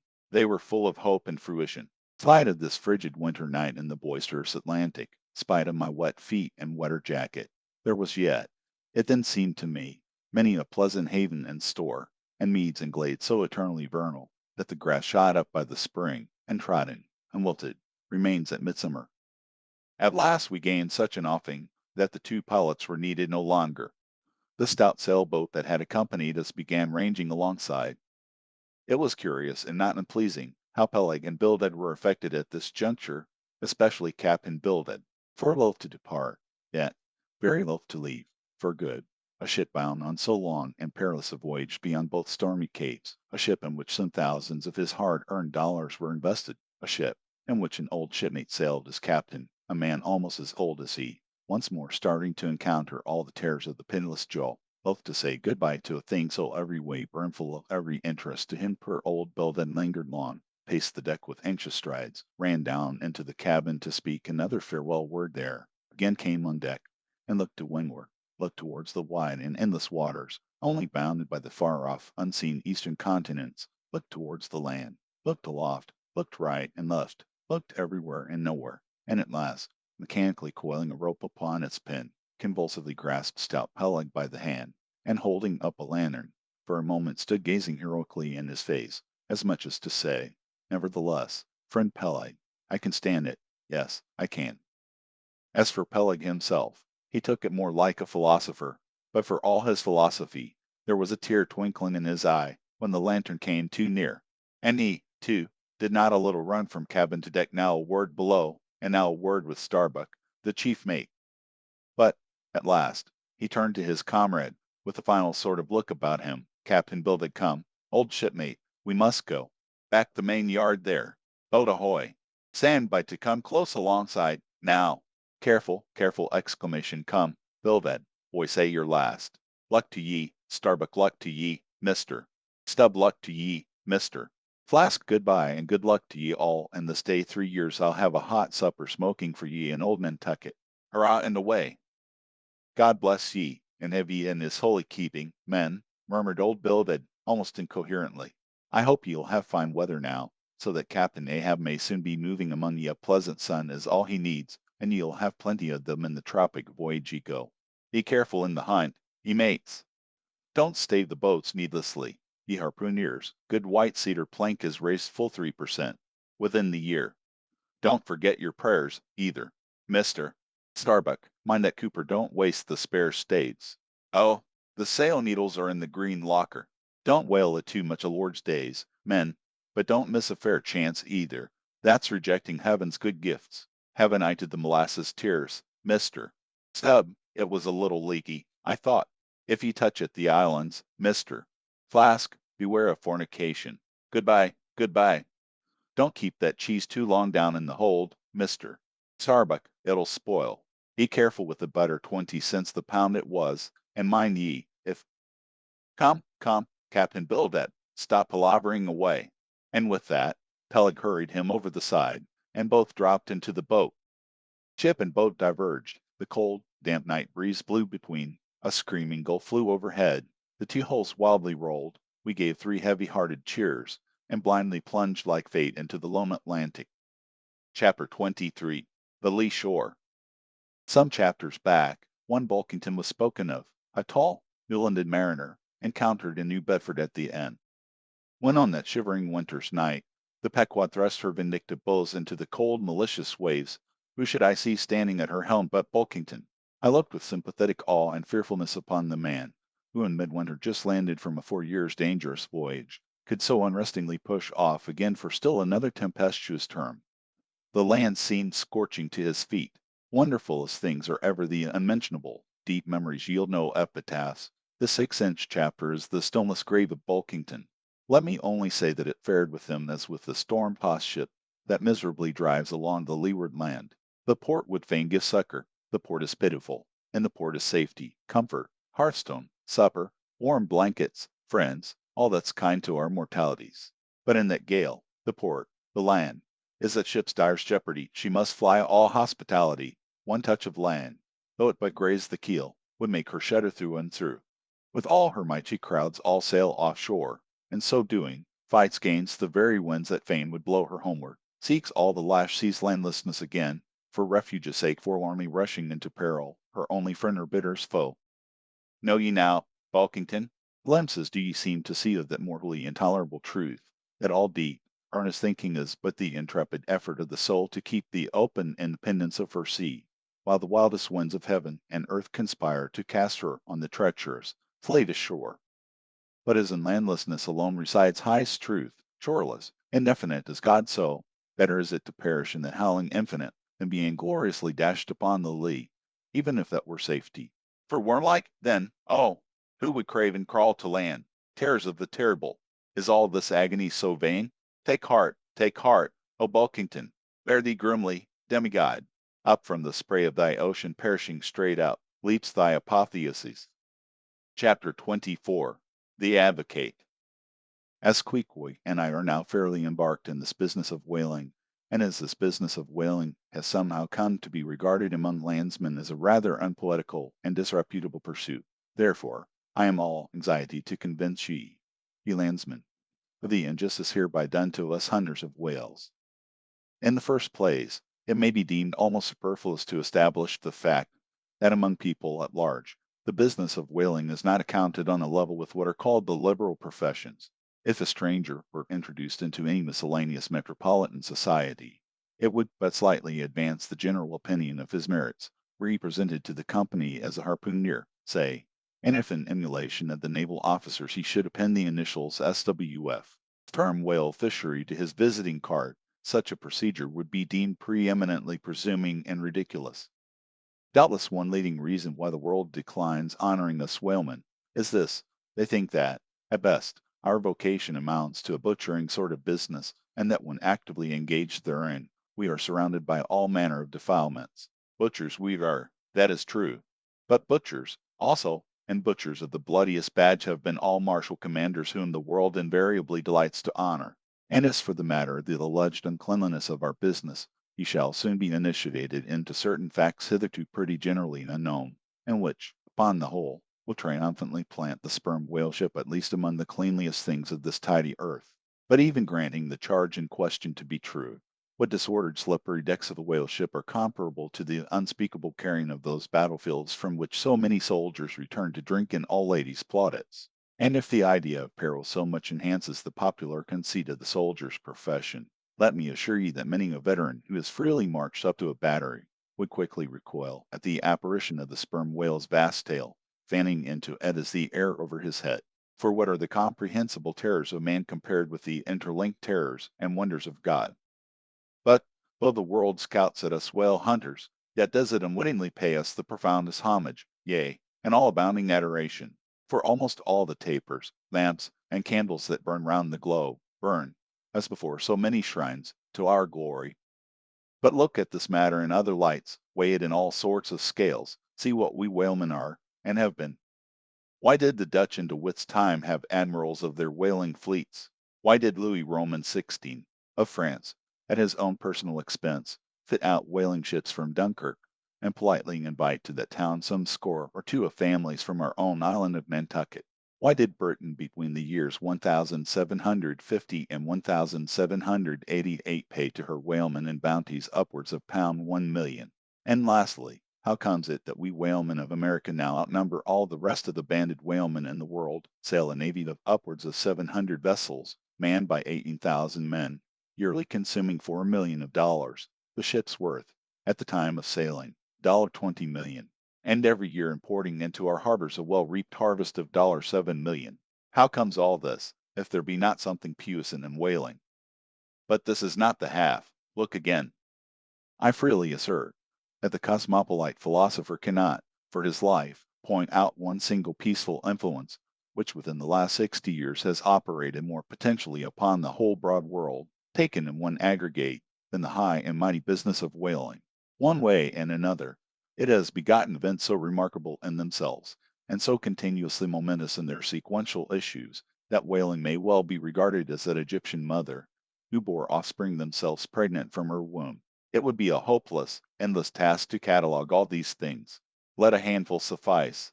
For many years past the whale ship has been the pioneer in ferreting out the remotest and least known parts of the earth. She has explored seas and archipelagos which had no chart, where no Cook or Vancouver had ever sailed. If American and European men of war now peacefully ride in one savage harbors, let them fire salutes to the honor and glory of the whale ship, which originally showed them the way, and first interpreted between them and the savages. They may celebrate as they will the heroes of exploring expeditions, your cooks, your crew cisterns, but I say that scores of anonymous captains have sailed out of Nantucket that were as great, and greater than your cook and your crew cistern, for in their succorless empty-handedness, they, in the heathenish sharked waters, and by the beaches of unrecorded, dabbling islands, battled with virgin wonders and terrors that Cook with all his marines and muskets would not willingly have dared. All that has made such a flourish of in the old South Sea voyages, those things were but the lifetime commonplaces of our heroic Nantucketers. Often, adventures which Vancouver dedicates 3 chapters to, These men accounted unworthy of being set down in the ship's common log. Ah, the world! Oh, the world! Until the whale fishery rounded Cape Horn, no commerce but colonial, scarcely any intercourse but colonial, was carried on between Europe and the long line of the opulent Spanish provinces on the Pacific coast. It was the whalemen who first broke through the jealous policy of the Spanish crown touching those colonies, and, if space permitted, it might be distinctly shown how from those whalemen at last eventuated the liberation of Peru, Chile, and Bolivia from the yoke of old Spain, and the establishment of the eternal democracy in those parts. That great America on the other side of the sphere, Australia, was given to the enlightened world by the whaleman. After its first blunder-born discovery by a Dutchman, all other ships long shunned those shores as pestiferously barbarous. But the whale ship touched there. The whale ship is the true mother of that now mighty colony.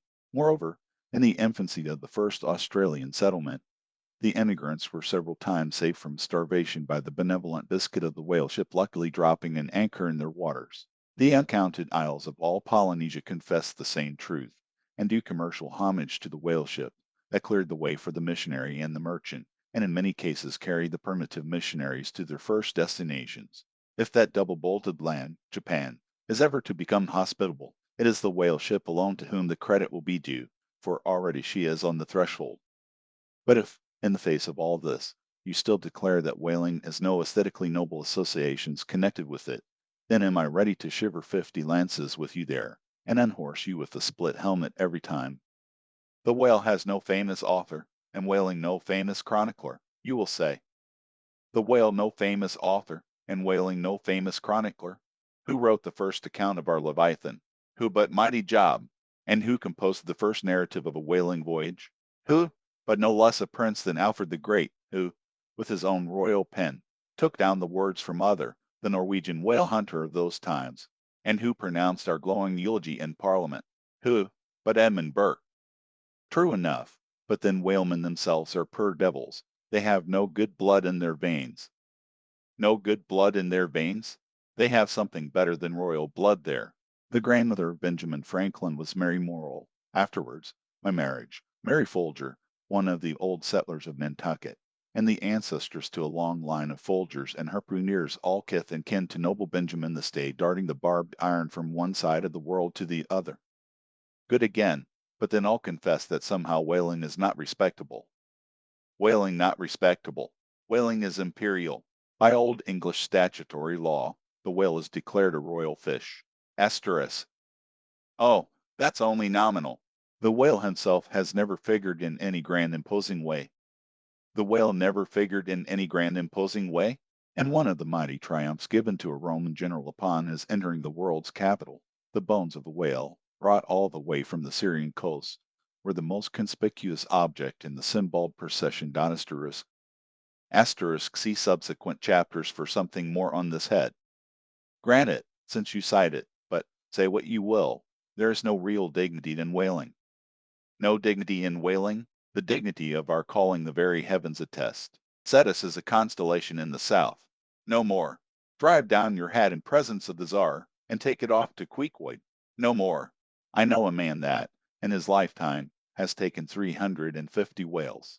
I count that man more honorable than that great captain of antiquity who boasted of taking as many walled towns. And as for me, if by any possibility there be any as yet undiscovered prime thing in me, if I shall ever deserve any real repute in that small but high hush world which I might not be unreasonably ambitious of, if hereafter I shall do anything that, upon the whole, a man might rather have done than to have left undone, if, at my death, my executors, or more properly my creditors, find any precious MSS. In my desk, then here I prospectively ascribe all the honor and the glory to whaling, for a whale ship was my Yale College and my Harvard. Chapter 25. Postscript. In behalf of the dignity of whaling, I would fain advance not but substantiated facts, but after embattling his facts, an advocate who should wholly suppress a not unreasonable surmise, which might tell eloquently upon his cause, such an advocate, would he not be blameworthy? It is well known that at the coronation of kings and queens, even modern ones, a certain curious process of seasoning them for their functions is gone through. There is a salt cellar of state, so called, and there may be a castor of state. How they use the salt, precisely, who knows? Certain I am, however, that a king's head is solemnly oiled at his coronation, even as a head of salad? Can it be, though, that they anoint it with a view of making its interior run well, as they anoint machinery? Much might be ruminated here concerning the essential dignity of this regal process, because in common life we esteem but meanly and contemptibly a fellow who anoints his hair, and palpably smells of that anointing. In truth, a mature man who uses hair oil, unless medicinally, that man has probably got a quoddy spot in him somewhere. As a general rule, he can't amount to much in his totality. But the only thing to be considered here is this: what kind of oil is used at coronations. Certainly it cannot be olive oil, nor macassar oil, nor castor oil, nor bear's oil, nor train oil, nor cod liver oil. What then can it possibly be but sperm oil in its unmanufactured, unpolluted state, the sweetest of all oils? Think of that, ye loyal Britons! We whalemen supply your kings and queens with coronation stuff. Chapter 26. Knights and Squires. The chief mate of the Pequod was Starbuck, a native of Nantucket, and a Quaker by descent. He was a long, earnest man, and though born on an icy coast, seemed well adapted to endure hot latitudes, his flesh being hard as twice-baked biscuit. Transported to the Indies, his live blood would not spoil like bottled ale. He must have been born in some time of general drought and famine, or upon one of those fast days for which his state is famous. Only some 30 arid summers had he seen. Those summers had dried up all his physical superfluousness. But this thinness, so to speak, seemed no more the token of wasting anxieties and cares than it seemed the indication of any bodily blight. It was merely the condensation of the man. He was by no means ill-looking, quite the contrary. His pure tight skin was an excellent fit, and closely wrapped up in it, and embalmed with inner health and strength, like a revivified Egyptian. The Starbuck seemed prepared to endure for long ages to come, and to endure always, as now, for be it polar snow or torrid sun, like a patent chronometer, his interior vitality was warranted to do well in all climates. Looking into his eyes, you seemed to see there the yet lingering images of those thousandfold perils he had calmly confronted through life. A staid, steadfast man, whose life for the most part was a telling pantomime of action, and not a tame chapter of sounds. Yet, for all his hardy sobriety and fortitude, there were certain qualities in him which at times affected, and in some cases seemed well nigh to overbalance all the rest. Uncommonly conscientious for seamen, and endued with a deep natural reverence, the wild watery loneliness of his life did therefore strongly incline him to superstition, but to that sort of superstition which in some organizations seems rather to spring, somehow, from intelligence than from ignorance. Outward portents and inward presentiments were his. And if at times these things bent the welded iron of his soul, much more did his far-away domestic memories of his young Cape wife and child tend to bend him still more from the original ruggedness of his nature, and open him still further to those latent influences which, in some honest-hearted men, restrain the gush of daredevil daring, so often evinced by others in the more perilous vicissitudes of the fishery. "I will have no man in my boat," said Starbuck, "who is not afraid of a whale." By this, he seemed to mean not only that the most reliable and useful courage was that which arises from the fair estimation of the encountered peril, but that an utterly fearless man is a far more dangerous comrade than a coward. "I," said Stubb, "the second mate, Starbuck, there, is as careful a man as you'll find anywhere in this fishery. But we shall ere long see what that word careful precisely means when used by a man like Stubb, or almost any other whale hunter." Starbuck was no crusader after perils. In him courage was not a sentiment, but a thing simply useful to him, and always at hand upon all mortally practical occasions. Besides, he thought, perhaps, that in this business of whaling, courage was one of the great staple outfits of the ship, like her beef and her bread, and not to be foolishly wasted. Wherefore he had no fancy for loring for whales after sundown, nor for persisting in fighting a fish that too much persisted in fighting him. For, thought Starbuck, I am here in this critical ocean to kill whales for my living, and not to be killed by them for theirs, and that hundreds of men had been so killed Starbuck well knew. What doom was his own father's? Where, in the bottomless deeps, could he find the torn limbs of his brother? With memories like these in him, and, moreover, given to a certain superstitiousness, as has been said, the courage of this Starbuck which could, nevertheless, still flourish, must indeed have been extreme. But it was not in reasonable nature that a man so organized, and with such terrible experiences and remembrances as he had, it was not in nature that these things should fail in latently engendering an element in him, which, under suitable circumstances, would break out from its confinement and burn all his courage up. And brave as he might be, it was that sort of bravery chiefly visible in some intrepid men, which, while generally abiding firm in the conflict with seas, or winds, or whales, or any of the ordinary irrational horrors of the world, yet cannot withstand those more terrific, because more spiritual terrors, which sometimes menace you from the concentrating brow of an enraged and mighty man. But were the coming narrative to reveal in any instance the complete abasement of poor Starbuck's fortitude, scarce might I have the heart to write it, for it is a thing most sorrowful, nay shocking, to expose the fall of valor in the soul. Men may seem detestable as joint stock companies and nations, knaves, fools, and murderers there may be. Men may have mean and meager faces, but man, in the ideal, is so noble and so sparkling, such a grand and glowing creature, that over any ignominious blemish in him all his fellows should run to throw their costliest robes. That immaculate manliness we feel within ourselves, so far within us, that it remains intact though all the outer character seem gone, bleeds with keenest anguish at the undraped spectacle of a valor-ruined man. Nor can piety itself, at such a shameful sight, completely stifle her upbraidings against the permitting stars. But this august dignity I treat of is not the dignity of kings in robes, but that abounding dignity which has no robed investiture.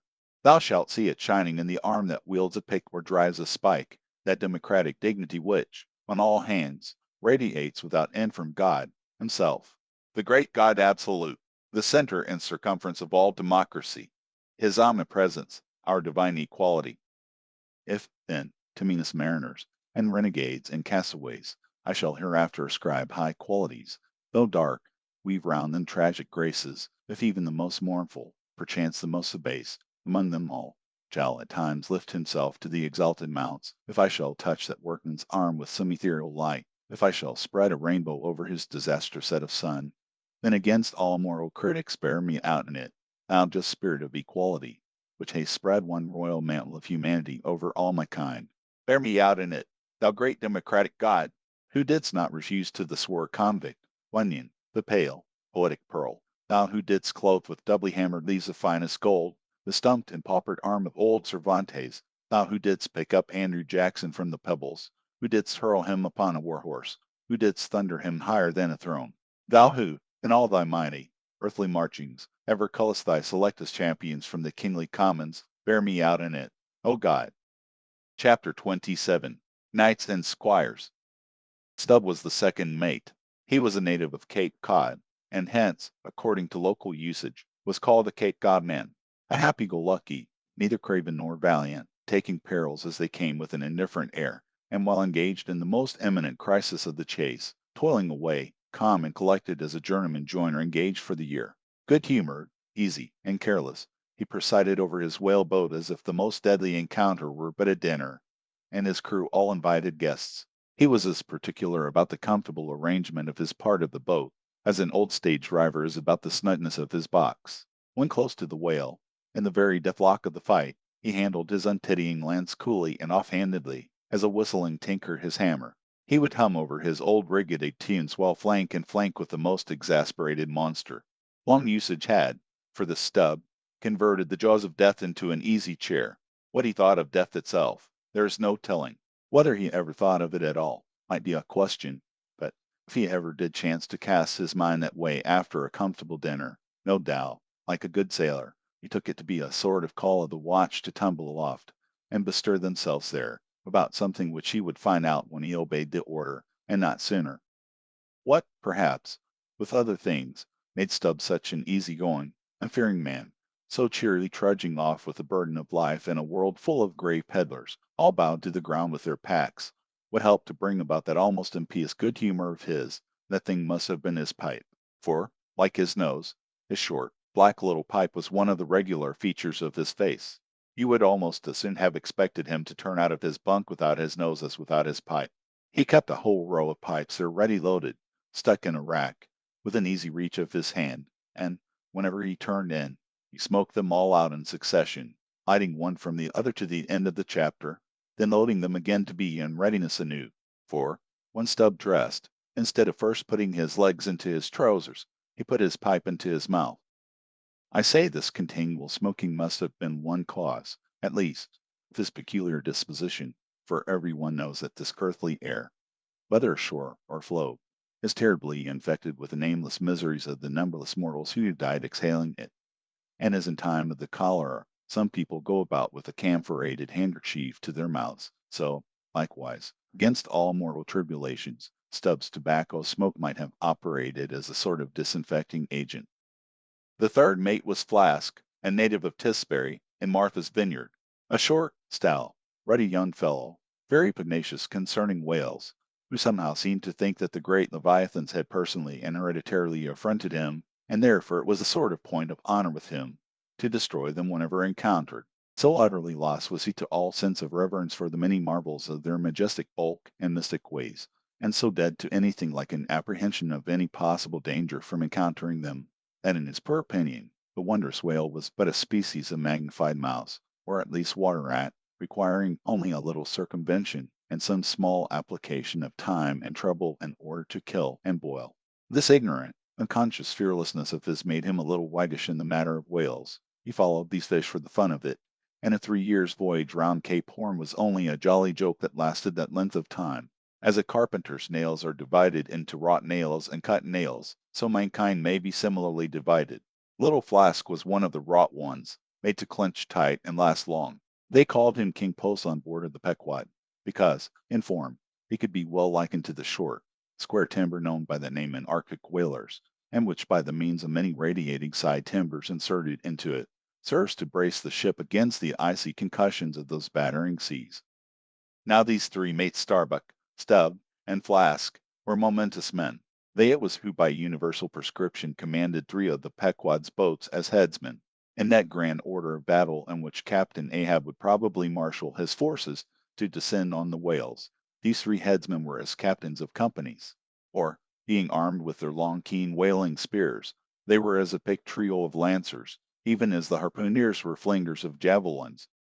And since in this famous fishery each mate, or headsman, like a Gothic knight of old, is always accompanied by his boat's steerer or harpooneer, who in certain conjunctures provides him with a fresh lance when the former one has been badly twisted or elbowed in the assault, and moreover, as there generally subsists between the two a close intimacy and friendliness, it is therefore but meet that in this place we set down who the Pequod's harpooneers were, and to what headsman each of them belonged.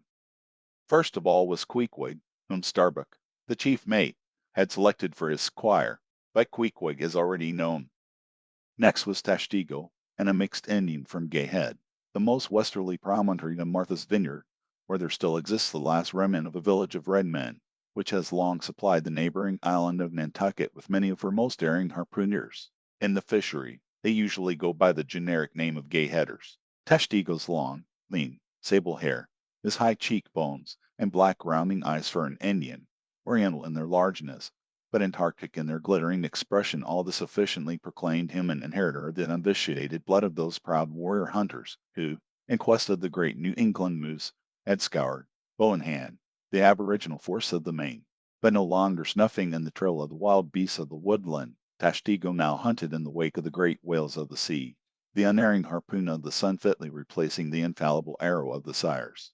To look at the tawny brawn of his lithe, snaky limbs, you would almost have credited the superstitions of some of the earlier Puritans, and half believed this wild Indian to be a son of the prince of the powers of the air. Tashtego was Stubb the second mate's squire. Third among the harpooneers was Daggoo, a gigantic, coal-black negro savage, with a lion-like tread and azures to behold. Suspended from his ears were 2 golden hoops, so large that the sailors called them ring bowls, and would talk of securing the topsail halyards to them. In his youth Daggoo had voluntarily shipped on board of a whaler, lying in a lonely bay on his native coast, and never having been anywhere in the world but in Africa, Nantucket, and the pagan harbors most frequented by whalemen, and having now led for many years the bold life of the fishery in the ships of owners uncommonly heedful of what manner of men they shipped, Daggoo retained all his barbaric virtues, and erect as a giraffe, moved about the decks in all the pomp of 6 feet 5 in his socks. There was a corporeal humility in looking up at him, and a white man standing before him seemed a white flag come to beg truce of a fortress. Curious to tell, this imperial negro, Azores Daggoo, was the squire of Little Flask, who looked like a chessman beside him. As for the residue of the Pequod's company, be it said, that at the present day not one in two of the many thousand men before the mast employed in the American whale fishery are Americans born, though pretty nearly all the officers are. Herein it is the same with the American whale fishery as with the American army and military and merchant navies, and the engineering forces employed in the construction of the American canals and railroads. The same, I say, because in all these cases the native American liberally provides the brains, the rest of the world is generously supplying the muscles. No small number of these whaling seamen belong to the Azores, where the outward bound Nantucket whalers frequently touch to augment their crews from the hardy peasants of those rocky shores. In like manner, the Greenland whalers sailing out of Hull or London put in at the Shetland Islands to receive the full complement of their crew. Upon the passage homewards, they drop them there again. How it is, there is no telling, but islanders seem to make the best whalemen.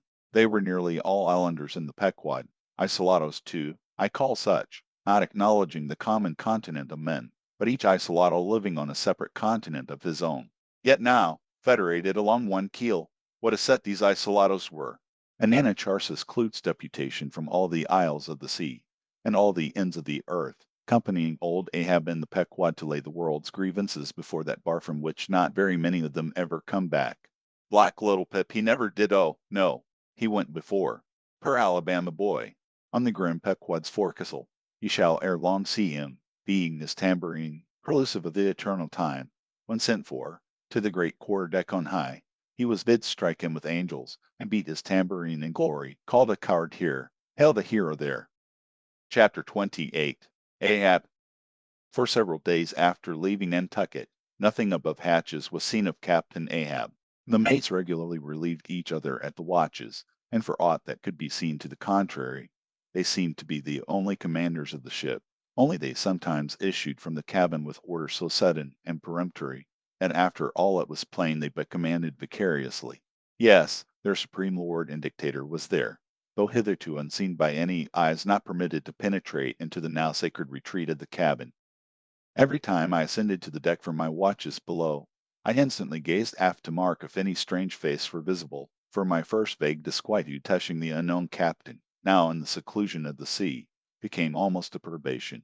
This was strangely heightened at times by the ragged Elijah's diabolical incoherences uninvitedly recurring to me, with a subtle energy I could not have before conceived of.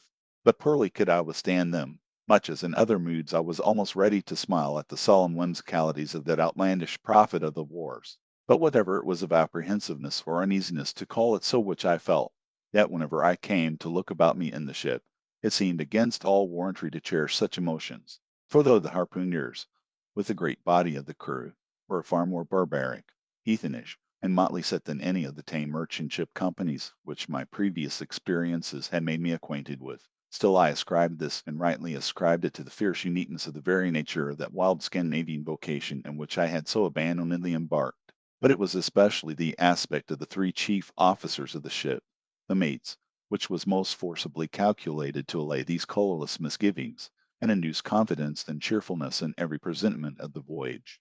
Three better, more likely sea officers and men, each in his own different way, could not readily be found, and they were every one of them Americans, a Nantucketer, a Vineyarder, a Cape man.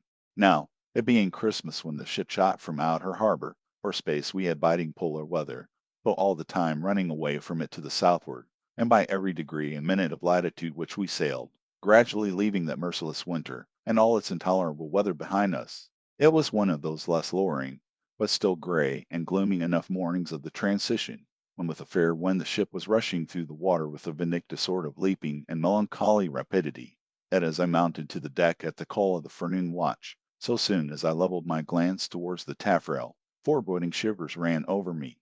Reality outran apprehension. Captain Ahab stood upon his quarter deck. There seemed no sign of common bodily illness about him, nor of the recovery from any. He looked like a man cut away from the stake, when the fire has overrunningly wasted all the limbs without consuming them, or taking away one particle from their compacted aged robustness. His whole high, broad form seemed made of solid bronze, and shaped in an unalterable mold, like Selena's cast Perseus, threading its way out from among his gray hairs, and continuing right down one side of his tawny scorched face and neck, till it disappeared in his clothing.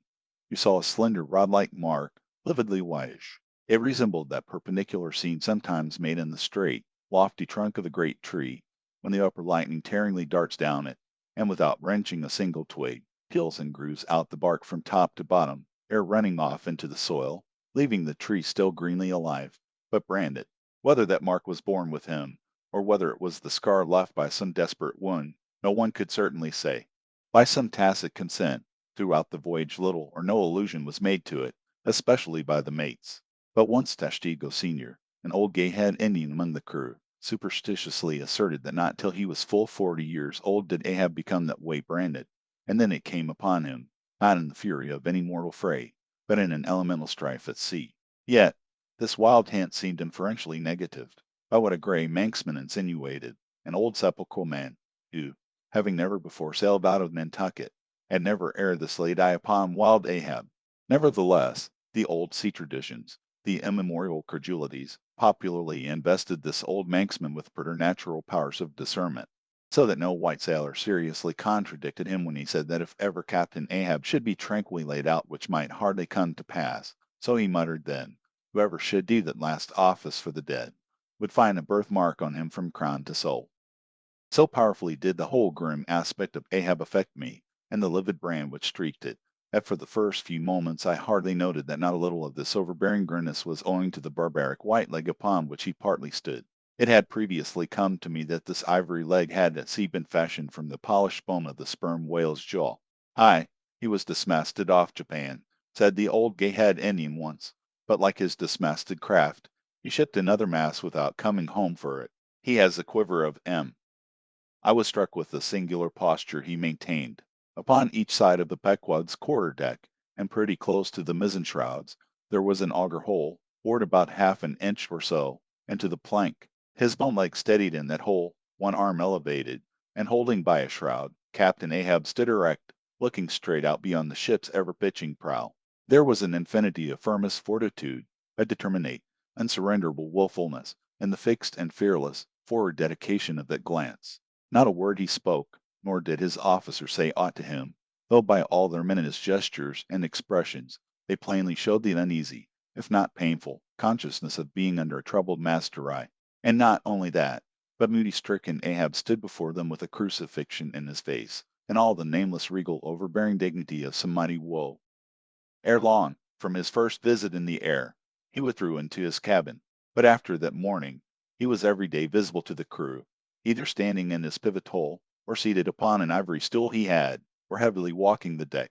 As the sky grew less gloomy, and the eve began to grow a little genial, he became still less and less recluse, as if, when the ship had sailed from home, nothing but the dead wintry bleakness of the sea had then kept him so secluded, and, by and by, it came to pass that he was almost continually in the air, but, as yet, for all that he said, or perceptibly did, on the at last sunny deck, he seemed as unnecessary there as another mast. But the Pequod was only making a passage now, not regularly cruising, nearly all whaling preparatives needing supervision the mates were fully competent to, so that there was little or nothing, out of himself, to employ or excite Ahab, now, and thus chase away, for that one interval, the clouds that layer upon layer were piled upon his brow, as ever all clouds choose the loftiest peaks to pile themselves upon. Nevertheless, ere long, the warm, warbling persuasiveness of the pleasant holiday weather we came to seemed gradually to charm him from his mood, for, as when the red-cheeked, dancing girls, April and May, trip home to the wintry, misanthropic woods, even the barest, ruggedest, most thunder-cloven old oak will at least send forth some few green sprouts, to welcome such glad-hearted visitants, so Ahab did, in the end, a little respond to the playful allurings of that girlish air. More than once did he put forth the faint blossom of a look, which, in any other man, would have soon flowered out in a smile. Chapter 29. Enter Ahab, to him, Stubb. Some days elapsed, and ice and icebergs all astern. The Pequod now went rolling through the bright Quito spring, which, at sea, almost perpetually reigns on the threshold of the eternal August of the tropic. The warmly cool, clear, ringing, perfumed, overflowing, redundant days were as crystal goblets of Persian sherbet, heaped up flaked up, with rose-water snow. The starred and stately nights seemed haughty dames in jeweled velvets, nursing at home in lonely pride the memory of their absent conquering earls, the golden helmeted suns, for sleeping man. 'Twas hard to choose between such winsome days and such seducing nights. But all the witcheries of that unwaning weather did not merely lend new spells and potencies to the outward world. Inward they turned upon the soul, especially when the still mild hours of eve came on. Then memory shot her crystals as the clear eyes most forms of noiseless twilights. And all these subtle agencies, more and more they wrought on Ahab's texture. Old age is always wakeful, as if, the longer linked with life, the less man has to do with aught that looks like death. Among sea commanders, the old graybeards will oftenest leave their berths to visit the night-cloaked deck. It was so with Ahab, only that now, of late, he seemed so much to live in the open air, that, truly speaking, his visits were more to the cabin, and from the cabin to the planks. It feels like going down into one's tomb, he would mutter to himself, for an old captain like me to be descending this narrow scuttle to go to my grave-dug berth. So, almost every 24 hours, when the watches of the night were set, and the band on deck sentineled the slumbers of the band below, and when if a rope was to be hauled upon the forecastle, the sailors flung it not rudely down, as by day, but with some cautiousness dropped it to its place for fear of disturbing their slumbering shipmates, when the sort of steady quietude would begin to prevail. Habitually, the silent steersman would watch the cabin scuttle, and ere long the old man would emerge, gripping at the iron banister, to help his crippled way. Some considering touch of humanity was in him, for at times like these, he usually abstained from patrolling the quarter deck, because to his wearied mates, seeking repose was in 6 inches of his ivory heel. Such would have been the reverberating crack and din of that bony step, that their dreams would have been on the crunching teeth of sharks. But once, the mood was on him too deep for common regardings, and as with heavy, lumber-like pace he was measuring the ship from taffrail to mainmast, Stubb, the old second mate, came up from below, with a certain unassured, deprecating humorousness, hinted that if Captain Ahab was pleased to walk the planks, then no one could say nay, but there might be some way of muffling the noise, hinting something indistinctly and hesitatingly about a globe of tow, and the insertion into it of the ivory heel. Ah, Stubb, thou didst not know Ahab then. Am I a cannon ball, Stubb, said Ahab, that thou wouldst wad me that fashion? But go thy ways, I had forgot. Below to thy nightly grave, where such as ye sleep between shrouds, to use ye to the filling one at last dot down, dog, and kennel. Starting at the unforeseen concluding exclamation of the so suddenly scornful old man, Stubb was speechless a moment, then said excitedly, I am not used to be spoken to that way, sir. I do but less than half like it, sir. Avast, gritted Ahab between his set teeth, and violently moving away, as if to avoid some passionate temptation. No, sir, not yet, said Stubb, emboldened. I will not tamely be called a dog, sir. Then be called 10 times a donkey, and a mule, and an ass, and begone, or I'll clear the world of thee. As he said this, Ahab advanced upon him with such overbearing terrors in his aspect, that Stubb involuntarily retreated. I was never served so before without giving a hard blow for it, muttered Stubb, as he found himself descending the cabin scuttle. It's very queer. Stop, Stubb, somehow, now, I don't well know whether to go back and strike him, or what's that I'm here on my knees and pray for him. Yes, that was the thought coming up in me, but it would be the first time I ever did pray. It's queer, very queer, and he's queer too. I take him fore and aft. He's about the queerest old man Stubb ever sailed with. How he flashed at me! Exclamation, his eyes like powder pans. Is he mad? Anyway, there's something on his mind, as sure as there must be something on a deck when it cracks. He ain't in his bed now, either, more than 3 hours out of the 24, and he don't sleep then.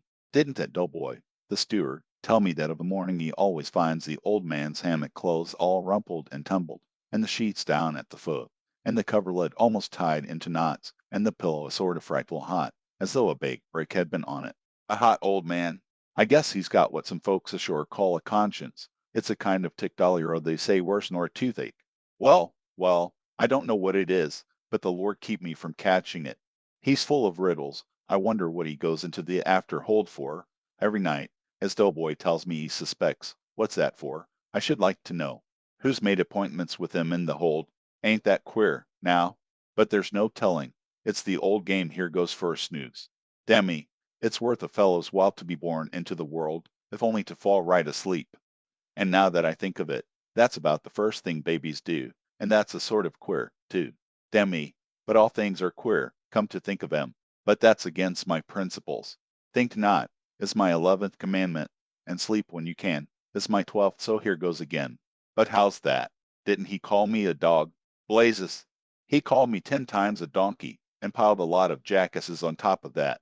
He might as well have kicked me, and done with it. Maybe he did kick me, and I didn't observe it. I was so taken all aback with his brow, somehow. It flashed like a bleached bone. What the devil's the matter with me?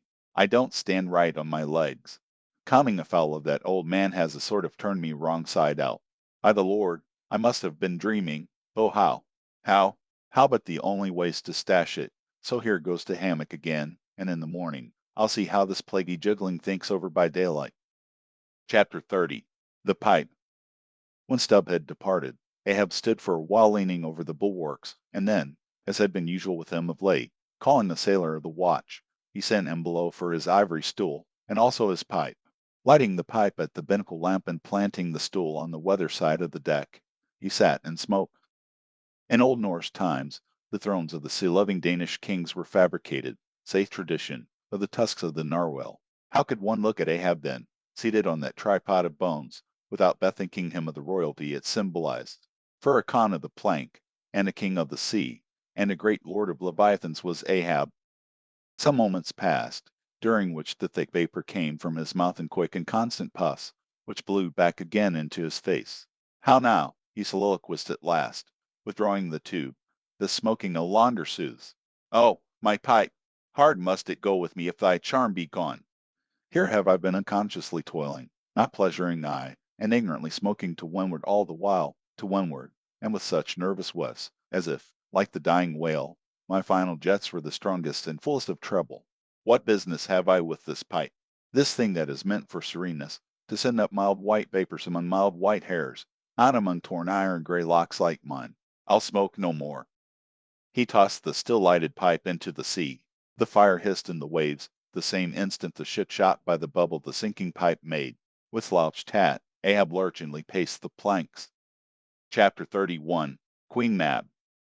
Next morning Stubb accosted Flask. Such a queer dream, King Post, I never had. You know the old man's ivory leg? Well, I dreamed he kicked me with it, and when I tried to kick back, upon my soul, my little man, I kicked my leg right off. And then, presto! Ahab seemed a pyramid, and I, like a blazing fool, kept kicking at it.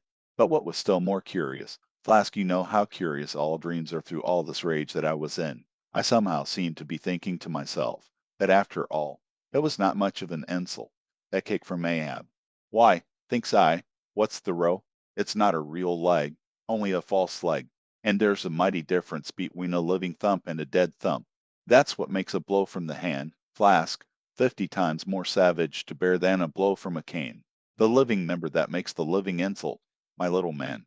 And thinks I to myself all the while, mine, while I was stubbing my silly toes against that cursed pyramid, so confoundedly contradictory was it all the while, I say, I was thinking to myself, what's his leg now? But can a whale bunkane? Yes, thinks I, it was only a playful cudgeling in fact, only a whale-binning that he gave me, not a base kick. Besides, thinks I, look at it once, why, the end of it the foot part, what a small sort of end it is, whereas, if a broad-footed farmer kicked me, there's a devilish broad insult. But this insult is whittled down to a point only. But now comes the greatest joke of the dream, Flask. While I was battering away at the pyramid, a sort of badger-haired old merman, with a hump on his back, takes me by the shoulders, and slews me round. What are you about? Says he. Slid, man, but I was frightened. Such a fizz. But, somehow, next moment I was over the fright. What am I about? Says I at last. And what business is that of yours? I should like to know, mister. How back? Do you want to kick? By the Lord, Flask, I had no sooner said that, than he turned round his stern to me, bent over, and dragging up a lot of seaweed he had for a clout. What do you think? I saw we thunder alive. Man, the stern was stuck full of marlin spikes, with the points out. Says I, on second thoughts, I guess I won't kick you, old fellow. Why, Stubb, said he, why, Stubb, and kept muttering it all the time, a sort of eating of his own gums like a chimney hag. Seeing he wasn't going to stop saying over his why, Stubb, I thought I might as well fall to kicking the pyramid again. But I had only just lifted my foot for it, when he roared out, stop that kicking. Halloa, says I, what's the matter now, old fellow? Look ye here, says he. Let's argue the insult. Captain Ahab kicked ye, didn't he? Yes, he did, says I. Right here it was. Very good, says he. He used his ivory leg, didn't he? Yes, he did, says I. Well then, says he, why Stubb, what have you to complain of? Didn't he kick with right good will? It wasn't a common pitch pine leg he kicked with, was it? No, you were kicked by a great man, and with a beautiful ivory leg, Stubb. It's an honor. I consider it an honor. Listen, why Stubb? In old England the greatest lords think it great glory to be slapped by a queen, and made guard knights of. But be your boast, Stubb, that you were kicked by old Ahab, and made a wise man of. Remember what I say. Be kicked by him, account his kicks honors, and on no account kick back, for you can't help yourself. Why Stubb? Don't you see that pyramid? With that, he all of a sudden seemed somehow, in some queer fashion, to swim off into the air. I snored, rolled over, and there I was in my hammock. Now, what do you think of that dream, Flask? I don't know. It seems a sort of foolish to me, though. Maybe, but it's made a wise man of me. Flask. Do you see Ahab standing there, sideways looking over the stern? Well, the best thing you can do, Flask, is to let the old man alone, never speak to him, whatever he says. Halloa, what's that he shouts?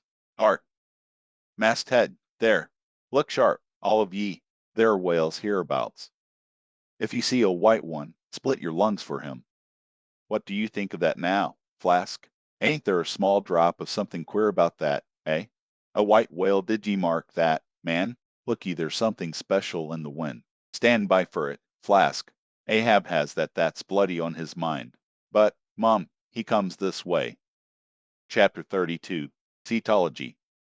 Already we are boldly launched upon the deep, but soon we shall be lost in its unshored, harborless immensities. Ere that come to pass, ere the Pequod's weedy hull roll side by side with the barnacled hulls of the Leviathan, at the outset it is but well to attend to a matter almost indispensable to a thorough appreciative understanding of the more special Leviathanic revelations and allusions of all sorts which are to follow. It is some systematized exhibition of the whale and his broad genera that I would now fain put before you.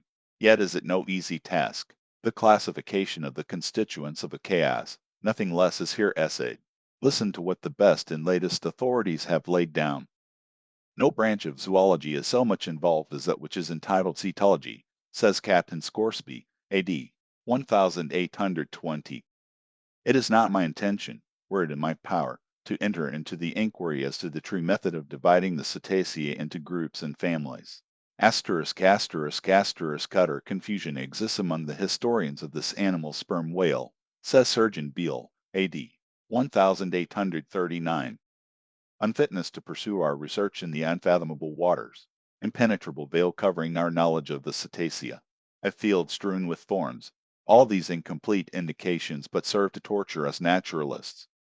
Thus speak of the whale, the great Cuvier, and John Hunter, and Lesson, those lights of zoology and anatomy. Nevertheless, though of real knowledge there be little, yet of books there are plenty, and so in some small degree, with cetology, or the science of whales. Many are the men, small and great, old and new, landsmen and seamen, who have at large or in little, written of the whale.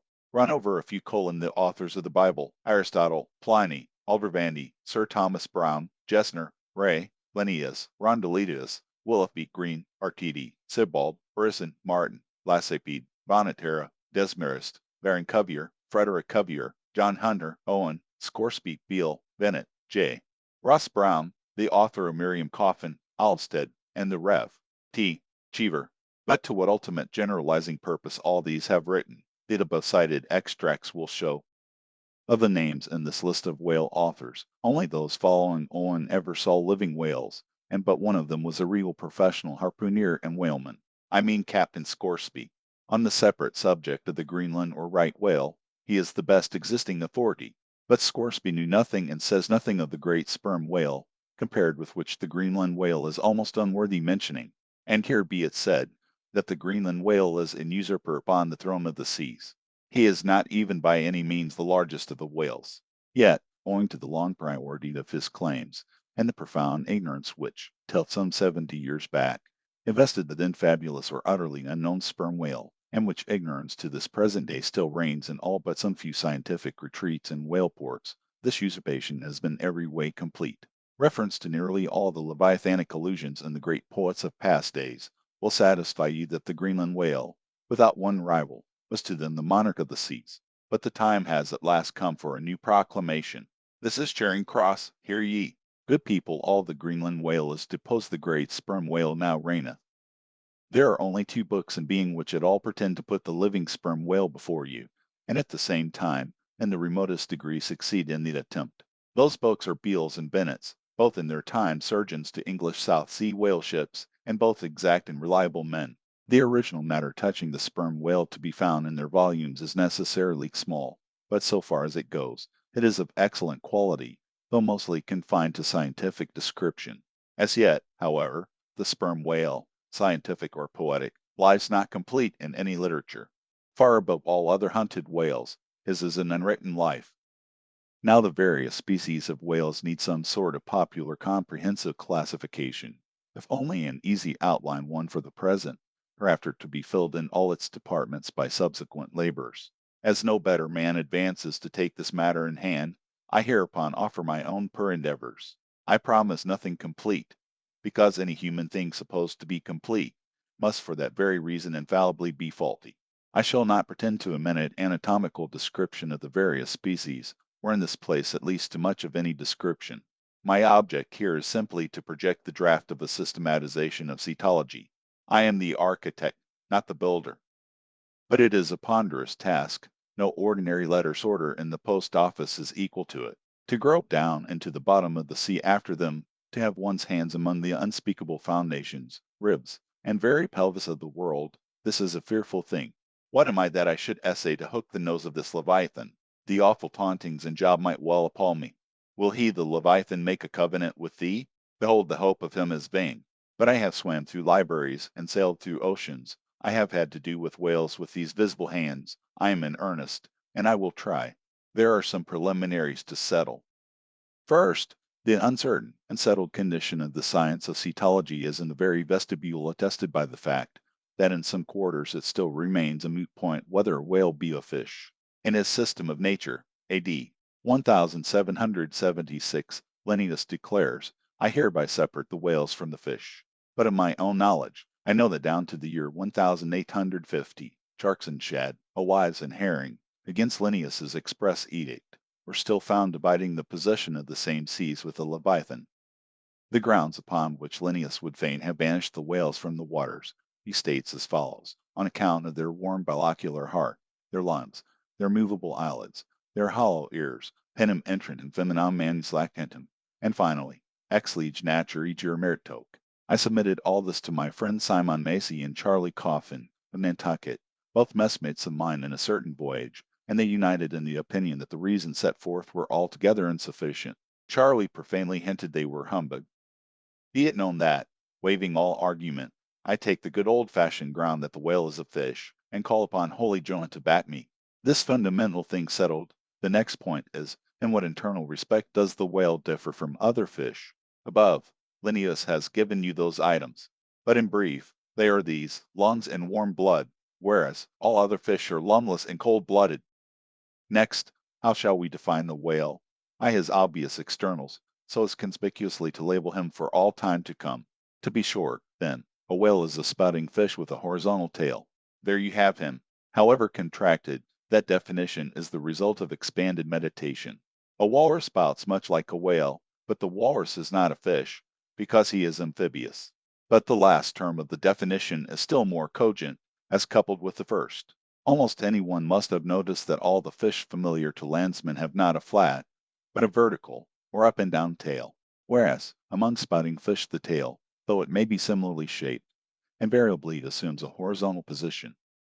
By dint of a definition of what a whale is, I do by no means exclude from the Leviathanic brotherhood any sea creature hitherto identified with a whale by the best informed Nantucketers. More, on the other hand, link with it any fish hitherto authoritatively regarded as alien donisters, hence all the smaller, spouting, and horizontal-tailed fish must be included in this ground plan of cetology.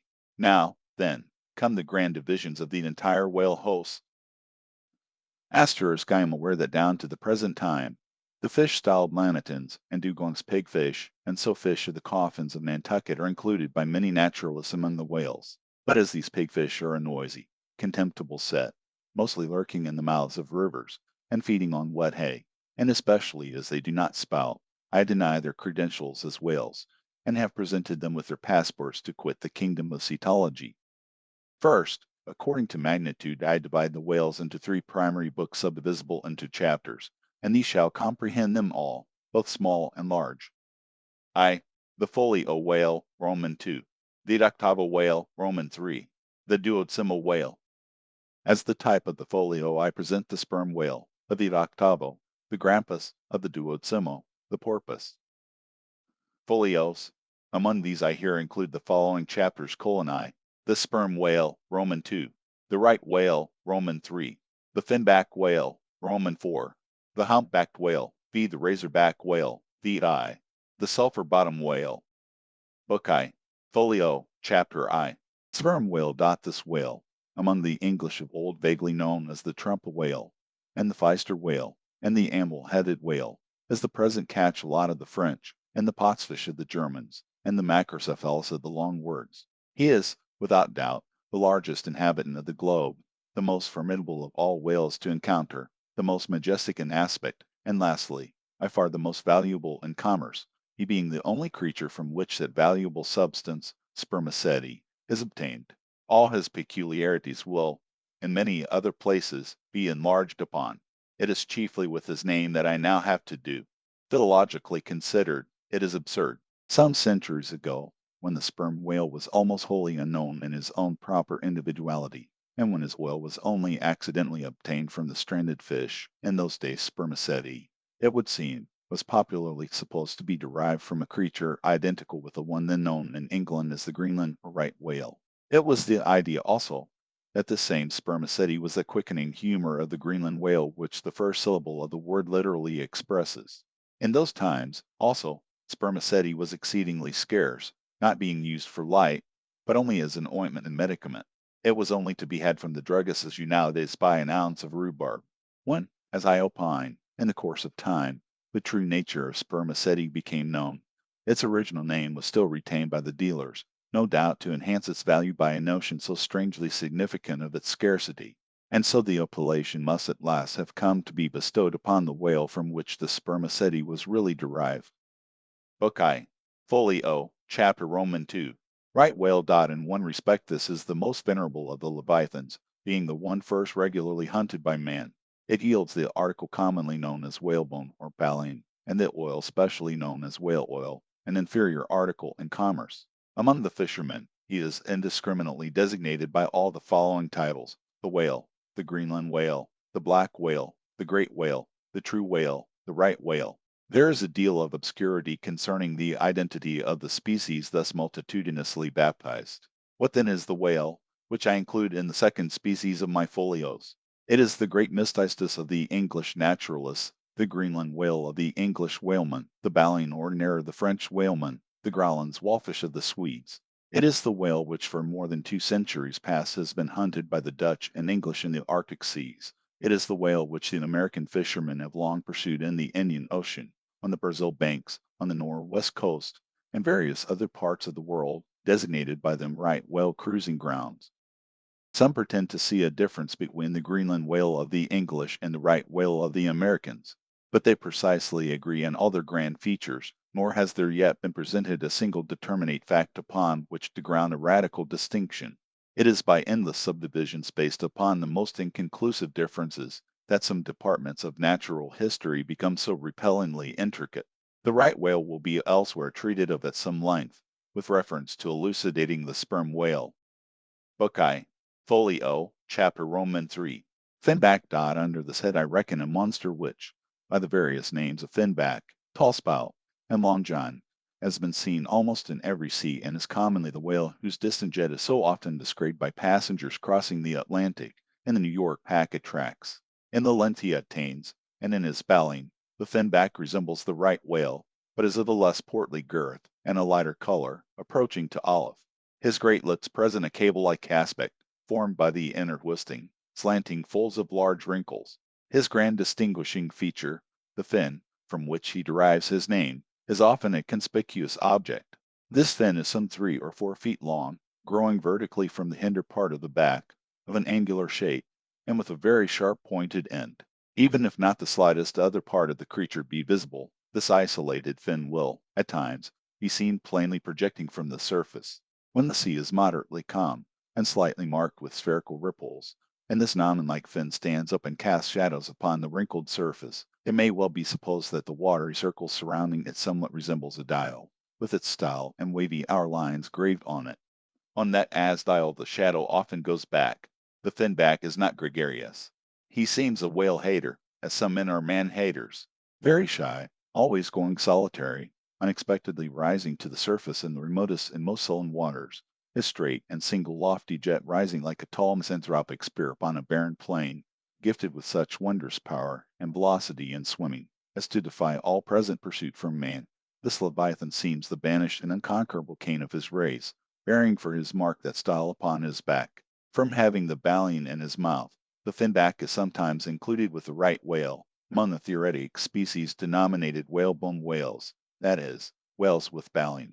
Of these so-called whalebone whales, there would seem to be several varieties, most of which, however, are little known. Broad-nosed whales and beaked whales, pike-headed whales, bunched whales, underjawed whales, and rostrated whales are the fishermen's names for a few sorts. In connection with this appellative of whalebone whales, it is of great importance to mention, and however such a nomenclature may be convenient in facilitating allusions to some kind of whales, yet it is in vain to attempt a clear classification of the leviathan, founded upon either his baleen, or hump, or fin, or teeth, notwithstanding that those marked parts or features very obviously seem better adapted to afford the basis for a regular system of cetology than any other detached bodily distinctions which the whale, in his kinds, presents. How then? The baleen, hump, back fin, and teeth.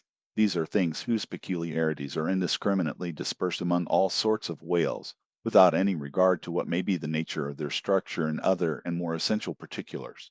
Thus, the sperm whale and the humpbacked whale, each has a hump, but there the similitude ceases. Then, the same humpbacked whale and the Greenland whale, each of these has baleen, but there again the similitude ceases. And it is just the same with the other parts above mentioned. In various sorts of whales, they form such irregular combinations, or, in the case of any one of them detached, such an irregular isolation, as utterly to defy all general methodization formed upon such a basis. On this rock every one of the whale naturalists has split. But it may possibly be conceived that, in the internal parts of the whale, in his anatomy there, at least, we shall be able to hit the right classification. Nay, what thing, for example, is there in the Greenland whale's anatomy more striking than his baleen? Yet we have seen that by his baleen it is impossible correctly to classify the Greenland whale. And if you descend into the bowels of the various leviathans, why there you will not find distinctions of 50th part as available to the systematizer as those external ones already enumerated. What then remains? Nothing but to take hold of the whales bodily, in their entire liberal volume, and boldly sort them that way. And this is the bibliographical system here adopted, and it is the only one that can possibly succeed, for it alone is practicable. To proceed. Book I. Folio Chapter Roman 4. Humpback. This whale is often seen on the northern American coast. He has been frequently captured there, and towed into harbor. He has a great pack on him like a peddler, or you might call him the elephant and castle whale. At any rate, the popular name for him does not sufficiently distinguish him, since the sperm whale also has a hump though a smaller one. His oil is not very valuable. He has baleen. He is the most gamesome and light-hearted of all the whales, making more gay foam and white water generally than any other of them. Book I. Folio, Chapter V. Razorback. Of this whale little is known but his name. I have seen him at a distance off Cape Horn, of a retiring nature. He deludes both hunters and philosophers. Though no coward, he has never yet shown any part of him but his back, which rises in a long sharp ridge. Let him go. I know little more of him, nor does anybody else. Book I. Folio, Chapter VI. Sulphur Bottom. Another retiring gentleman, with a brimstone belly, doubtless got by scraping along the Tartarian tiles in some of his profounder divings. He is seldom seen, at least I have never seen him except in the remoter southern seas, and then always at too great a distance to study his countenance. He is never chased, he would run away with rope walks of line. Prodigies are told of him. Adieu, sulphur bottom! I can say nothing more that is true of ye, nor can the oldest Nantucketer. Thus ends Book I, folio, and now begins Book Roman II, octavo. Octavos dodesters, these embrace the whales of middling magnitude, among which present may be numbered: I. the grampus, Roman II. the blackfish, Roman III. the narwhal, Roman IV. the thrasher, B. the killer. Asterisk why this book of whales is not denominated the quarto is very plain, because, while the whales of this order, though smaller than those of the former order, nevertheless retain a proportionate likeness to them in figure, yet the bookbinder's quarto volume in its dimension form does not preserve the shape of the folio volume, but the octavo volume does. Book Roman II, octavo, chapter I.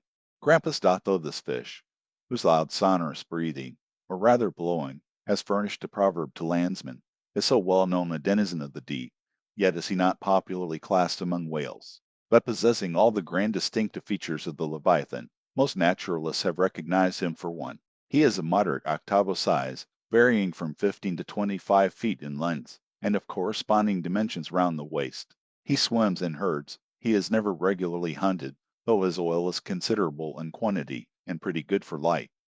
By some fishermen his approach is regarded as premonitory of the advance of the great sperm whale. Book Roman II, octavo, chapter Roman II. Blackfish. I give the popular fishermen's names for all these fish, for generally they are the best. Where any name happens to be vague or inexpressive, I shall say so, and suggest another. I do so now, touching the blackfish, so called, because blackness is the rule among almost all whales. So, call him the hyena whale, if you please. His veracity is well known, and from the circumstance that the inner angles of his lips are curved upwards, he carries an everlasting Mephistophelian grin on his face. This whale averages some 16 or 18 feet in length. He is found in almost all latitudes.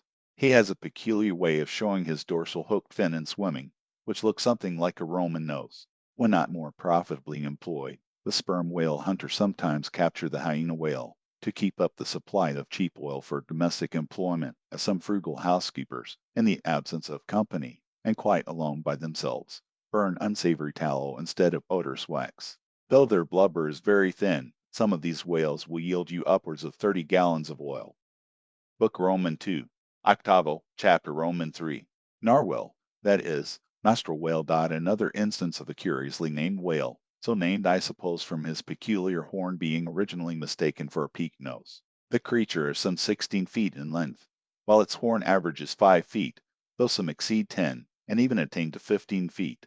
Strictly speaking, this horn is but a lengthened tusk, growing out from the jaw on a line a little depressed from the horizontal, but it is only found on the sinister side, which has an ill effect, giving its owner something analogous to the aspect of a clumsy left-handed man. What precise purpose this ivory horn or lance answers, it would be hard to say. It does not seem to be used like the blade of the swordfish and billfish, though some sailors tell me that the narwhal employs it for a rake in turning over the bottom of the sea for food. Charlie Coffin said it was used for an ice-piercer, for the narwhal, rising to the surface of the polar sea, and finding it sheeted with ice, thrusts his horn up, and so breaks through. But you cannot prove either of these surmises to be correct.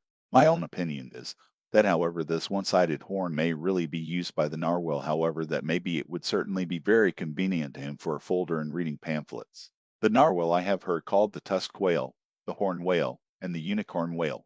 He is certainly a curious example of the unicornism to be found in almost every kingdom of animated nature. From certain cloistered old authors I have gathered that the same sea unicorn's horn was in ancient days regarded as the great antidote against poison, and as such, preparations of it brought immense prices. It was also distilled to volatile salts for fainting ladies, the same way that the horns of the male deer are manufactured into hartshorn. Originally it was in itself accounted an object of great curiosity. Blackletter tells me that Sir Martin Frobisher, on his return from that voyage, when Queen Bess did gallantly wave her jewelled hand to him from a window of Greenwich Palace, as his bold ship sailed down the Thames, when Sir Martin returned from that voyage, saith Blackletter, on bended knees he presented to her Highness a prodigious long horn of the narwhal, which for a long period after hung in the castle at Windsor. An Irish author avers that the Earl of Leicester, on bended knees, did likewise present to her Highness another horn, pertaining to a land beast of the unicorn nature. The narwhal has a very picturesque, leopard-like look, being of a milk-white ground color, dotted with round and oblong spots of black. His oil is very superior, clear and fine, but there is little of it, and he is seldom hunted. He is mostly found in the circumpolar seas. Book Roman 2, Octavo, Chapter Roman 4. Killer dot of this whale little is precisely known to the Nantucket eater, and nothing at all to the professed naturalist. From what I have seen of him at a distance, I should say that he was about the bigness of a grampus. He is very savage, a sort of Fiji fish. He sometimes takes the great folio whales by the lip, and hangs there like a leech, till the mighty brute is worried to death. The killer is never hunted. I never heard what sort of oil he has. Exception might be taken to the name bestowed upon this whale, on the ground of its indistinctness, for we are all killers, on land and on sea, Bonapartes and sharks included. Book Roman 2, Octavo, Chapter V. Thrasher. This gentleman is famous for his tail, which he uses for a ferule in thrashing his foes. He mounts the folio whale's back, and as he swims, he works his passage by flogging him, as some schoolmasters get along in the world by a similar process. Still less is known of the thrasher than of the killer. Both are outlaws, even in the lawless seas. Thus ends Book Roman 2, Octavo, and begins Book Roman 3, Duodecimo. Duodecimos. These include the smaller whales. I. The Huzzah porpoise. Roman 2. The Algerine porpoise. Roman 3. The mealy-mouthed porpoise. To those who have not chanced specially to study the subject, it may possibly seem strange that fishes not commonly exceeding 4 or 5 feet should be marshaled among whales, a word which, in the popular sense, always conveys an idea of hugeness. But the creatures set down above this duodecimos are infallibly whales. By the terms of my definition of what a whale is, i.e. a spouting fish, with a horizontal tail. Book Roman 3, Duodecimo, Chapter 1. Huzzah porpoise. This is the common porpoise found almost all over the globe. The name is of my own bestowal, for there are more than one sort of porpoises, and something must be done to distinguish them. I call him thus, because he always swims in hilarious shoals, which upon the broad sea keep tossing themselves to heaven like caps in a 4th of July crowd. Their appearance is generally hailed with delight by the mariner. Full of fine spirits, they invariably come from the breezy billows to windward. They are the lads that always live before the wind. They are accounted a lucky omen. If you yourself can withstand 3 cheers at beholding these vivacious fish, then heaven help ye, the spirit of godly gamesomeness is not in ye. A well-fed, plump Huzzah porpoise will yield you 1 good gallon of good oil, but the fine and delicate fluid extracted from his jaws is exceedingly valuable. It is in request among jewelers and watchmakers. Sailors put it on their homes. Porpoise meat is good eating, you know. It may never have occurred to you that a porpoise spouts. Indeed, his spout is so small that it is not very readily discernible, but the next time you have a chance, watch him, and you will then see the great sperm whale himself in miniature. Book Roman 3, Duodecimo, Chapter Roman 2, Algerine porpoise. A pirate. Very savage. He is only found, I think, in the Pacific. He is somewhat larger than the Huzzah porpoise, but much of the same general make. Provoke him, and he will buckle to a shark. I have lowered for him many times, but never yet saw him captured. Book Roman 3, Duodecimo, Chapter Roman 3, Mealy-mouthed porpoise. The largest kind of porpoise, and only found in the Pacific, so far as it is known. The only English name, by which he has hitherto been designated, is that of the fisher's right whale porpoise, from the circumstance that he is chiefly found in the vicinity of that folio. In shape, he differs in some degree from the Huzzah porpoise, being of less rotund and jolly girth. Indeed, he is of quite a neat and gentlemanlike figure. He has no fins on his back most other porpoises have. He has a lovely tail, and sentimental Indian eyes of a hazel hue, but his mealy mouth spoils all. Though his entire back down to his side fins is of the deep sable, yet a boundary line, distinct as the mark in a ship's hull, called the bright waist. That line streaks him from stem to stern, with 2 separate colors, black above and white below. The white comprises part of his head, and the whole of his mouth, which makes him look as if he had just escaped from a felonious visit to a meal bag. A most mean and mealy aspect. His oil is much like that of the common porpoise. Asterisk, asterisk, asterisk. Beyond the duodecimo, this system does not proceed, inasmuch as the porpoise is the smallest of the whales. Above, you have all the leviathans of note, but there are a rabble of uncertain, fugitive, half fabulous whales, which, as an American whaleman, I know by reputation, but not personally. I shall enumerate them by their forecastle appellations, for possibly such a list may be valuable to future investigators, who may complete what I have here but begun. If any of the following whales shall hereafter be caught and marked, then he can readily be incorporated into the system, according to his folio, octavo, or duodecimo magnitude: the bottlenose whale, the junk whale, the pudding-headed whale, the Cape whale, the leading whale, the cannon whale, the scrag whale, the coppered whale, the elephant whale, the iceberg whale, the quag whale, the blue whale, etc. From Icelandic, Dutch, and Old English authorities, there might be quoted other lists of uncertain whales, blessed with all manner of uncouth names, but I omit them as altogether obsolete, and can hardly help suspecting them for mere sounds, full of leviathanism, but signifying nothing. Finally, it was stated at the outset that the system would not be here, and at once, perfected. You cannot but plainly see that I have kept my word.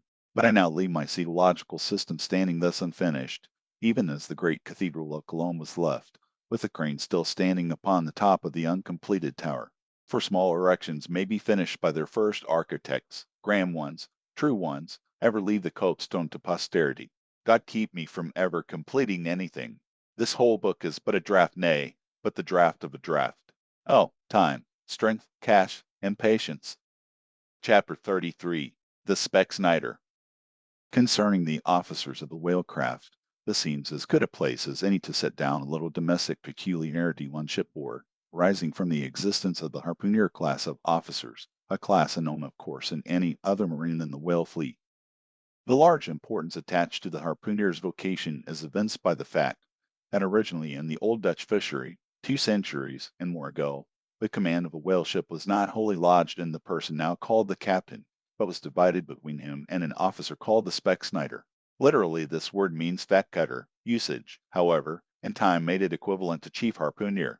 In those days, the captain's authority was restricted to the navigation and general management of the vessel, while over the whale hunting department and all its concerns, the Speck-Snyder or chief harpooner reigned supreme.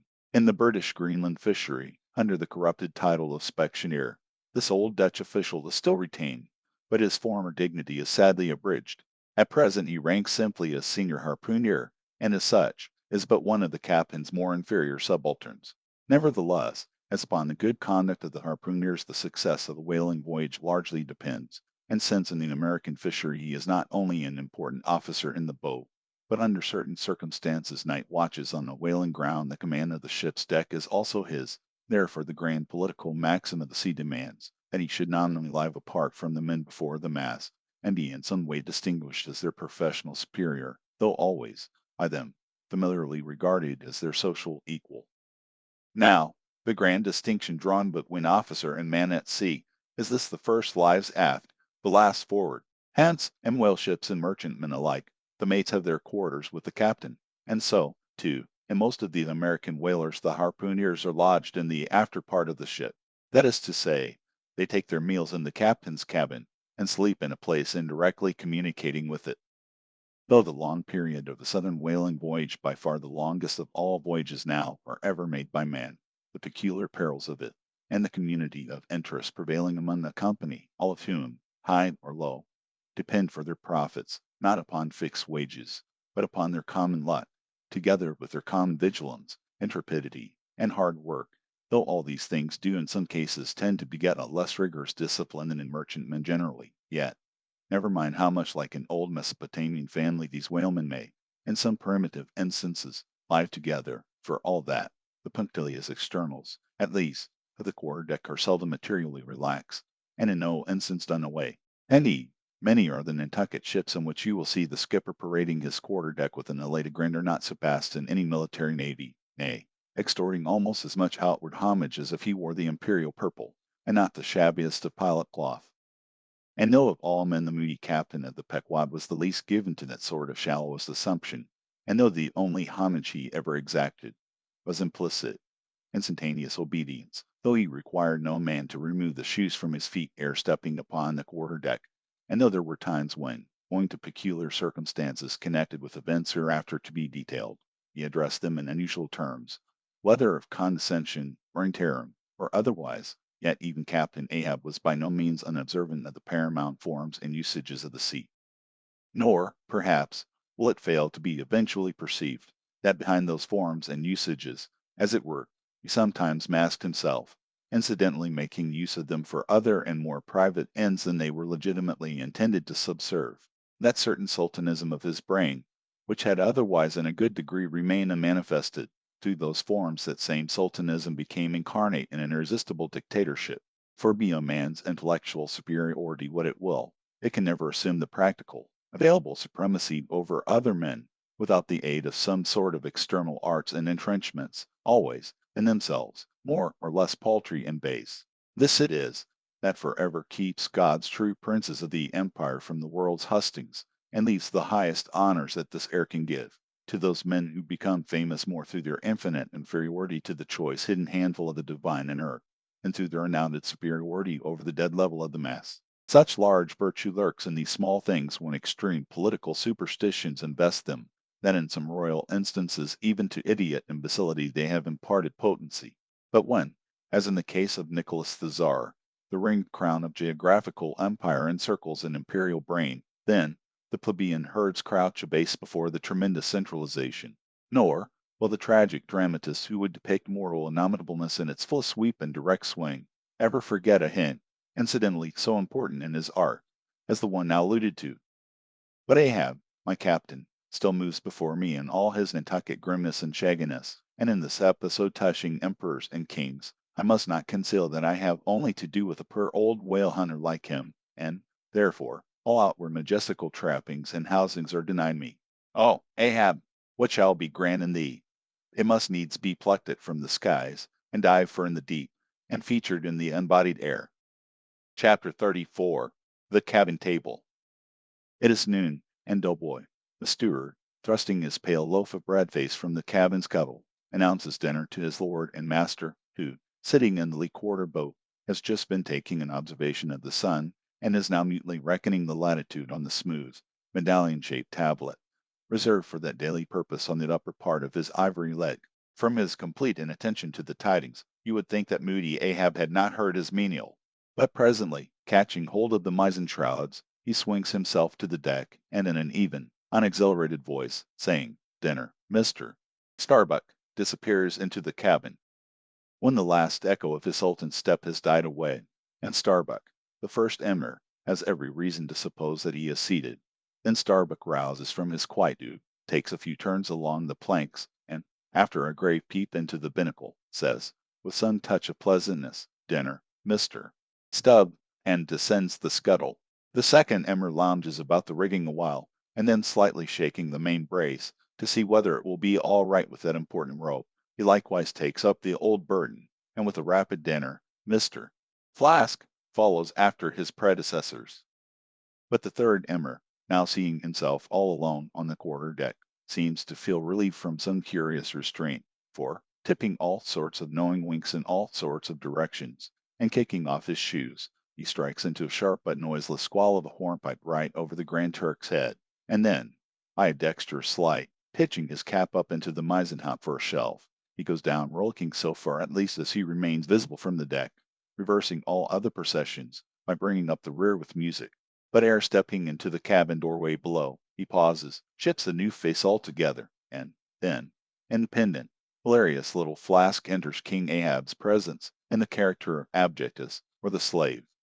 It is not the least among the strange things bred by the intense artificialness of sea usages, that while in the open air of the deck some officers will, upon provocation, bear themselves boldly and defyingly enough towards their commander, yet, 10 to 1, that those very officers the next moment go down to their customary dinner in that same commander's cabin, and straightway their inoffensive, not to say deprecatory and humble air towards him, as he sits at the head of the table.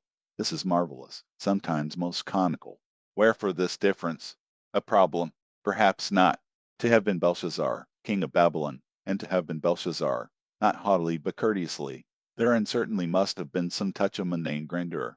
But he who in the rightly regal and intelligent spirit presides over his own private dinner table of invited guests, that man's unchallenged power and dominion of individual influence for the time, that man's royalty of state transcends Belshazzar's, for Belshazzar was not the greatest, Who has but once dined his friends, has tasted what it is to be Caesar.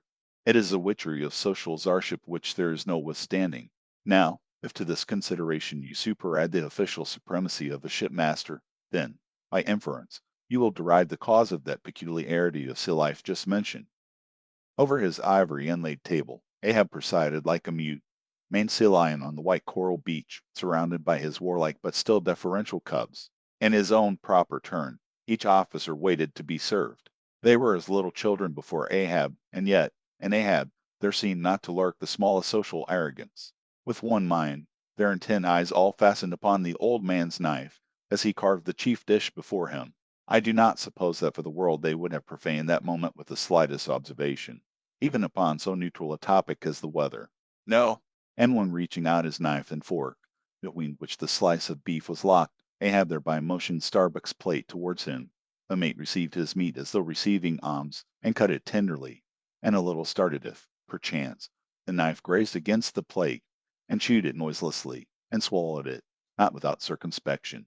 For, like the coronation banquet at Frankfort, where the German emperor profoundly dines with the 7 imperial electors, so these cabin meals were somehow solemn meals, eaten in awful silence, and yet at table old Ahab forbade not conversation, only he himself was dumb.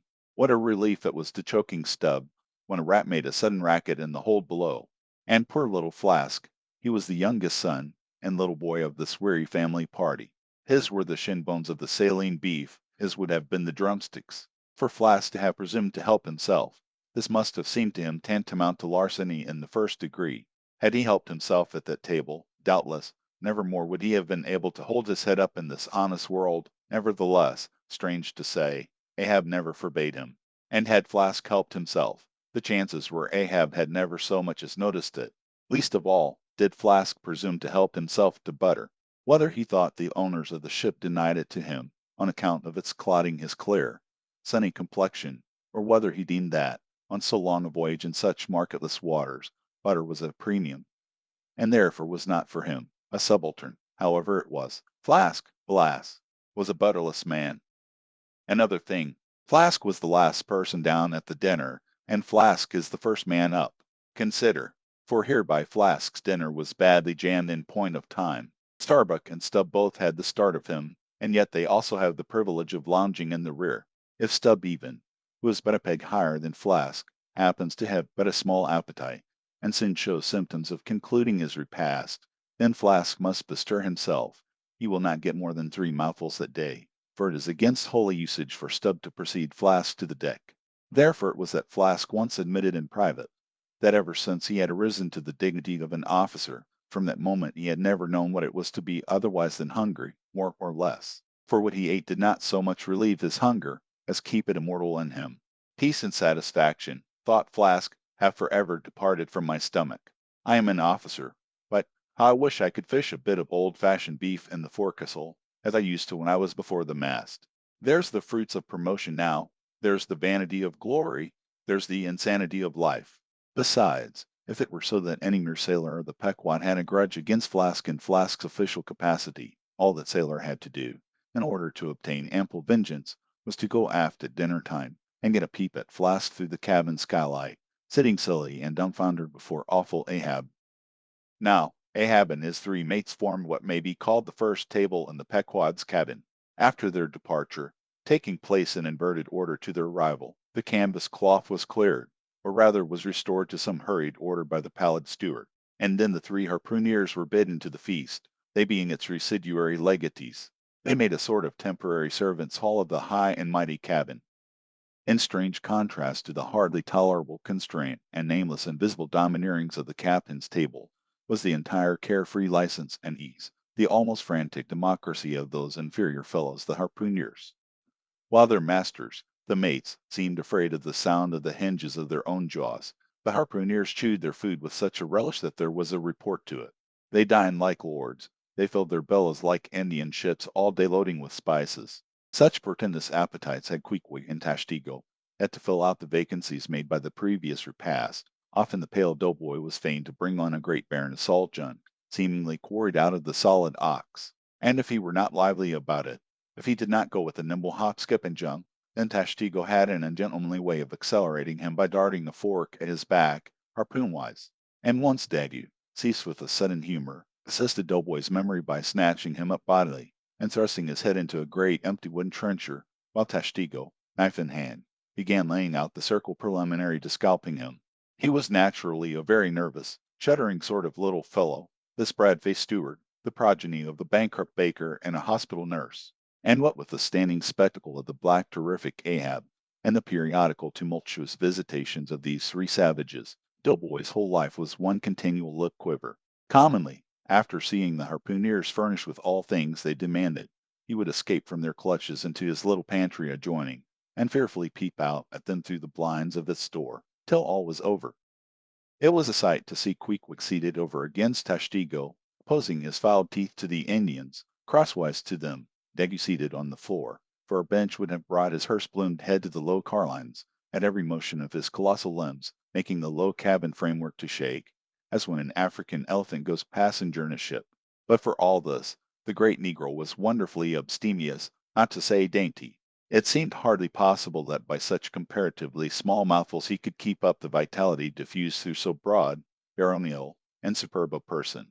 But, doubtless, this noble savage fed strong and drank deep of the abounding element of air, and through his dilated nostrils snuffed in the sublime life of the worlds. Not by beef or by bread are giants made or nourished. But Queequeg, he had a mortal, barbaric smack of the lip and eating an ugly sound enough, so much so that the trembling doughboy almost looked to see whether any marks of teeth lurked in his own lean arms, and when he would hear Tashtego singing out for him to produce himself, that his bones might be picked, the simple-witted steward all but shattered the crockery hanging round him in the pantry by his sudden fits of the palsy. Nor did the whetstone which the harpooneers carried in their pockets for their lances and other weapons, and with which whetstones, at dinner, they would ostentatiously sharpen their knives, that grating sound did not at all tend to tranquilize poor Doughboy. How could he forget that in his island days, Queequeg, for one, must certainly have been guilty of some murderous, convivial indiscretions? Alas, Doughboy, hard fares the white waiter who waits upon cannibals. Not a napkin should he carry on his arm, but a buckler. In good time, though, to his great delight, the three salt sea warriors would rise and depart. To his credulous, fable-mongering ears, all their martial bones jingling in them at every step, like merced cimeters and scabbards. But, though these barbarians dine in the cabin, and nominally lived there, still, being anything but sedentary in their habits, they were scarcely ever in it except at meal times, and just before sleeping time, when they passed through it to their own peculiar quarters. In this one matter, Ahab seemed no exception to most American whale captains, who, as a set, rather incline to the opinion that by rights the ship's cabin belongs to them, and that it is by courtesy alone that anybody else is, at any time, permitted there. So that, in real truth, the mates and harpooneers of the Pequod might more properly be said to have lived out of the cabin than in it, for when they did enter it, it was something as a street door enters a house, turning inwards for a moment, only to be turned out the next, and, as a permanent thing, residing in the open air. Nor did they lose much hereby. In the cabin was no companionship. Socially, Ahab was inaccessible. Though nominally included in the census of Christendom, he was still an alien to it.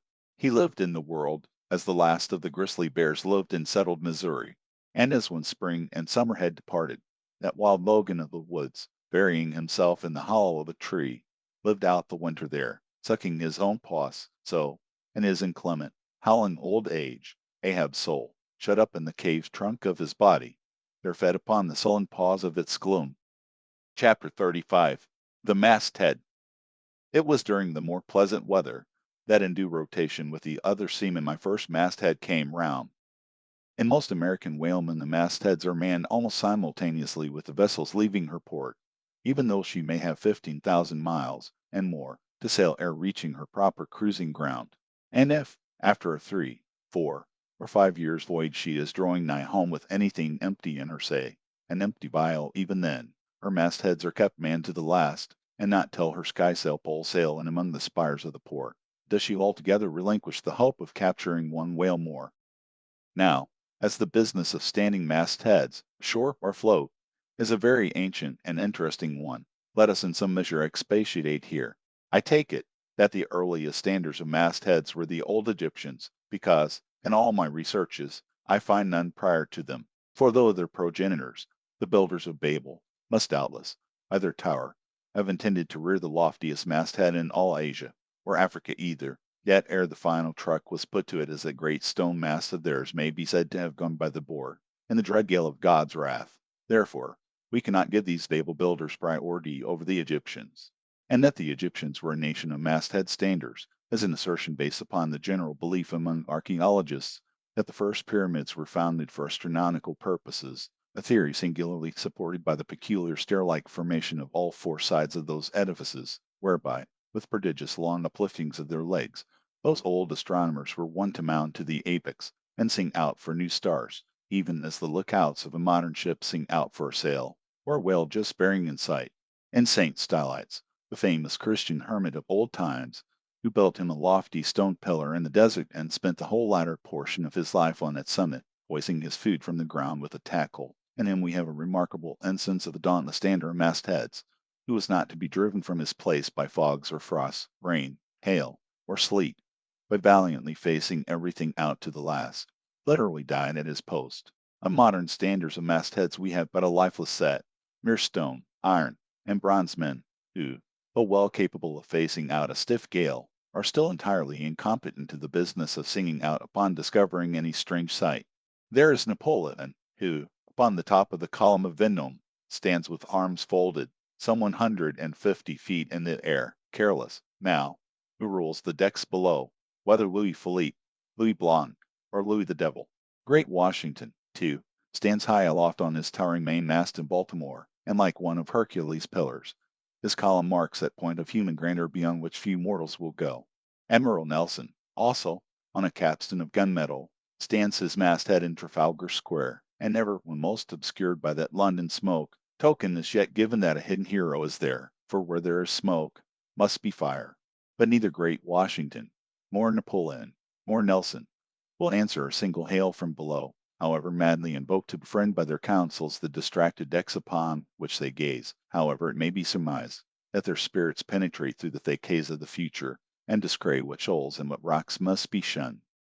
It may seem unwarrantable to couple in any respect the masthead standards of the land with those of the sea, but that in truth it is not so, is plainly evinced by an item for which Ob Macy, the sole historian of Nantucket, stands accountable. The worthy Ob tells us that in the early times of the whale fishery, airships were regularly launched in pursuit of the game. The people of the island erected lofty spars along the sea coast, to which the lookouts ascended by means of nailed cleats, something as foul as go upstairs in a hen house. A few years ago the same plan was adopted by the bay whalemen of New Zealand, who, upon descrying the game, gave notice to the ready-manned boats nigh the beach. But this custom has now become obsolete. Turn we then to the one proper masthead, that of a whale ship at sea. The three mastheads are kept manned from sunrise to sunset, the seamen taking their regular turns as at the helm, and relieving each other every 2 hours. In the serene weather of the tropics it is exceedingly pleasant the masthead, nay, to a dreamy meditative man it is delightful. There you stand, 100 feet above the silent decks, striding along the deep, as if the masts were gigantic stilts, while beneath you and between your legs, as it were, swim the hugest monsters of the sea, even as ships once sailed between the boots of the famous Colossus at Old Rhodes. There you stand, lost in the infinite series of the sea, with nothing ruffled but the waves. The tranship indolently rolls, the drowsy trade winds blow, everything resolves you into languor. For the most part, in this tropic, whaling life, a sublime uneventfulness invests you. You hear no news, read no gazettes, extras with startling accounts of commonplaces never delude you into unnecessary excitements. You hear of no domestic afflictions, bankrupt securities, fall of stocks, are never troubled with the thought of what you shall have for dinner, for all your meals for 3 years and more are snugly stowed in casks, and your bill of fare is immutable. And one of those southern whalesmen, on a long 3 or 4 years' voyage, as often happens, the sum of the various hours you spend at the masthead would amount to several entire months, and it is much to be deplored that the place to which you devote so considerable a portion of the whole term of your natural life should be so sadly destitute of anything approaching to a cozy inhabitiveness, or adapted to breed a comfortable localness of feeling, such as pertains to a bed, a hammock, a hearse, a sentry box, a pulpit, a coach, or any other of those small and snug contrivances in which men temporarily isolate themselves. Your most usual point of perch is the head of the T-gallant mast, where you stand upon two thin parallel sticks almost peculiar to whalemen called the T-gallant cross trees. Here, tossed about by the sea, the beginner feels about as cozy as he would standing on a bull's horns. To be sure, in cold weather you may carry your house aloft with you, in the shape of a watch coat, but properly speaking the thickest watch coat is no more of a house than the unclad body, for as the soul is glued inside of its fleshy tabernacle, and cannot freely move about in it, or even move out of it, without running great risk of perishing like an ignorant pilgrim crossing the snowy Alps in winter, so a watch coat is not so much of a house as it is a mere envelope, or additional skin encasing you. You cannot put a shelf or chest of drawers in your body, and no more can you make a convenient closet of your watch coat. Concerning all this, it is much to be deplored that the mastheads of a southern whale ship are unprovided with those enviable little tents for pulpits, called crow's nests, in which the lookouts of a Greenland whaler are protected from the inclement weather of the frozen seas. In the fireside narrative of Captain Slee, entitled A Voyage Among the Icebergs, in quest of the Greenland whale, and incidentally for the rediscovery of the lost Icelandic colonies of old Greenland, in this admirable volume, all standers and mastheads are furnished with a charmingly circumstantial account of the then recently invented crow's nest of the glacier, which was the name of Captain Sleet's good craft. He called it the Sleet's crow's nest, in honor of himself, he being the original inventor and patentee, and free from all ridiculous false delicacy, and holding that if we call our own children after our own names we fathers being the original inventors and patentees, so likewise should we denominate after ourselves any other apparatus we may beget. In shape, the Sleet's crow's nest is something like a large tierce or pipe. It is open above, however, where it is furnished with a movable side screen to keep to windward of your head in a hard gale. Being fixed on the summit of the mast, you ascend into it through a little trap hatch in the bottom. On the after side, or side next the stern of the ship, is a comfortable seat, with a locker underneath for umbrellas, comforters, and coats. In front is a leather rack in which to keep your speaking trumpet, pipe, telescope, and other nautical conveniences. When Captain Sleet in person stood his masthead in this crow's nest of his, he tells us that he always had a rifle with him also fixed in the rack, together with a powder flask and shot, for the purpose of popping off the stray narwhals, or vagrant sea unicorns infesting those waters, for you cannot successfully shoot at them from the deck owing to the resistance of the water, but to shoot down upon them is a very different thing. Now, it was plainly a labor of love for Captain Sleet to describe, as he does, all the little detailed conveniences of his crow's nest, but though he so enlarges upon many of these, and though he treats us to a very scientific account of his experiments in this crow's nest, with a small compass he kept there for the purpose of counteracting the errors resulting from what is called the local attraction of all binnacle magnets, an error ascribable to the horizontal vicinity of the iron in the ship's planks, and in the glacier's case, perhaps, to there having been so many broken-down blacksmiths among her crew, I say, that though the captain is very discreet and scientific here, yet, for all his learned binnacle deviations, azimuth compass observations, and approximate errors, he knows very well, Captain Sleet, that he was not so much immersed in those profound magnetic meditations as to fail being attracted occasionally towards that well-replenished little case bottle, so nicely tucked in on one side of his crow's nest, within easy reach of his hand. Though, upon the whole, I greatly admire and even love the brave, the honest, and learned captain, yet I take it very ill of him that he should so utterly ignore the case bottle, seeing what a faithful friend and comforter it must have been, while with mittened fingers and hooded head he was studying the mathematics aloft there in that bird's nest within 3 or 4 perches of the pole.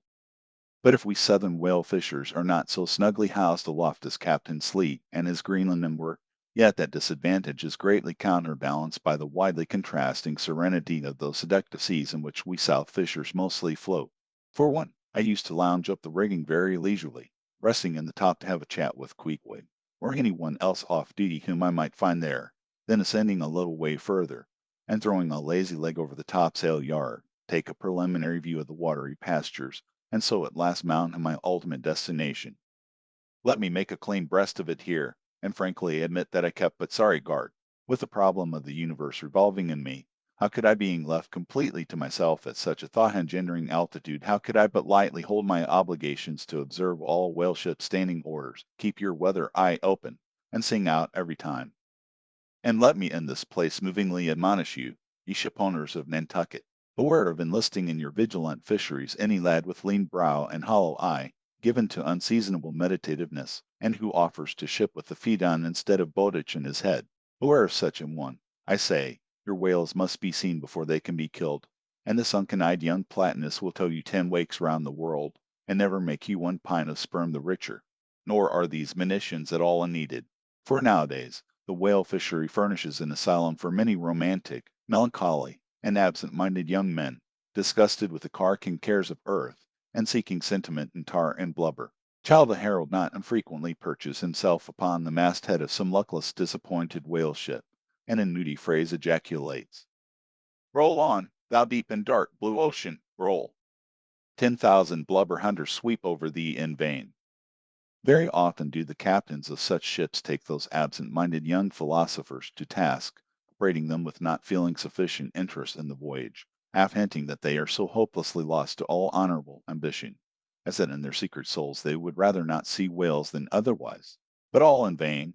Those young Platonists have a notion that their vision is imperfect. They are short-sighted. What use, then, to strain the visual nerve? They have left their opera glasses at home. Why, a monkey, said a harpooner to one of these lads, we've been cruising now hard upon 3 years, and thou hast not raised a whale yet. Whales are scarce as hen's teeth whenever thou art up here. Perhaps they were, or perhaps there might have been shoals of them in the far horizon, but lulled into such an opium-like listlessness of vacant, unconscious reverie as this absent-minded youth by the blending cadence of waves with thoughts, and at last he loses his identity, takes the mystic ocean at his feet for the visible image of the deep, blue, boundless soul, pervading mankind and nature, and every strange, half-seen, gliding, beautiful thing that eludes him, every dimly discovered, uprising fin of some undiscernible form, seems to him the embodiment of those elusive thoughts that only people the soul by continually flitting through it. And this enchanted mood, by spirit ebbs away to whence it came, becomes diffused through time and space, like Cranmer's sprinkled pantheistic ashes, forming at last a part of every shore the round globe over. There is no life in thee, now, except that rocking life imparted by a gently rolling ship, by her, borrowed from the sea, by the sea, from the inscrutable tides of God. But while the sleep, this dream is on ye, move your foot or hand an inch, slip your hold at all, and your identity comes back in her. Over Discartian vortices you hover, and perhaps, at midday, in the fairest weather, with one half-throttled shriek you drop through that transparent air into the summer sea, no more to rise for ever. Heed it well, ye Panthetas. Chapter 36. The Quarter-Deck. Enter Ahab, then, all. It was not a great while after the affair of the pipe, that one morning shortly after breakfast, Ahab, as was his wont, ascended the cabin gangway to the deck. There most sea captains usually walk at that hour, as country gentlemen, after the same meal, take a few turns in the garden. Soon his steady, ivory stride was heard, as to and fro he paced his old rounds, upon planks so familiar to his tread, that they were all over dented, like geological stones, with the peculiar mark of his walk. Did you fixedly gaze, too, upon that ribbed and dented brow, there also you would see still stranger footprints, the footprints of his one unsleeping, ever-pacing thought. But on the occasion in question, those dents looked deeper, even as his nervous step that morning left a deeper mark. And so full of his thought was Ahab, that at every uniform turn that he made, now at the mainmast and now at the binnacle, you could almost see the thought turn in him as he turned, and pace in him as he paced, so completely possessing him, indeed, that it all but seemed the inward mold of every outer movement. "Do you mark him, Flask?" whispered Stubb. "The chick that's in him pecks the shell. Co'll soon beat out." The hours wore on. Ahab now shut up within his cabin, and on, pacing the deck, with the same intense bigotry of purpose in his aspect. It drew near the close of day. Suddenly he came to a halt by the bulwarks, and inserting his bone leg into the auger hole there, and with one hand grasping a shroud, he ordered Starbuck to send everybody aft. "Sir," said the mate, astonished at an order seldom or never given on shipboard except in some extraordinary case. "Send everybody aft," repeated Ahab. "Mastheads, there, come down." When the entire ship's company were assembled, and with curious and not wholly unapprehensive faces, were eyeing him, for he looked not unlike the weather horizon when a storm is coming up, Ahab, after rapidly glancing over the bulwarks, and then darting his eyes among the crew, started from his standpoint, and as though not a soul were nigh him resumed his heavy turns upon the deck. With bent head and half-slouched hat he continued to pace, and mindful of the wondering, whispering among the men, till Stubb cautiously whispered to Flask that Ahab must have summoned him there for the purpose of witnessing a pedestrian feat. But this did not last long. Vehemently pausing, he cried, "What do ye do when ye see a whale, men?" "Sing out for him," was the impulsive rejoinder from a score of clubbed voices. "Good," cried Ahab, with a wild approval in his tones, observing the hearty animation into which his unexpected question had so magnetically thrown them. "And what do ye next, men?" "Lower away, and after him." "And what tune is it ye pull to, men?" "A dead whale or a stove boat." More and more strangely and fiercely glad and approving grew the countenance of the old man at every shout, while the mariners began to gaze curiously at each other, as if marveling how it was that they themselves became so excited at such seemingly purposeless questions. But they were all eagerness again, as Ahab, now half revolving in his pivot hole, with one hand reaching high up a shroud, and tightly, almost convulsively grasping it, addressed them thus: "All ye mast headers have before now heard me give orders about a white whale. Look ye, d'ye see the Spanish ounce of gold?"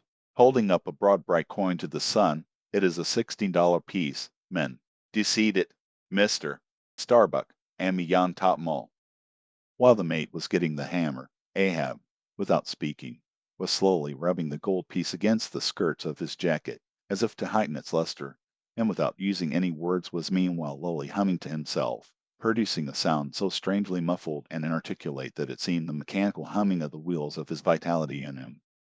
Receiving the topmaul from Starbuck, he advanced towards the mainmast with the hammer uplifted in one hand, exhibiting the gold with the other, and with a high raised voice exclaiming, "Whosoever of ye raises me a white-headed whale with a wrinkled brow and a crooked jaw, whosoever of ye raises me that white-headed whale, with 3 holes punctured in his starboard fluke, look ye, whosoever of ye raises me the same white whale, ye shall have this gold ounce, my boys." "Huzza! Huzza!" cried the seamen, as with swinging tarpaulins they hailed the act of nailing the gold to the mast. "It's a white whale, I say," resumed Ahab, as he threw down the topmaul, "a white whale. Skin your eyes for him, men. Look sharp for white water. If ye see but a bubble, sing out." All this while Tashtego, Dagu, and Queequeg had looked on with even more intense interest and surprise than the rest, and at the mention of the wrinkled brow and crooked jaw they had started as if each was separately touched by some specific recollection. "Captain Ahab," said Tashtego, "that white whale must be the same that some call Moby-Dick." "Moby-Dick?" shouted Ahab. "Do ye know the white whale then, Tash?" "Does he fantail a little curious, sir, before he goes down?" said the gay header deliberately. "And has he a curious spout, too?" said Dagu. "Very bushy, even for a parmacety, and mighty quick, Captain Ahab." "And he have one, too, for yo! Good many iron in him hide, too, Captain," cried Queequeg disjointedly, while Twiskety be Twisk, like him, faltering hard for a word, and screwing his hand round and round as though uncorking a bottle, like him. "Corkscrew!" cried Ahab. "Aye, Queequeg, the harpoons lie all twisted and wrenched in him. Aye, Dagu, his spout is a big one, like a whole shock of wheat, and white as a pile of our Nantucket wool after the great angle sheep shearing. Aye, Tashtego, and he fantails like a split jib in a squall. Death and devils! Men, is Moby-Dick ye hath seen Moby-Dick, Moby-Dick." "Captain Ahab," said Starbuck, who, with Stubb and Flask, had thus far been eyeing his superior with increasing surprise, but at last seemed struck with a thought which somewhat explained all the wonder. "Captain Ahab, I have heard of Moby-Dick, but it was not Moby-Dick that took off thy lead." "Who told thee that?" cried Ahab, then pausing. "Aye, Starbuck, aye, my hearties all round. It was Moby-Dick that dismasted me, Moby-Dick that brought me to this dead stump I stand on now. Aye, aye," he shouted with a terrific, loud, animal sob, like that of a heart-stricken moose. "Aye, aye. It was that accursed white whale that resied me, made a poor pegging lover of me for ever and a day." Then tossing both arms, with measureless imprecations, he shouted out, "Aye, aye. And I'll chase him round Good Hope, and round the Horn, and round the Norway Maelstrom, and round perdition's flames before I give him up. And this is what ye have shipped for, men, to chase at white whale on both sides of land, and over all sides of earth, till he spouts black blood and rolls fin out. What say ye, men? Will ye splice hands on it? Now, I think ye do look brave." "Aye, aye," shouted the harpooneers and seamen, running closer to the excited old man, A sharp eye for the white whale, a sharp lance for Moby-Dick. God bless ye. He seemed to half sob and half shout. God bless ye, men. Soon, go draw the great measure of grog. But what's this long face about, Mister Starbuck? Wilt thou not chase the white whale? Art not game for Moby-Dick? I am game for his crooked jaw, and for the jaws of death too, Captain Ahab, if it fairly comes in the way of the business we follow. But I came here to hunt whales, not my commander's vengeance. How many barrels will thy vengeance yield thee even if thou gettest it, Captain Ahab? It will not fetch thee much in our Nantucket market. Nantucket market! Tooth! But come closer, Starbuck, thou requirest a little lower layer.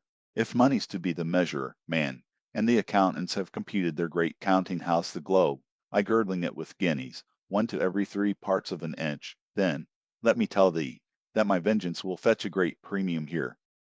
He smites his chest, whispered Stubb, what's that for? Methinks it rings most vast, but hollow.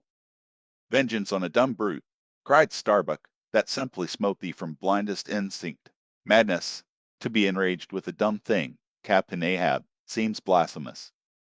Hark ye yet again the little lower layer. All visible objects, man, are but as pasteboard masks, but in each event in the living act, the undoubted deed there, some unknown but still reasoning thing puts forth the mouldings of its features from behind the unreasoning mask. If man will strike through the mask, how can the prisoner reach outside except by thrusting through the wall?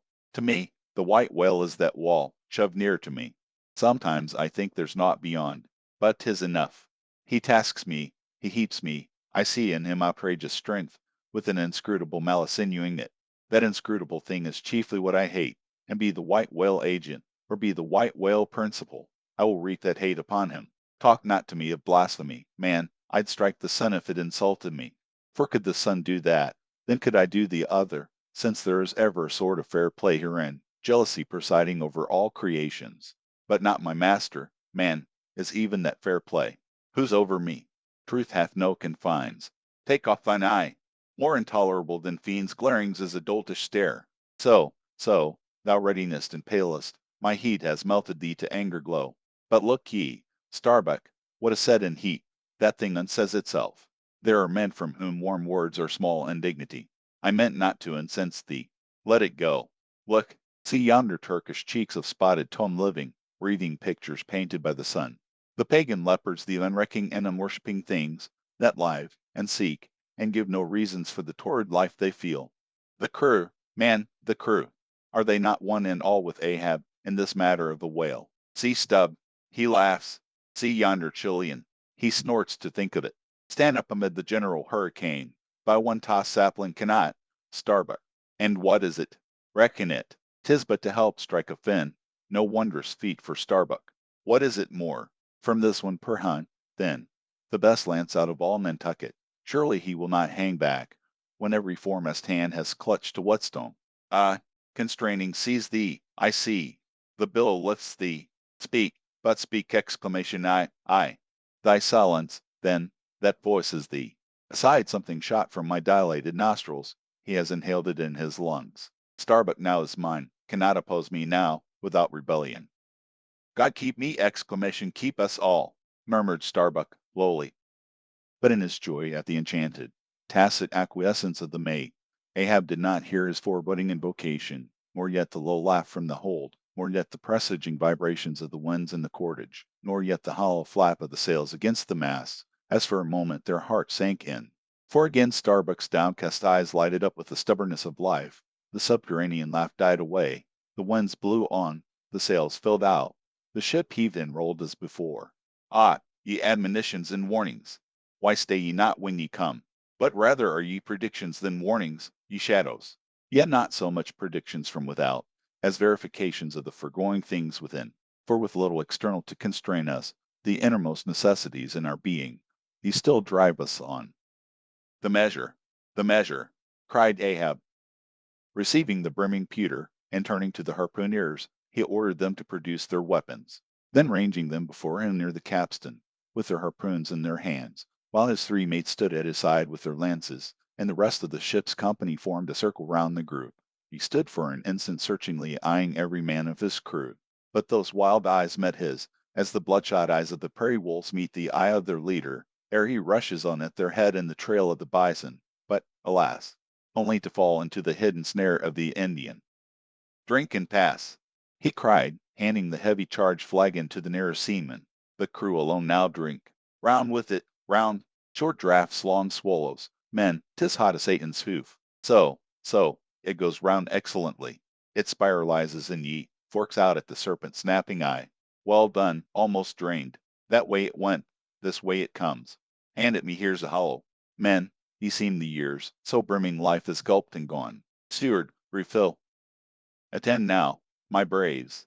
I have mustered ye all round this capstan, and ye mates, flank me with your lances, and ye harpooneers, stand there with your irons, and ye, stout mariners, ring me in, that I may in some sort revive a noble custom of my fishermen fathers before me. O men, you will yet see that boy, come back. Bad pennies come not sooner. Hand it me. Why, now, this pewter had run brimming again, were it not thousand. Bid a simple way, thou ague. Advance, ye mates! Cross your lances full before me. Well done, let me touch the axis. So saying, with extended arm, he grasped the three level, radiating lances at their cross center, while so doing, suddenly and nervously twitched them, meanwhile, glancing intently from Starbuck to Stubb, from Stubb to Flask. It seemed as though, by some nameless, interior volition, he would fain have shocked into them the same fiery emotion accumulated within the Leyden jar of his own magnetic life. The three mates quailed before his strong, sustained, and mystic aspect. Stubb and Flask looked sideways from him. The honest eye of Starbuck fell downright. "In vain," cried Ahab, "but, maybe, 'tis well. For did ye three but once take the full force shock, then mine own electric thing, that had perhaps expired from out me. Perchance, too, it would have dropped ye dead. Perchance ye need it not. Down lances! And now, ye mates, I do appoint ye three cupbearers to my three pagan kinsmen, their yon three most honorable gentlemen and noblemen, my valiant harpooneers. Disdain the task? What, when the great Pope washes the feet of beggars, using his tiara for ewer? Oh, my sweet cardinals, your own condescension, that shall bend ye to it. I do not order ye, ye will it. Cut your seizings and draw the poles, ye harpooneers."